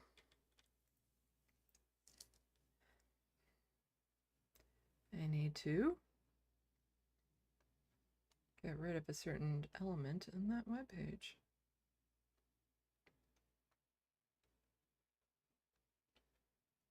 There we go. So from the Gazette in Montreal, Quebec transgender inmates will now be detained based on anatomical sex.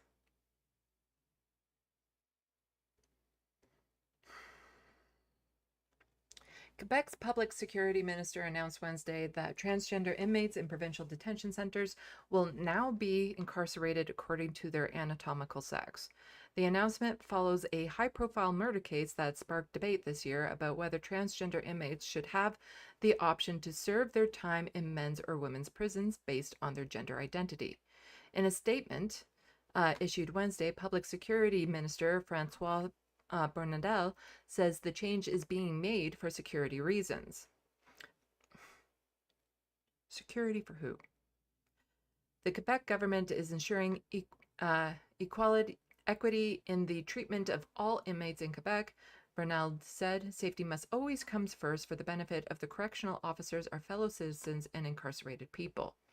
Unless you're trans. Then you don't count, apparently, according to them. Previously, transgender individuals could request to be incarcerated in a men's or women's facility. They could also be isolated from the general population for safety reasons. Oh, so they can go into solitary confinement for safety because being in prison, like, here's the thing. Prisons should be safe enough that men and women and people of all genders can be in the same prison and nothing bad happens. There's no abuse. There's no assaults. None of that. The prisons should be that safe. That it shouldn't matter which gender you are in which facility. The fact that people would want to be in solitary confinement for their own safety speaks volumes of what this nation thinks of people who are incarcerated. The government says transgender inmates will still be able to identify with the gender of their choice, and accommodations will be made in order to respect their rights and circumstances. Yeah, we'll make sure they're the only one in the shower at the time. As with all inmates, security assessments will continue to be conducted upon admission to determine the appropriate classification, it said. The issue came to the forefront this year after a Quebecer convicted of killing their wife and 2 young sons transitioned while in custody and requested to be incarcerated in a women's prison. The person was sentenced to last year to life in prison with no possibility of parole for 25 years. The request to be incarcerated in a women's prison was denied. Inmates in federal prisons, like using one case to dictate every other case, Inmates in federal prisons in Canada can be placed in institutions based on their gender identity, regardless of their biological sex. Advocates say change will further harm trans people. In an interview Wednesday, Celeste Trenon, a Montreal-based trans advocate and founding director of Justin Legal Action, described the directive as disappointing and inconsistent with charter rights. This will do nothing to actually increase public safety in prisons. It will only cause further harm to trans people, Trenon said, pointing to how there are currently only 6 transgender inmates in Quebec's provincial detention centers, representing 0.1% of all inmates. Trenon argues each person's needs could easily be evaluated on a case-by-case basis. 6 in the entire province. And you're telling me that having those 6 transgender people in the prison that they identify with is problematic? That's like a state banning trans girls from sports based on having 2 trans girls on sports teams in their entire state. She questioned why the government would feel the need for such a broad directive given the small minority it affects, arguing it amounts to an attack on trans prisoners' dignity. It makes no sense to me that we will categorically exclude one group of people from human rights protection on the basis of general population's perceived comfort, she added. Contacted about the concerns on Wednesday, a spokesperson for Borndel's office referred the Gazette to the government's statement about the change.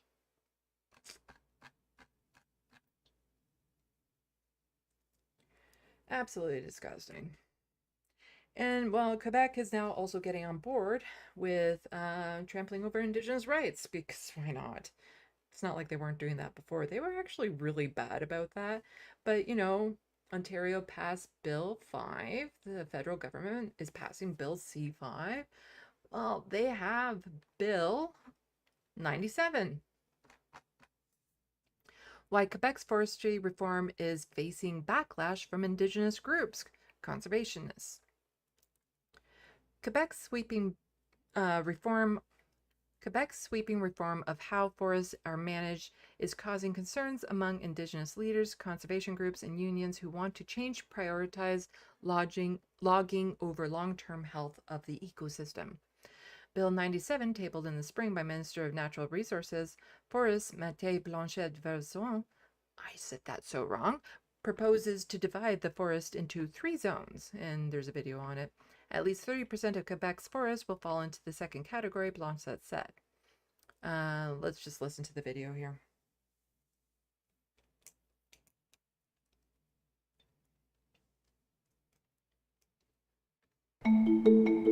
Indigenous communities in the Saguenay-Lac-Saint-Jean region have blocked a logging road. They say the province doesn't respect their rights and wants to give forestry companies too much power. Several experts agree with them. The province is headed down the wrong path. It's very negative the way it was presented. It's very negative on our rights as First Nations. In response to threats of U.S. tariffs on Canadian lumber, Quebec wants to help the province's regions by boosting forestry production. The Natural Resources Minister has tabled a bill. She wants to split the territory into 3 zones. One part dedicated exclusively to forestry production. One part would be multi-use areas. And the last part for conservation. It's based on a proposal from a forestry management professor. I was actually asked a few years ago to present the triad to the minister, and I did. But Christian Messier says the bill is very different from his own proposal and doesn't focus enough on the future of the forest. The objective is to decrease the amount of conflict among the different users, where you sit everybody around the table and you decide what will be the best zoning you do between protected areas, multi-use areas, and the intensive forestry. I think this is how triad is being done. La refonte du régime forestier est complètement inacceptable. The Assembly of First Nations of Quebec Labrador warns Bill 97 would be a step backwards and warns with the increasing number of forest fires, these decisions are becoming even more essential. People are talking about climate change. If we don't protect the forest, what's going to be left, to be protected in Quebec region? With blockades already in place, they predict a tough summer. I'm hoping not, but like I said before, we've told this government that what was coming. We told them many times. This minister, we've told them many times. On n'a pas été considéré. The Federation representing small municipalities also rejects the bill, in part because it doesn't respect municipal autonomy. Les blocus, c'est pas permis. The CAQ government is sending a message of calm. Yeah, how dare you protest us trampling your rights? Doug Ford has also said things along those lines like, you better not protest when I trample your rights. I don't want to see any highway closures or trains or anything like that. Nope, you're not allowed to protest me trampling over your rights. Blockades are being tolerated for now. The Minister of Natural Resources and Forests, Maïté Blanchette-Vézina, says she wants to discuss with Indigenous communities, but warns picking on communities and workers is not the solution.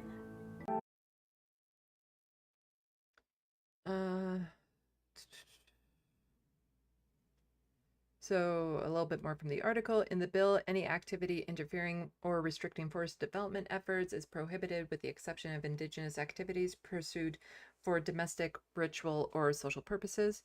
But that clause in no way guarantees the preservation of quality of these territories, which are essential to the preservation of their traditional ways of life, cultures, and languages, wrote the AFNQL in its notice submitted to the Parliamentary Commission studying the bill.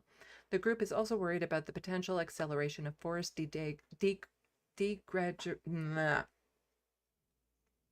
I've been speaking too long, and it's too late for me to be able to pronounce that.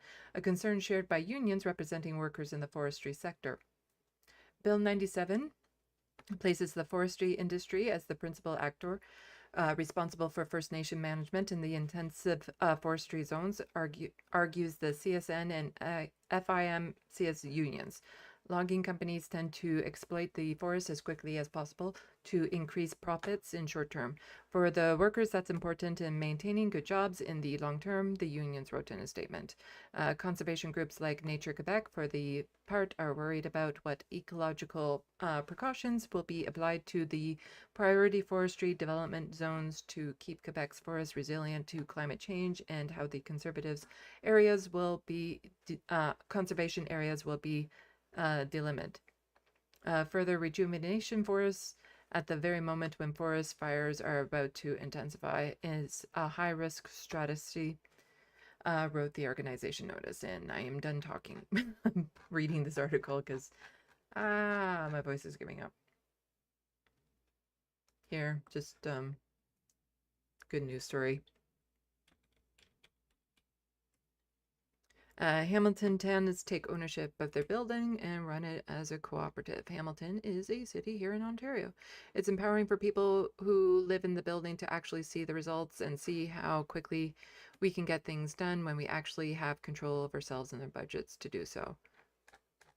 It's a long article, but let's see.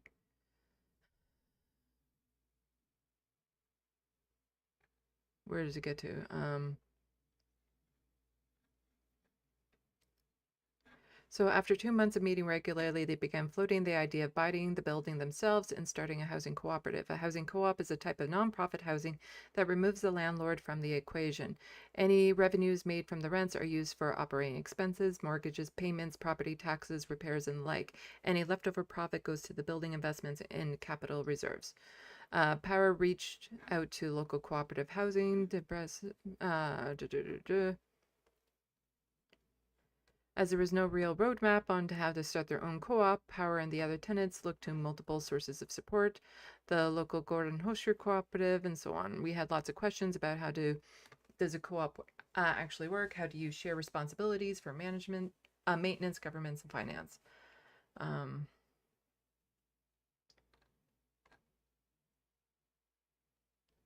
Housing cooperatives present a huge potential to the housing stock, not just in Hamilton, but across Canada. Co-ops are a popular form of housing all across the world. In some countries, cooperative housing makes up over 40% of all housing stock. In Canada, it's less than 1%. The Durand neighborhood, where the Caroline Co-op is comprises nearly 80% rental units, so there's a lot of opportunity for other buildings to do the same as the Caroline Co-op. Organization is key. No resident in the Caroline Co-op owns their unit. Rather, every tenant is a member of the co-op, which gives them the right to live in a unit and participate in the governance of the building. Every member has equal say in the operations of the co-op. One member, one vote. So I will toss this article into the SandBox so that you can read it in full in your own time.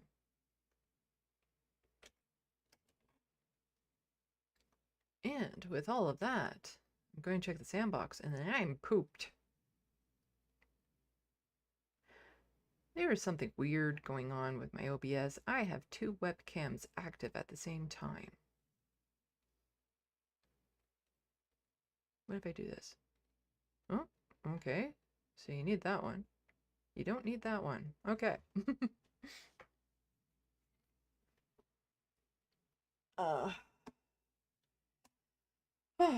Checking the SandBox.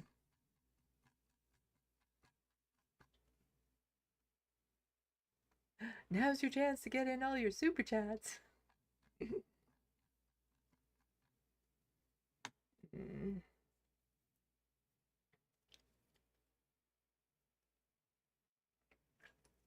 If I get inundated, I might have to respond to some of them in my next live stream. I know. I'm just, only if you have extra money to spend. I never want anyone to send in a super chat, buy my book, or anything of that sort, help out in any way, unless you really do have that money extra.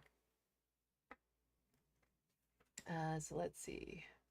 I've scrolled up as high as I can, and I see John Martinez say, and Ford is a clown, and you have to want to build $1 billion tunnel that won't solve traffic issues. $1 billion tunnel? $100 billion tunnel.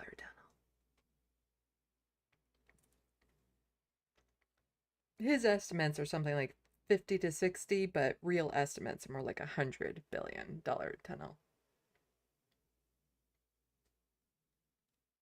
The Wild West. Santa, I don't want a nuke.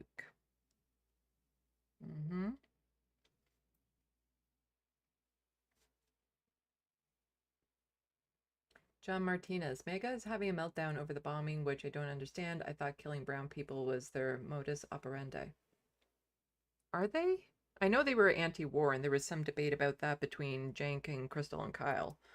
But they might be upset, but it ultimately fall in line with whatever Donald Trump does. Like, I'm on the side of Crystal and Kyle on that one. I don't think, even if there are people that are very outspoken about it, like conservatives and right-wingers that are very outspoken and upset about it, it's kind of like the polls. It doesn't matter, because it won't change anything. Like, if it actually changed something, then it would matter. But if polls are saying this many conservatives are angry with Donald Trump for starting a war, I don't give a fuck. I really don't. Like, what's happening? What are they doing about it? Are they doing anything about it? Is it going to make a difference? Because I don't care if it's 99%, if it doesn't change the reality. So when Jank just loves to point out, oh, look at all these right-wingers who are now opposed to Donald Trump, who gives a fuck unless it's actually going to change what Donald Trump is doing?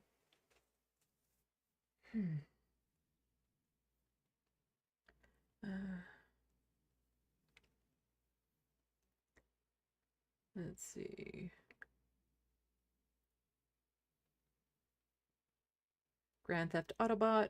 Ford throws a wad of money at First Nation representatives there. That makes it okay, right? Yeah. Bad lefty. Ford is a prick. Mm-hmm.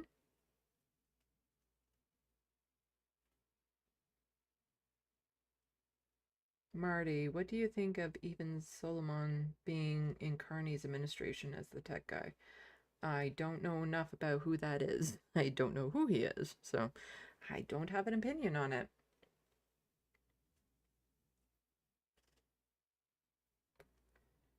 Let's see.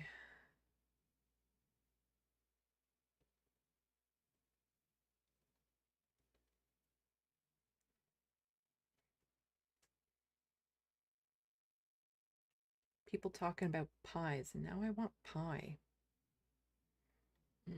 A nice yummy apple crisp pie or something. Cherry pie.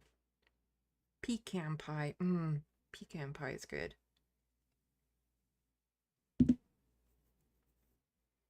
Nah, I want apple crisp. Apple crisp.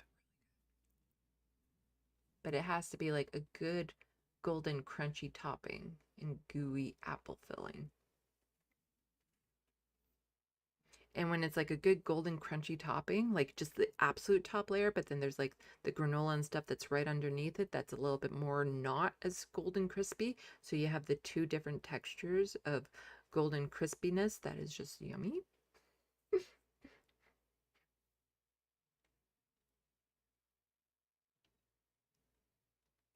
Let's see. Hello, Snake. Late here in UK solidarity with all LGBTQ people, Indigenous people, and anyone else who gets bullied by the right. Night, take care, stay strong. Well, have a good night. Not that you're listening anymore.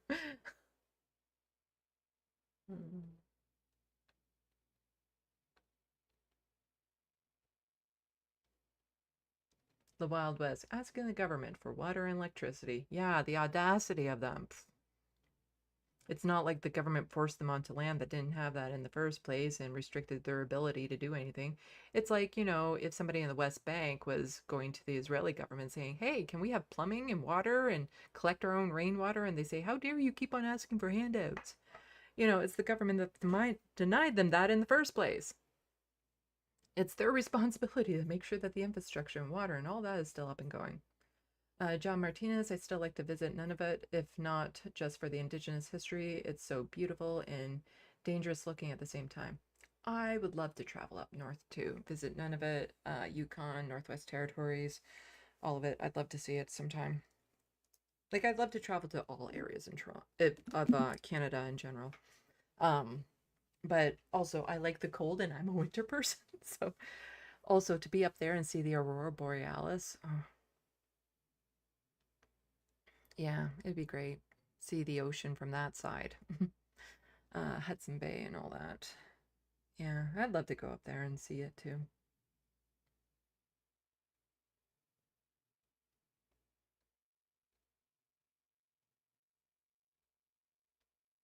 John Martinez, you can tell it pains for it to talk about indigenous peoples. Tough shit, Parasite. Yeah.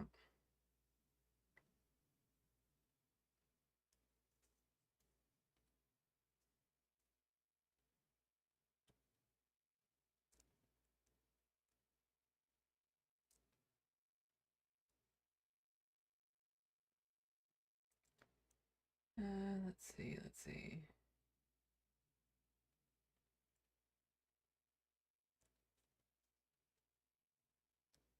Yes, orange is generally a supportive color for indigenous peoples here because of Orange Shirt Day, which happens in October.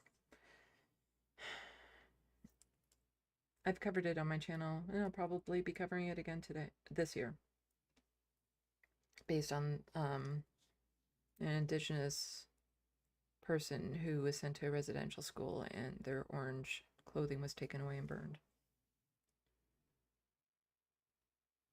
John Martinez, progressive conservatives, LOL, stop, that's too funny. Yeah. Looney Tunes 9000, Sandy still needs help paying off Frodo's vet bills. I do, and you can do that with the PayPal link in the description box below, or through an e-transfer if you're Canadian to SandeeLovas@gmail.com. All that money goes directly towards his vet bills. I recently had to get some more subdural fluids for him. He's great at taking the subdural fluids, not so great at taking his medications, because he's on an anti-nausea and an appetite stimulant. He went a few days without eating much, but last night he ate a good deal, so that's good. But I wanted to get more fluids in him going into the heat wave, even though it's weird. It's kind of like, even though my apartment, I have the air conditioning, so it's not like grossly hot in here or anything. It's like your body still knows and it's still reacting to the outside environment. But I'm very incredibly grateful for where I live right now, because I'm a person, I like the cold. So the summer has never been good to me. And for some reason, I have lived in so many apartments where I was in an apartment where the heat pockets. So it wasn't just warm or hot, it was grotesquely hot where I was living. And in one place, it was so hot, I went to make a peanut butter sandwich. And I'm not joking when I say this. I took out the peanut butter and I was able to pour it onto the bread. That's how hot that apartment was. I can't sleep in it. I can't function. And then if I have a job at the time that's in like an air conditioning place, as soon as I get into work, I almost nearly collapse because my body wants to fall asleep. It's, and right now it's a little, you know, it is a suffering I will gladly put up with, because the air conditioning is in the living room, and what I can do is like have some fans set up so it blows the cool air into the bedroom, and it's manageable. But I have to keep Frodo separated at night from his brother so that he has time to eat his food, which means I have to keep the door closed so no air conditioning reaches my bedroom overnight. But I'm fine with that if it means I get to have Frodo in my life longer. It is what it is. But yeah, having help with that, his vet bills would be really appreciated, because that cat is my world. And I do not like what the Wild West is saying about what the temperature is about to be. I never know why they bother with the feels like, because the Wild West says it's going to feel like 46 tomorrow. Because here in Ontario, we live in this very interesting realm where in the summer it's like, it's 35 degrees out with the humidex of 48 billion. Something like that. You know, it's like, it's 31 degrees out, but with the humidex, it's going to feel like it's 45. And then in the winter, it's like, it's negative 30, but with the wind chill factor, it's going to feel like negative 40. Who gives a fuck about what the actual temperature is? All I care about is what it feels like. So why do that? I don't understand. It's like those fucking polls. I don't care what the polls say. I care about the actual, action on the ground. I don't care what the temperature technically number-wise is. I care about how is it going to feel.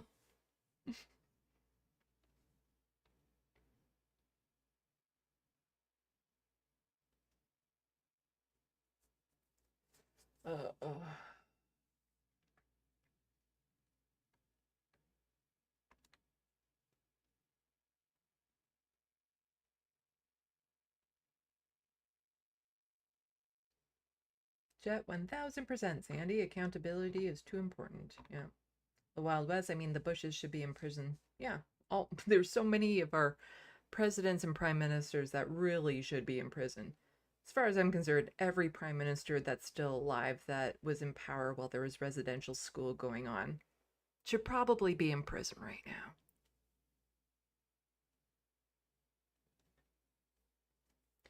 Grand Theft Autobot, so Ford is pulling in Danielle Smith, cutting firefighting measures while wildfires surge. Neat. Yeah.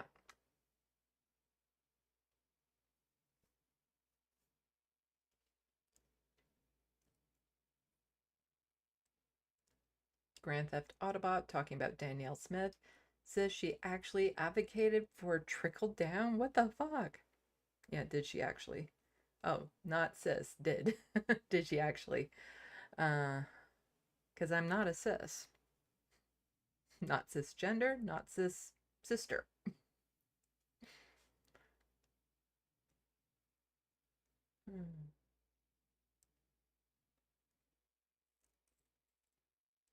Swift returns. I've been outside. When I came back and saw Danny Smith, I decided to go smoke some more pot. Yeah.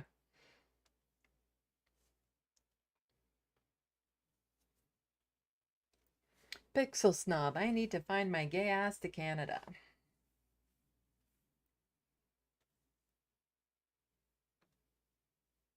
The Wild West. I'm so tired of the anti-trans blah blah. Yeah.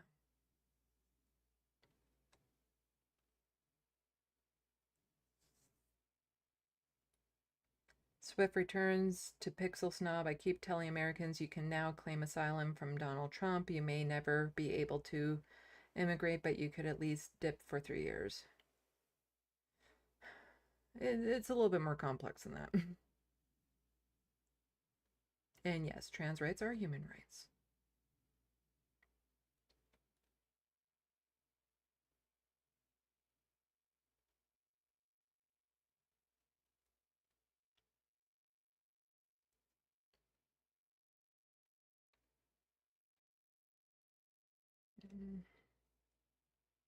Let's see. Swift returns. Fun fact, if you rearrange the letters of TERF, you get dumbass. My anagrams aren't that great, but I think that sounds right. That sounds right to me.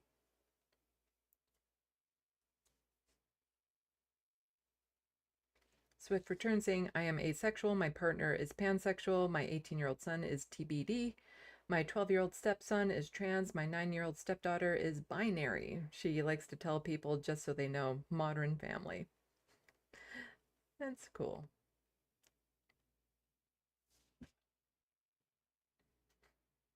But don't tell Anna Kasparian that she should refer to herself as binary. She might get upset.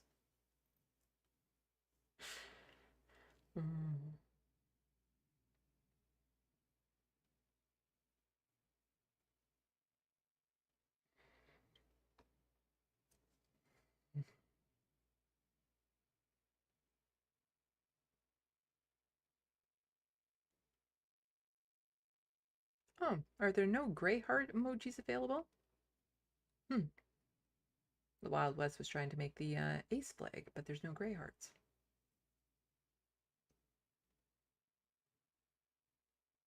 Swift returns. God, I love Canadians. Still not happy with Canada. We need truth and reconciliation, but most Canadians are pretty fucking awesome. I think there's a lot of really cool people up here. Well, I much prefer to be in Canada than the United States.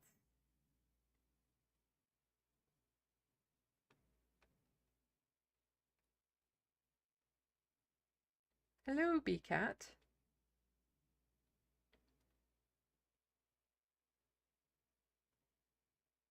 Hello, Morbid Oslo. Not sure I've seen you in the SandBox before, so welcome. Ah, did it just jump? It just jumped.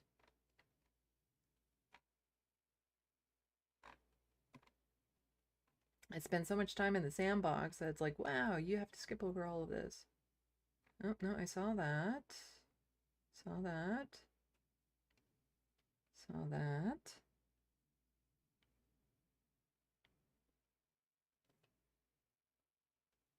Oh, there's the article I popped in there. Okay.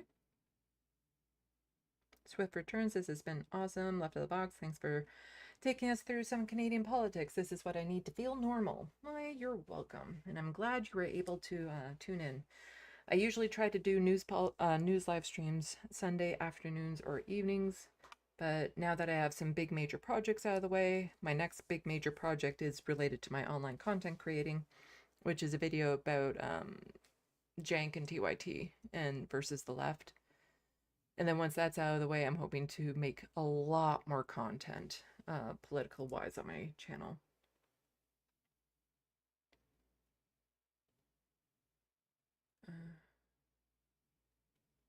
Let's see.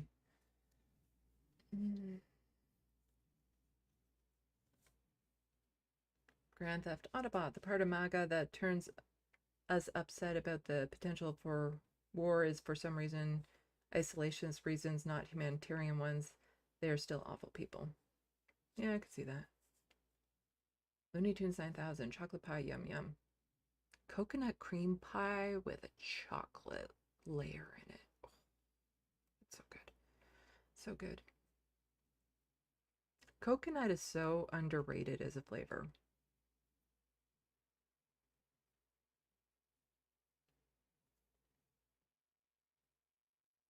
Swift, let's see. Pixel Snob, I love the arrow flag because the colors are excellent, LOL.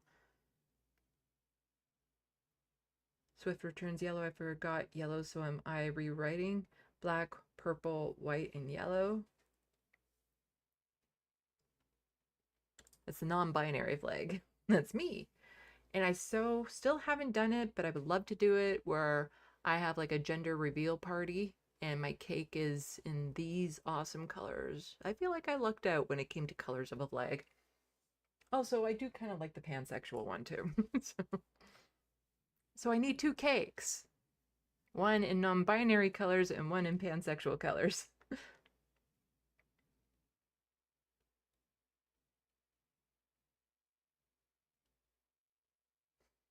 Swift returns. Oh my god, I just noticed the watermelons. I'm thirsty and hungry at the same time. I have my watermelon earrings.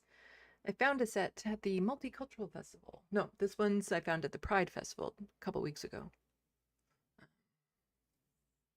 I don't have much in the way of pro-Palestinian swag because I don't want to buy it off of Amazon. And so I'm trying to find a good place. But there's an event coming up next month where I should be able to finally buy my own keffiyeh and other, maybe like a Palestinian flag and stuff that will actually benefit, you know, people related to Palestine.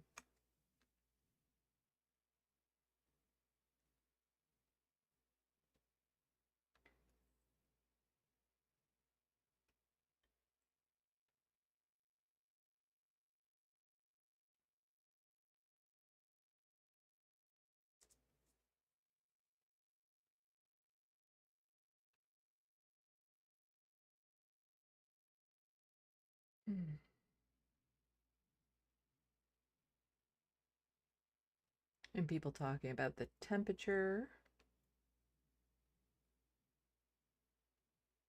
Apparently the UK, from what I heard, was going through a massive heat wave right now, and it's difficult because nobody has air conditioner over there.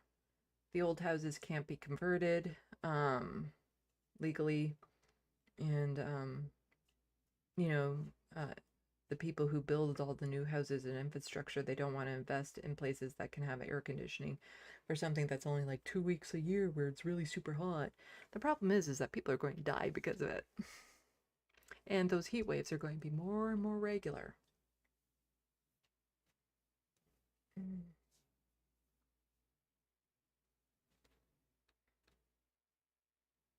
It's kind of like when there was heat waves in Alberta. Not Alberta, Alaska. No one there had air conditioners. But at least for them, they could go to some like local lakes and stuff and cool down. But apparently in the UK, there's not too many like clean water bodies that they can go to just bathe in and feel cool. It's times like that basically what you have to do is just, if you can, have a cold tub of water and soak in it. But it can't be too cold because then you would shock your system coming out of it into the heat.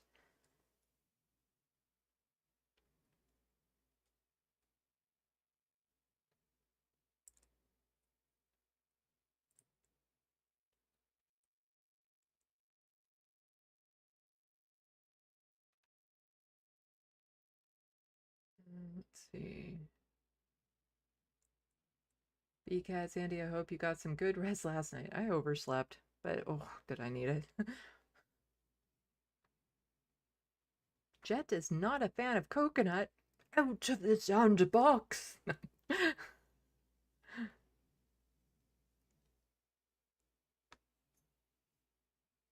Grand Theft Autobot. Banana pie with vanilla wafers. Homer Simpson's drool. The local bakery used to have banana chocolate chip scones that were really good, and I haven't seen them for years, and it's really upsetting because they were good. Did you ever have a boat around a campfire? They were called boats when I was a kid, a banana boat. And so what it was is you would wrap a banana in tinfoil and then slice it open and then put marshmallows and chocolate chips in it and then roast it over the fire. That was called a banana boat. I haven't had that since I was a child and knew about that.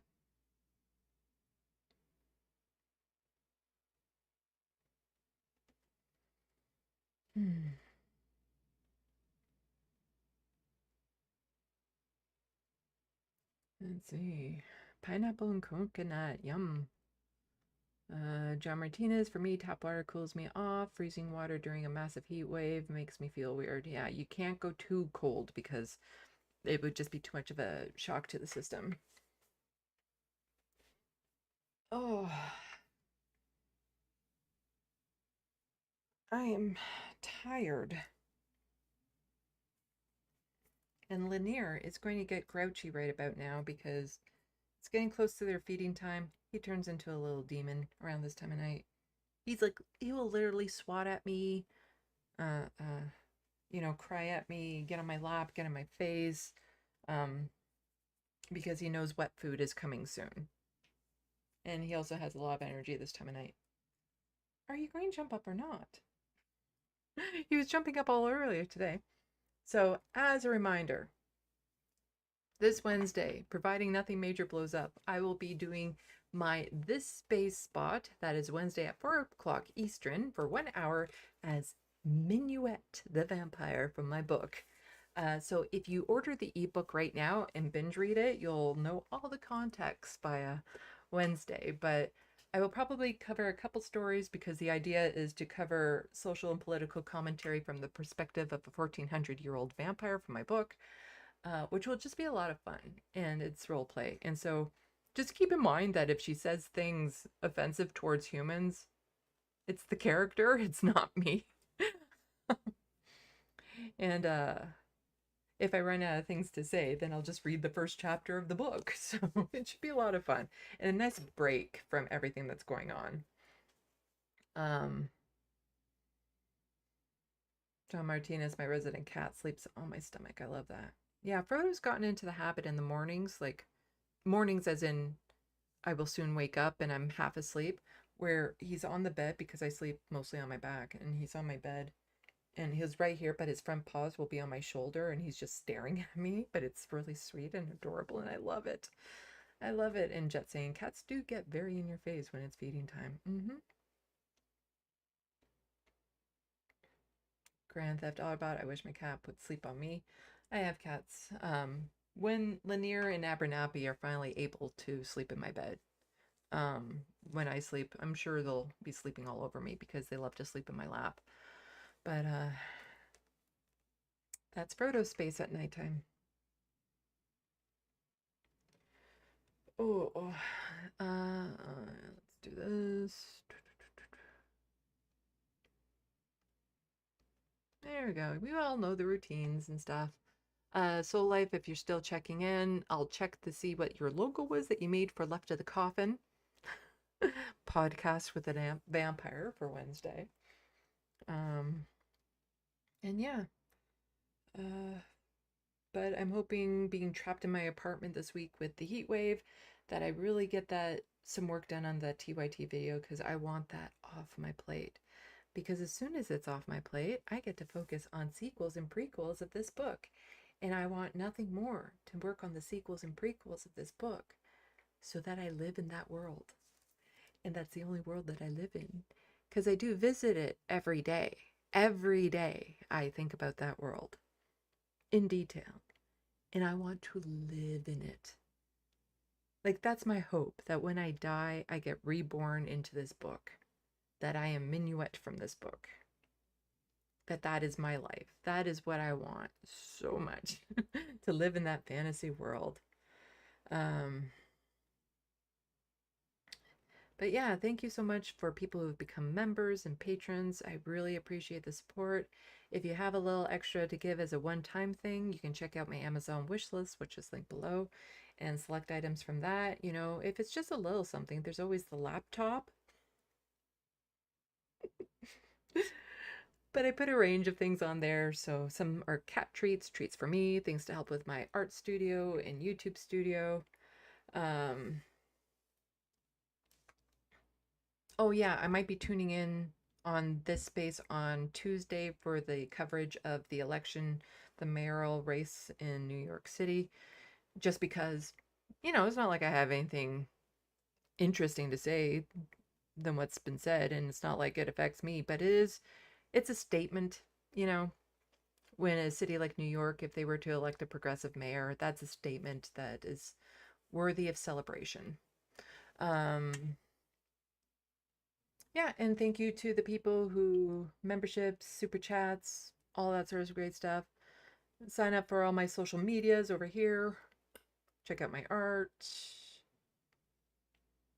I hope to be working on some more drawings soon. I've been working on some drawings that I can't show on camera because I'm trying a new style.